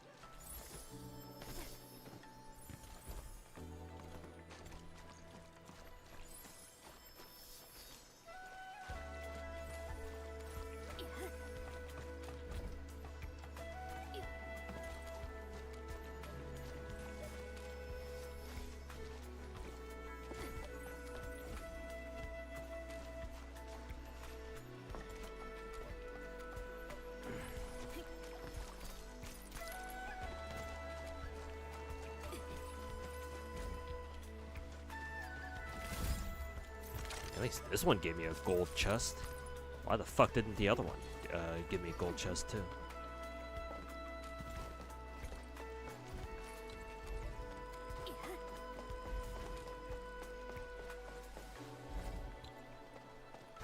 Actually, could I just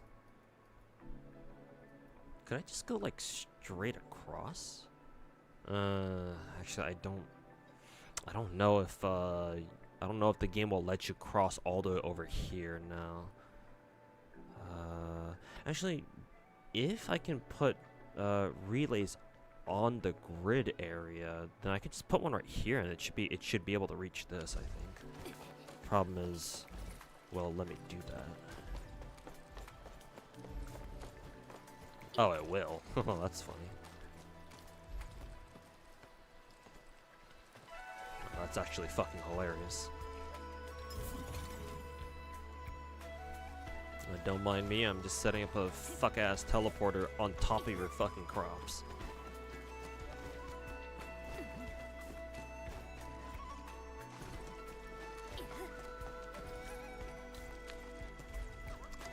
Nothing to see here, folks.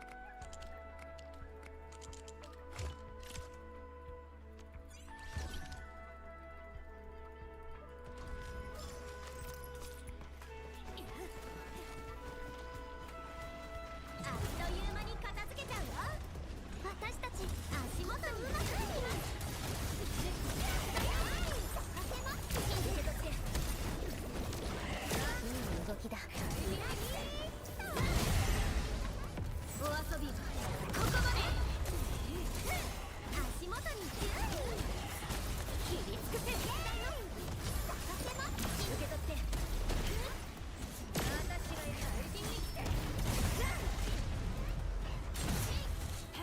切り尽くせ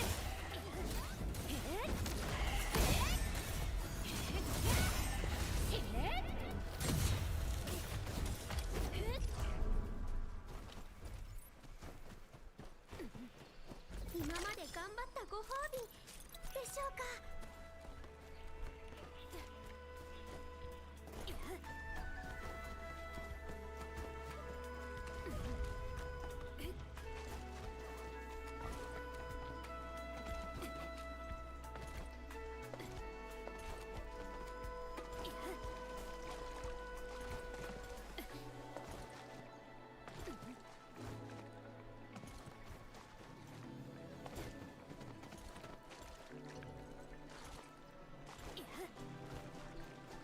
オーリで記憶と同じだ。つかみどころがない。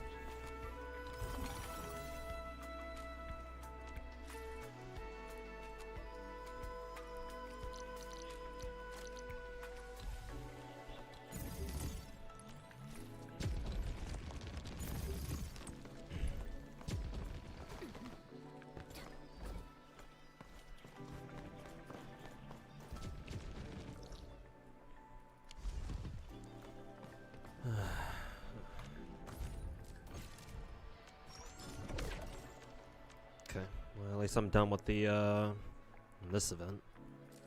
Technically, since I've already done this, technically I actually don't need to, care about, fixing up my base right now. Because I thought this event required me to use, like, I don't know, reset up my base or something. I guess I didn't need to do that.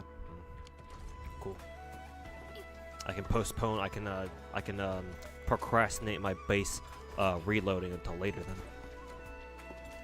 Which is good, because I need to focus on, what is it, NTE and other gacha, and Star Rail. I think those are two gacha games I need to concentrate most on right now from now on. Though I do need to get around to completing the rest of the Battle Pass missions, though, to be fair. Still gotta do all this shit.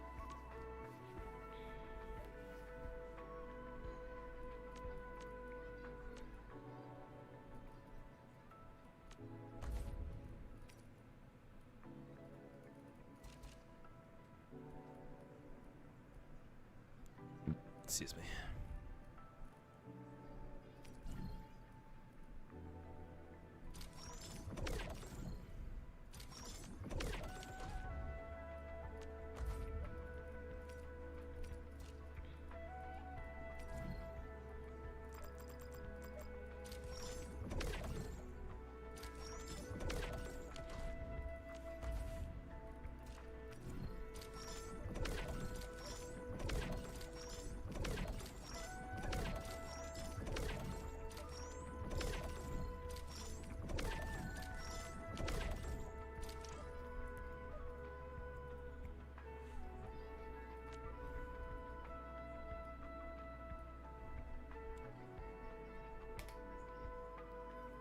Yeah.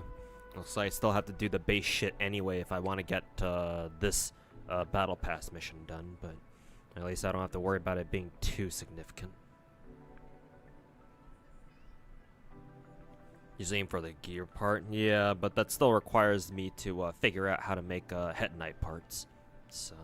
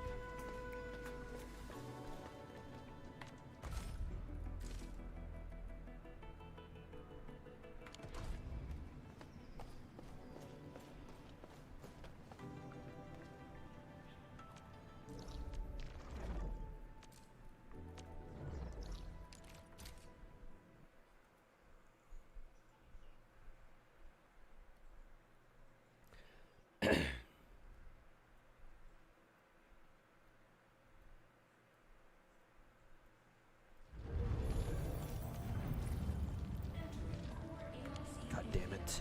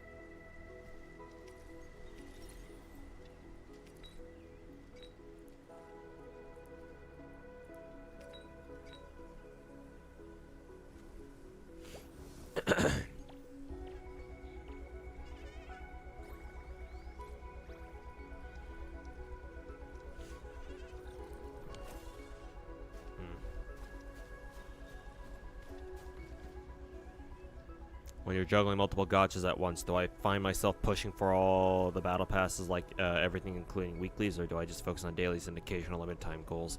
Well, here's the thing. Battle passes in most of the gacha games that offer them, they're designed to basically be completed as you play the game. There are some battle passes where, yeah, some weeklies you do have to go out of your way for, but usually they're not that bad. Like, let's see, for Genshin, for example, the weeklies that I go out of my way for to do for Genshin battle passes are, what is it? Craft, like, I think it's like 20 weapon crystals, the tier 3 weapon crystals. Those are really easy. Like, I have tons of minerals that I can, you know, make those out of, so that's fine. Start of every week. Just go to a blacksmith somewhere in one of the cities, one of the regions. Just have them just queue up like what 20 weapon crystals, and boom, there you go. Just wait for them to be done. They come back next day, boom, they're done. Right? Give it like 15 minutes or so. And the other weekly that I go out of my way for all the time to do is just cook 20 dishes. Like, that's really easy to do too. Just, you know, auto cook like 20 eggs or something, and boom, you're done. There's also another weekly that I do go out of my way for to do, but I usually do that at the end of the week, and that's the The one where you have to go buy some stuff from like a friend's trader within Genshin, inside their teapots or whatever. And those are really easy to do. Just buy like the 2 least expensive shits, like the rock formations or whatever bullshit they are, and that's done too. Those 3 are probably the 3 easiest weeklies. Technically, what is it?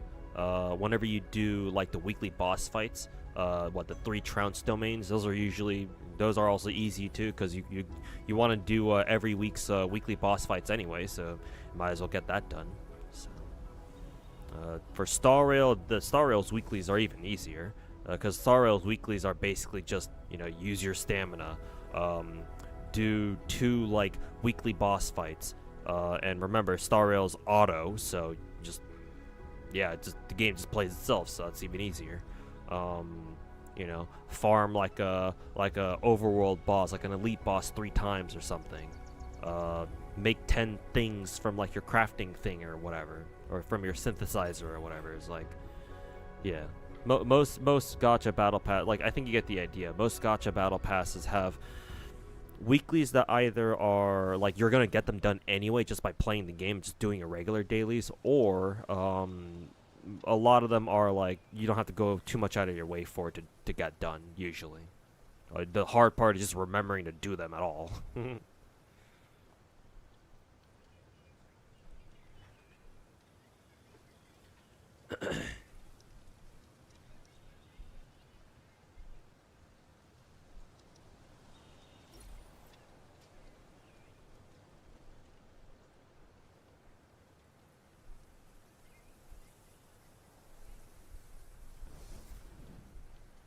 Make a gacha tier list.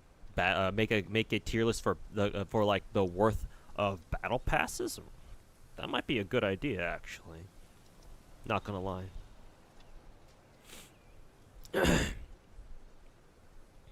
I'll consider it. I'll throw it in my little. What is it? I'll throw it in my list of videos that I might want to make.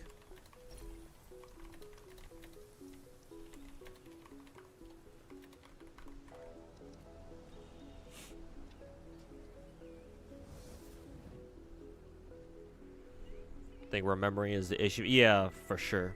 Yeah, same here, man. Recently I forgot to complete my Enfield weeklies for last week. So yeah, that was kind of painful because I think if you complete your weeklies, the game gives you how much aura barrel does it give you again? Yeah, you lose out on 150 aura barrels and even 100 arsenal tickets. So, I think the arsenal tickets are especially painful to lose out on because obviously you can't really get them from anywhere else. Or there's not a lot of places where you can get it. So, yeah. And that's the first week that I've actually forgotten to do my Enfield weeklies.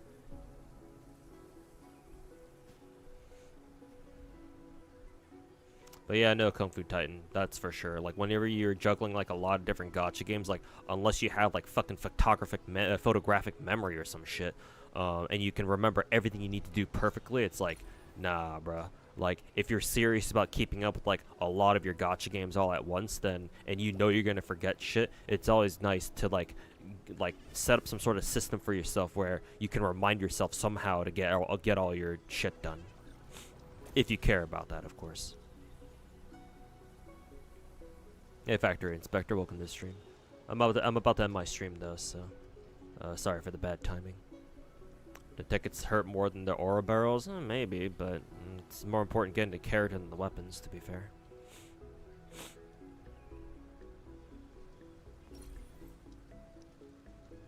You play Enfield, Star Rail, and that's more than enough for you.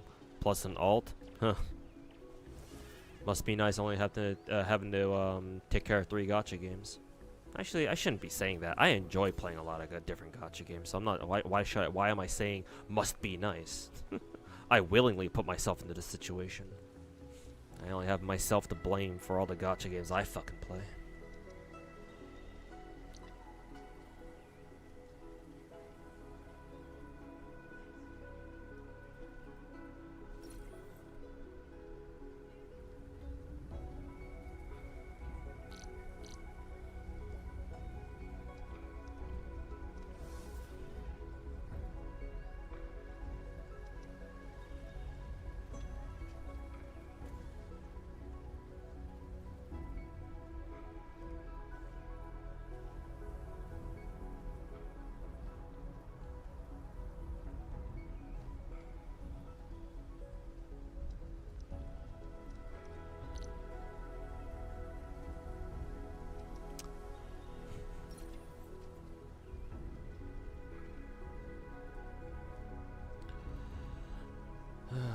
is right now. God damn, it's already almost 4 a.m.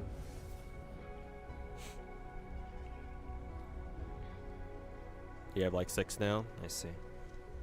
You've dropped Azure Lane, GFL2, and Reverse. Sadly, Mori, Memento Mori. I think that's what it is, right? Memento Mori. Which you kept playing that game though.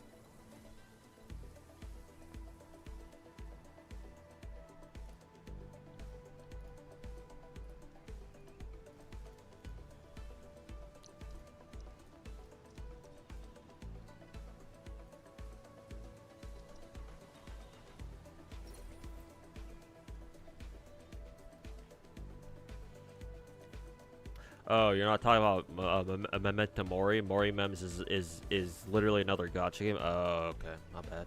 They just sounded very similar. I don't play either of them, so excuse me for confusing them.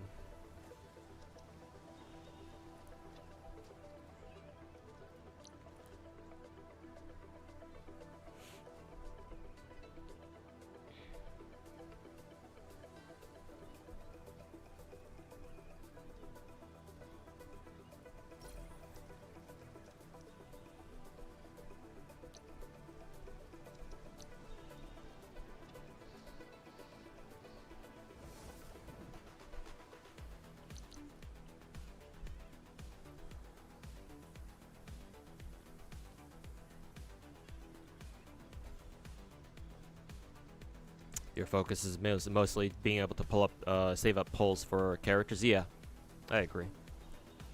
Always prioritize characters in gacha games. Because again, if you're not playing for the characters, why else are you playing them? You know. BPs are just in the background for you. I would say ideally, if you're gonna pay money to, you know, buy the battle pass in a gacha game or whatever, ideally you should at least like get all the main rewards for them, or at least try to complete it if you can. Like I know, for example, Star Rails and Wuwa's battle passes. I think Zenless is too, like, to a certain extent. I know that those battle passes offer you like extra battle pass levels beyond 50, but they're not necessary.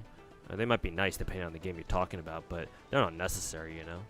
Because the main rewards are only go up to, what, level 50, I think it is? So as long as you're able to complete your battle passes to level 50, I mean, at that point, you got your money's worth, you know?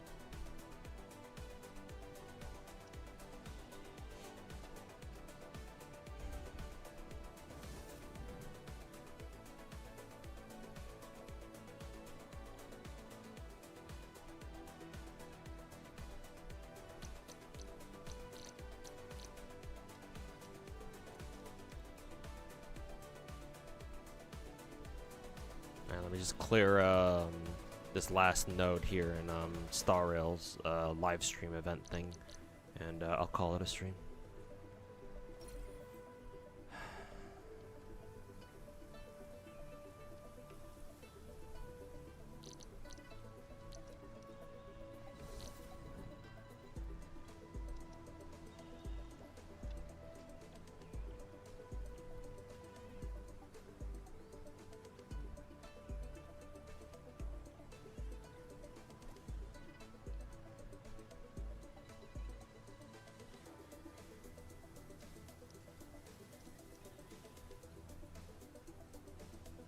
that's cute.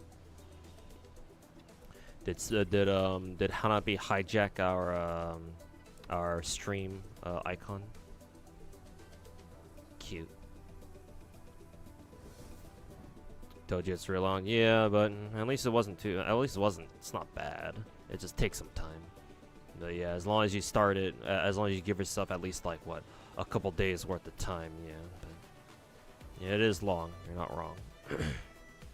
Thankfully, I've gotten most of the rewards so far. But yeah, no. Yeah, it has taken quite a bit now, hasn't it?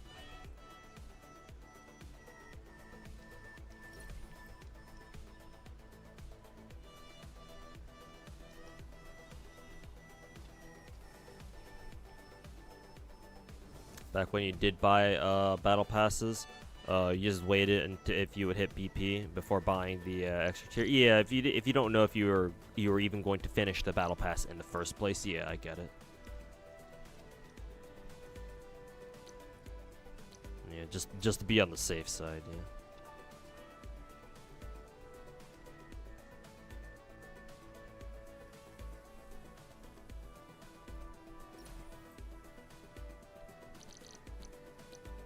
New raid. I can get that done on my own later.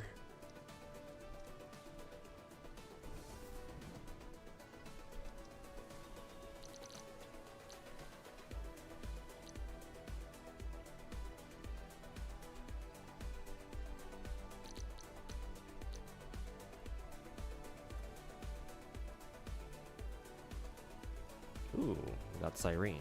Nice.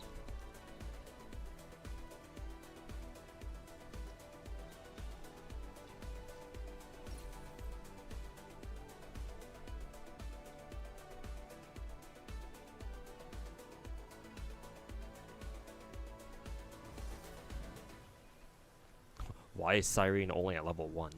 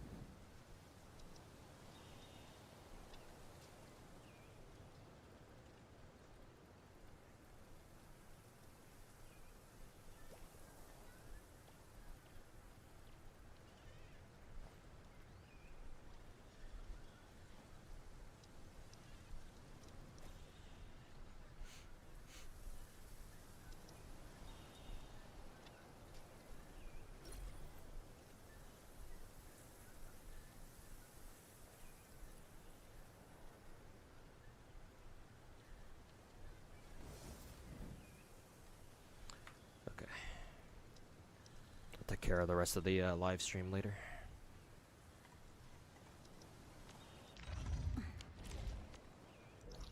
Oh, right. I still need to clear my fucking stamina.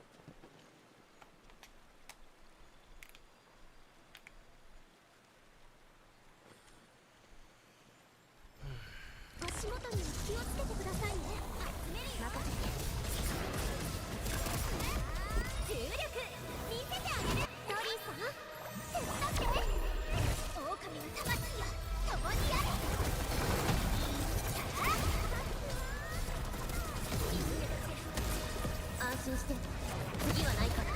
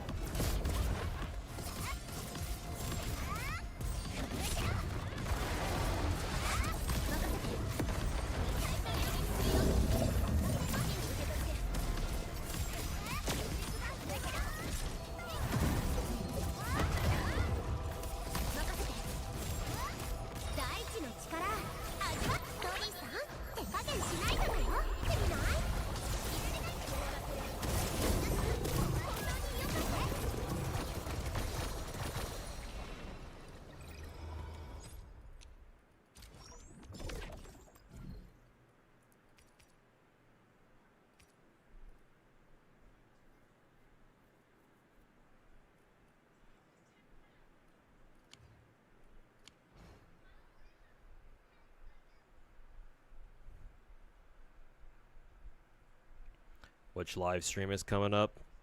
God, I don't know. Star Rails, I think, and NTE, Enfield, and Star Rail, I'm pretty sure all had their streams last weekend. Zenless doesn't have their stream this week because Billy comes out this week. So that means that the Zenless stream will be next week. Genshin just launched their newest patch with Nicole last week, so they're not going to have a preview stream for a while. Actually, has Genshin drip marketed their next characters, by the way?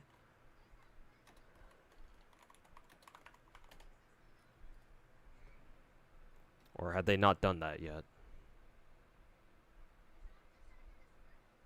Oh no, they have. They dripped Sandrone already. A couple days ago, matter of fact. I think they only dripped Sandrone, so it looks like Sandrone is the only new character for next patch for Genshin. So that's, I suppose that's cool. That way we can save up. I can save up Primo gems during the off banners.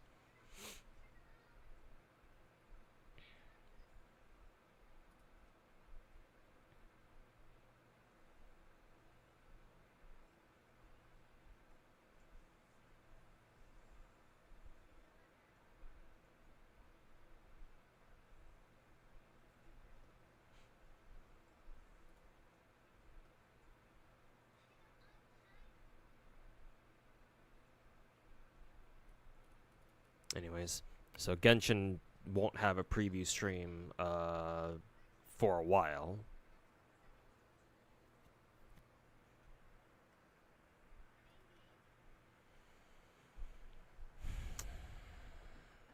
What else?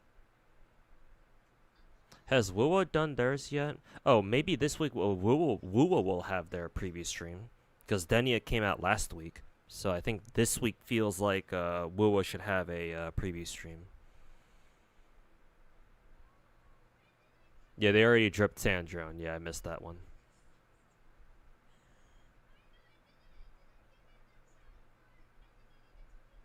Wuwa was on the 29th? Yeah, figures. Feels about it's about time for them, yeah.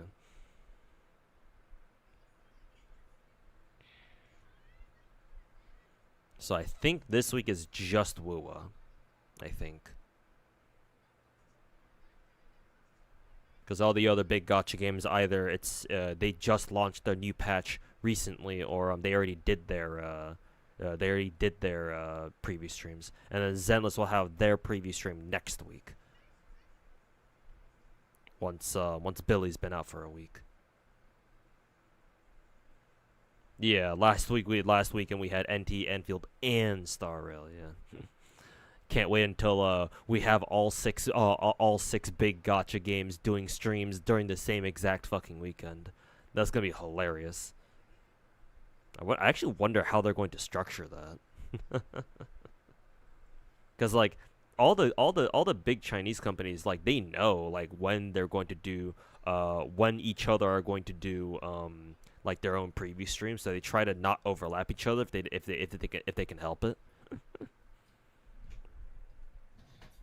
So like, what happens when all 6 of the big Chinese gachas all have preview streams on the exact same weekend? A fucking bloodbath. Gacha Twitter will be very entertaining when that happens. As if they're not already fucking endlessly entertaining by now. Time to have like fucking 6 monitors, I know, right?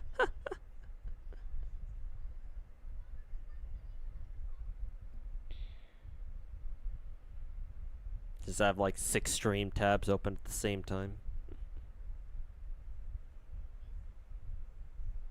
And then watch your computer piece, your PC's CPU melt down in real time because it can't handle having 6 streams open at once.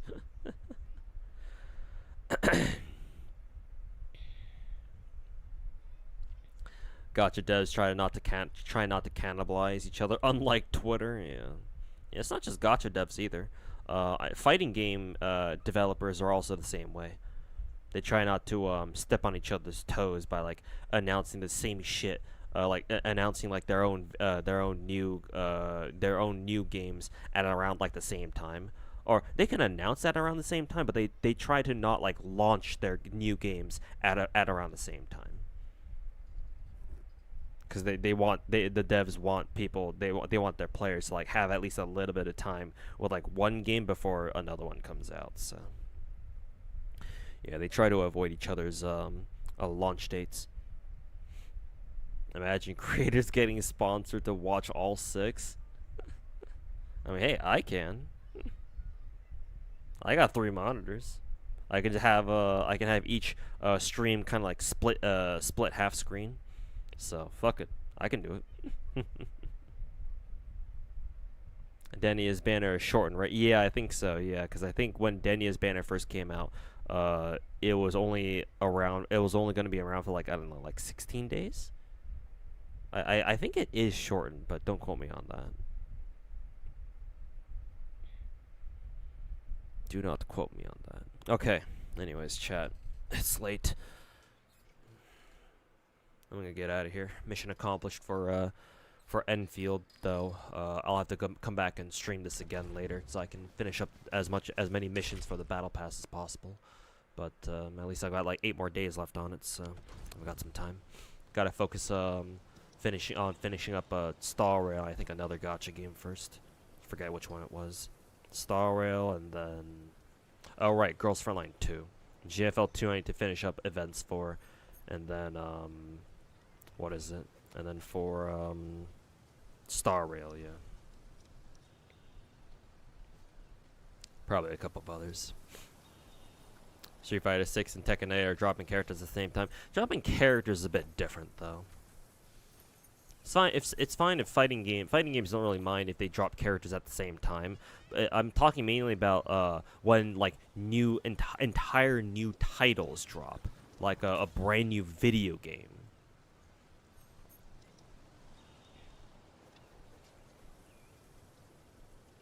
Like, for example, I mean, since you brought up Street Fighter 6 and Tekken 8, Street Fighter 6 came out first, and then Tekken 8 came out the year after. So there's that to consider. But anyways, like I said, I'm out of here. I'm tired. I'm gonna go grab something to eat and keep grinding away at my degenerate-ass gacha games.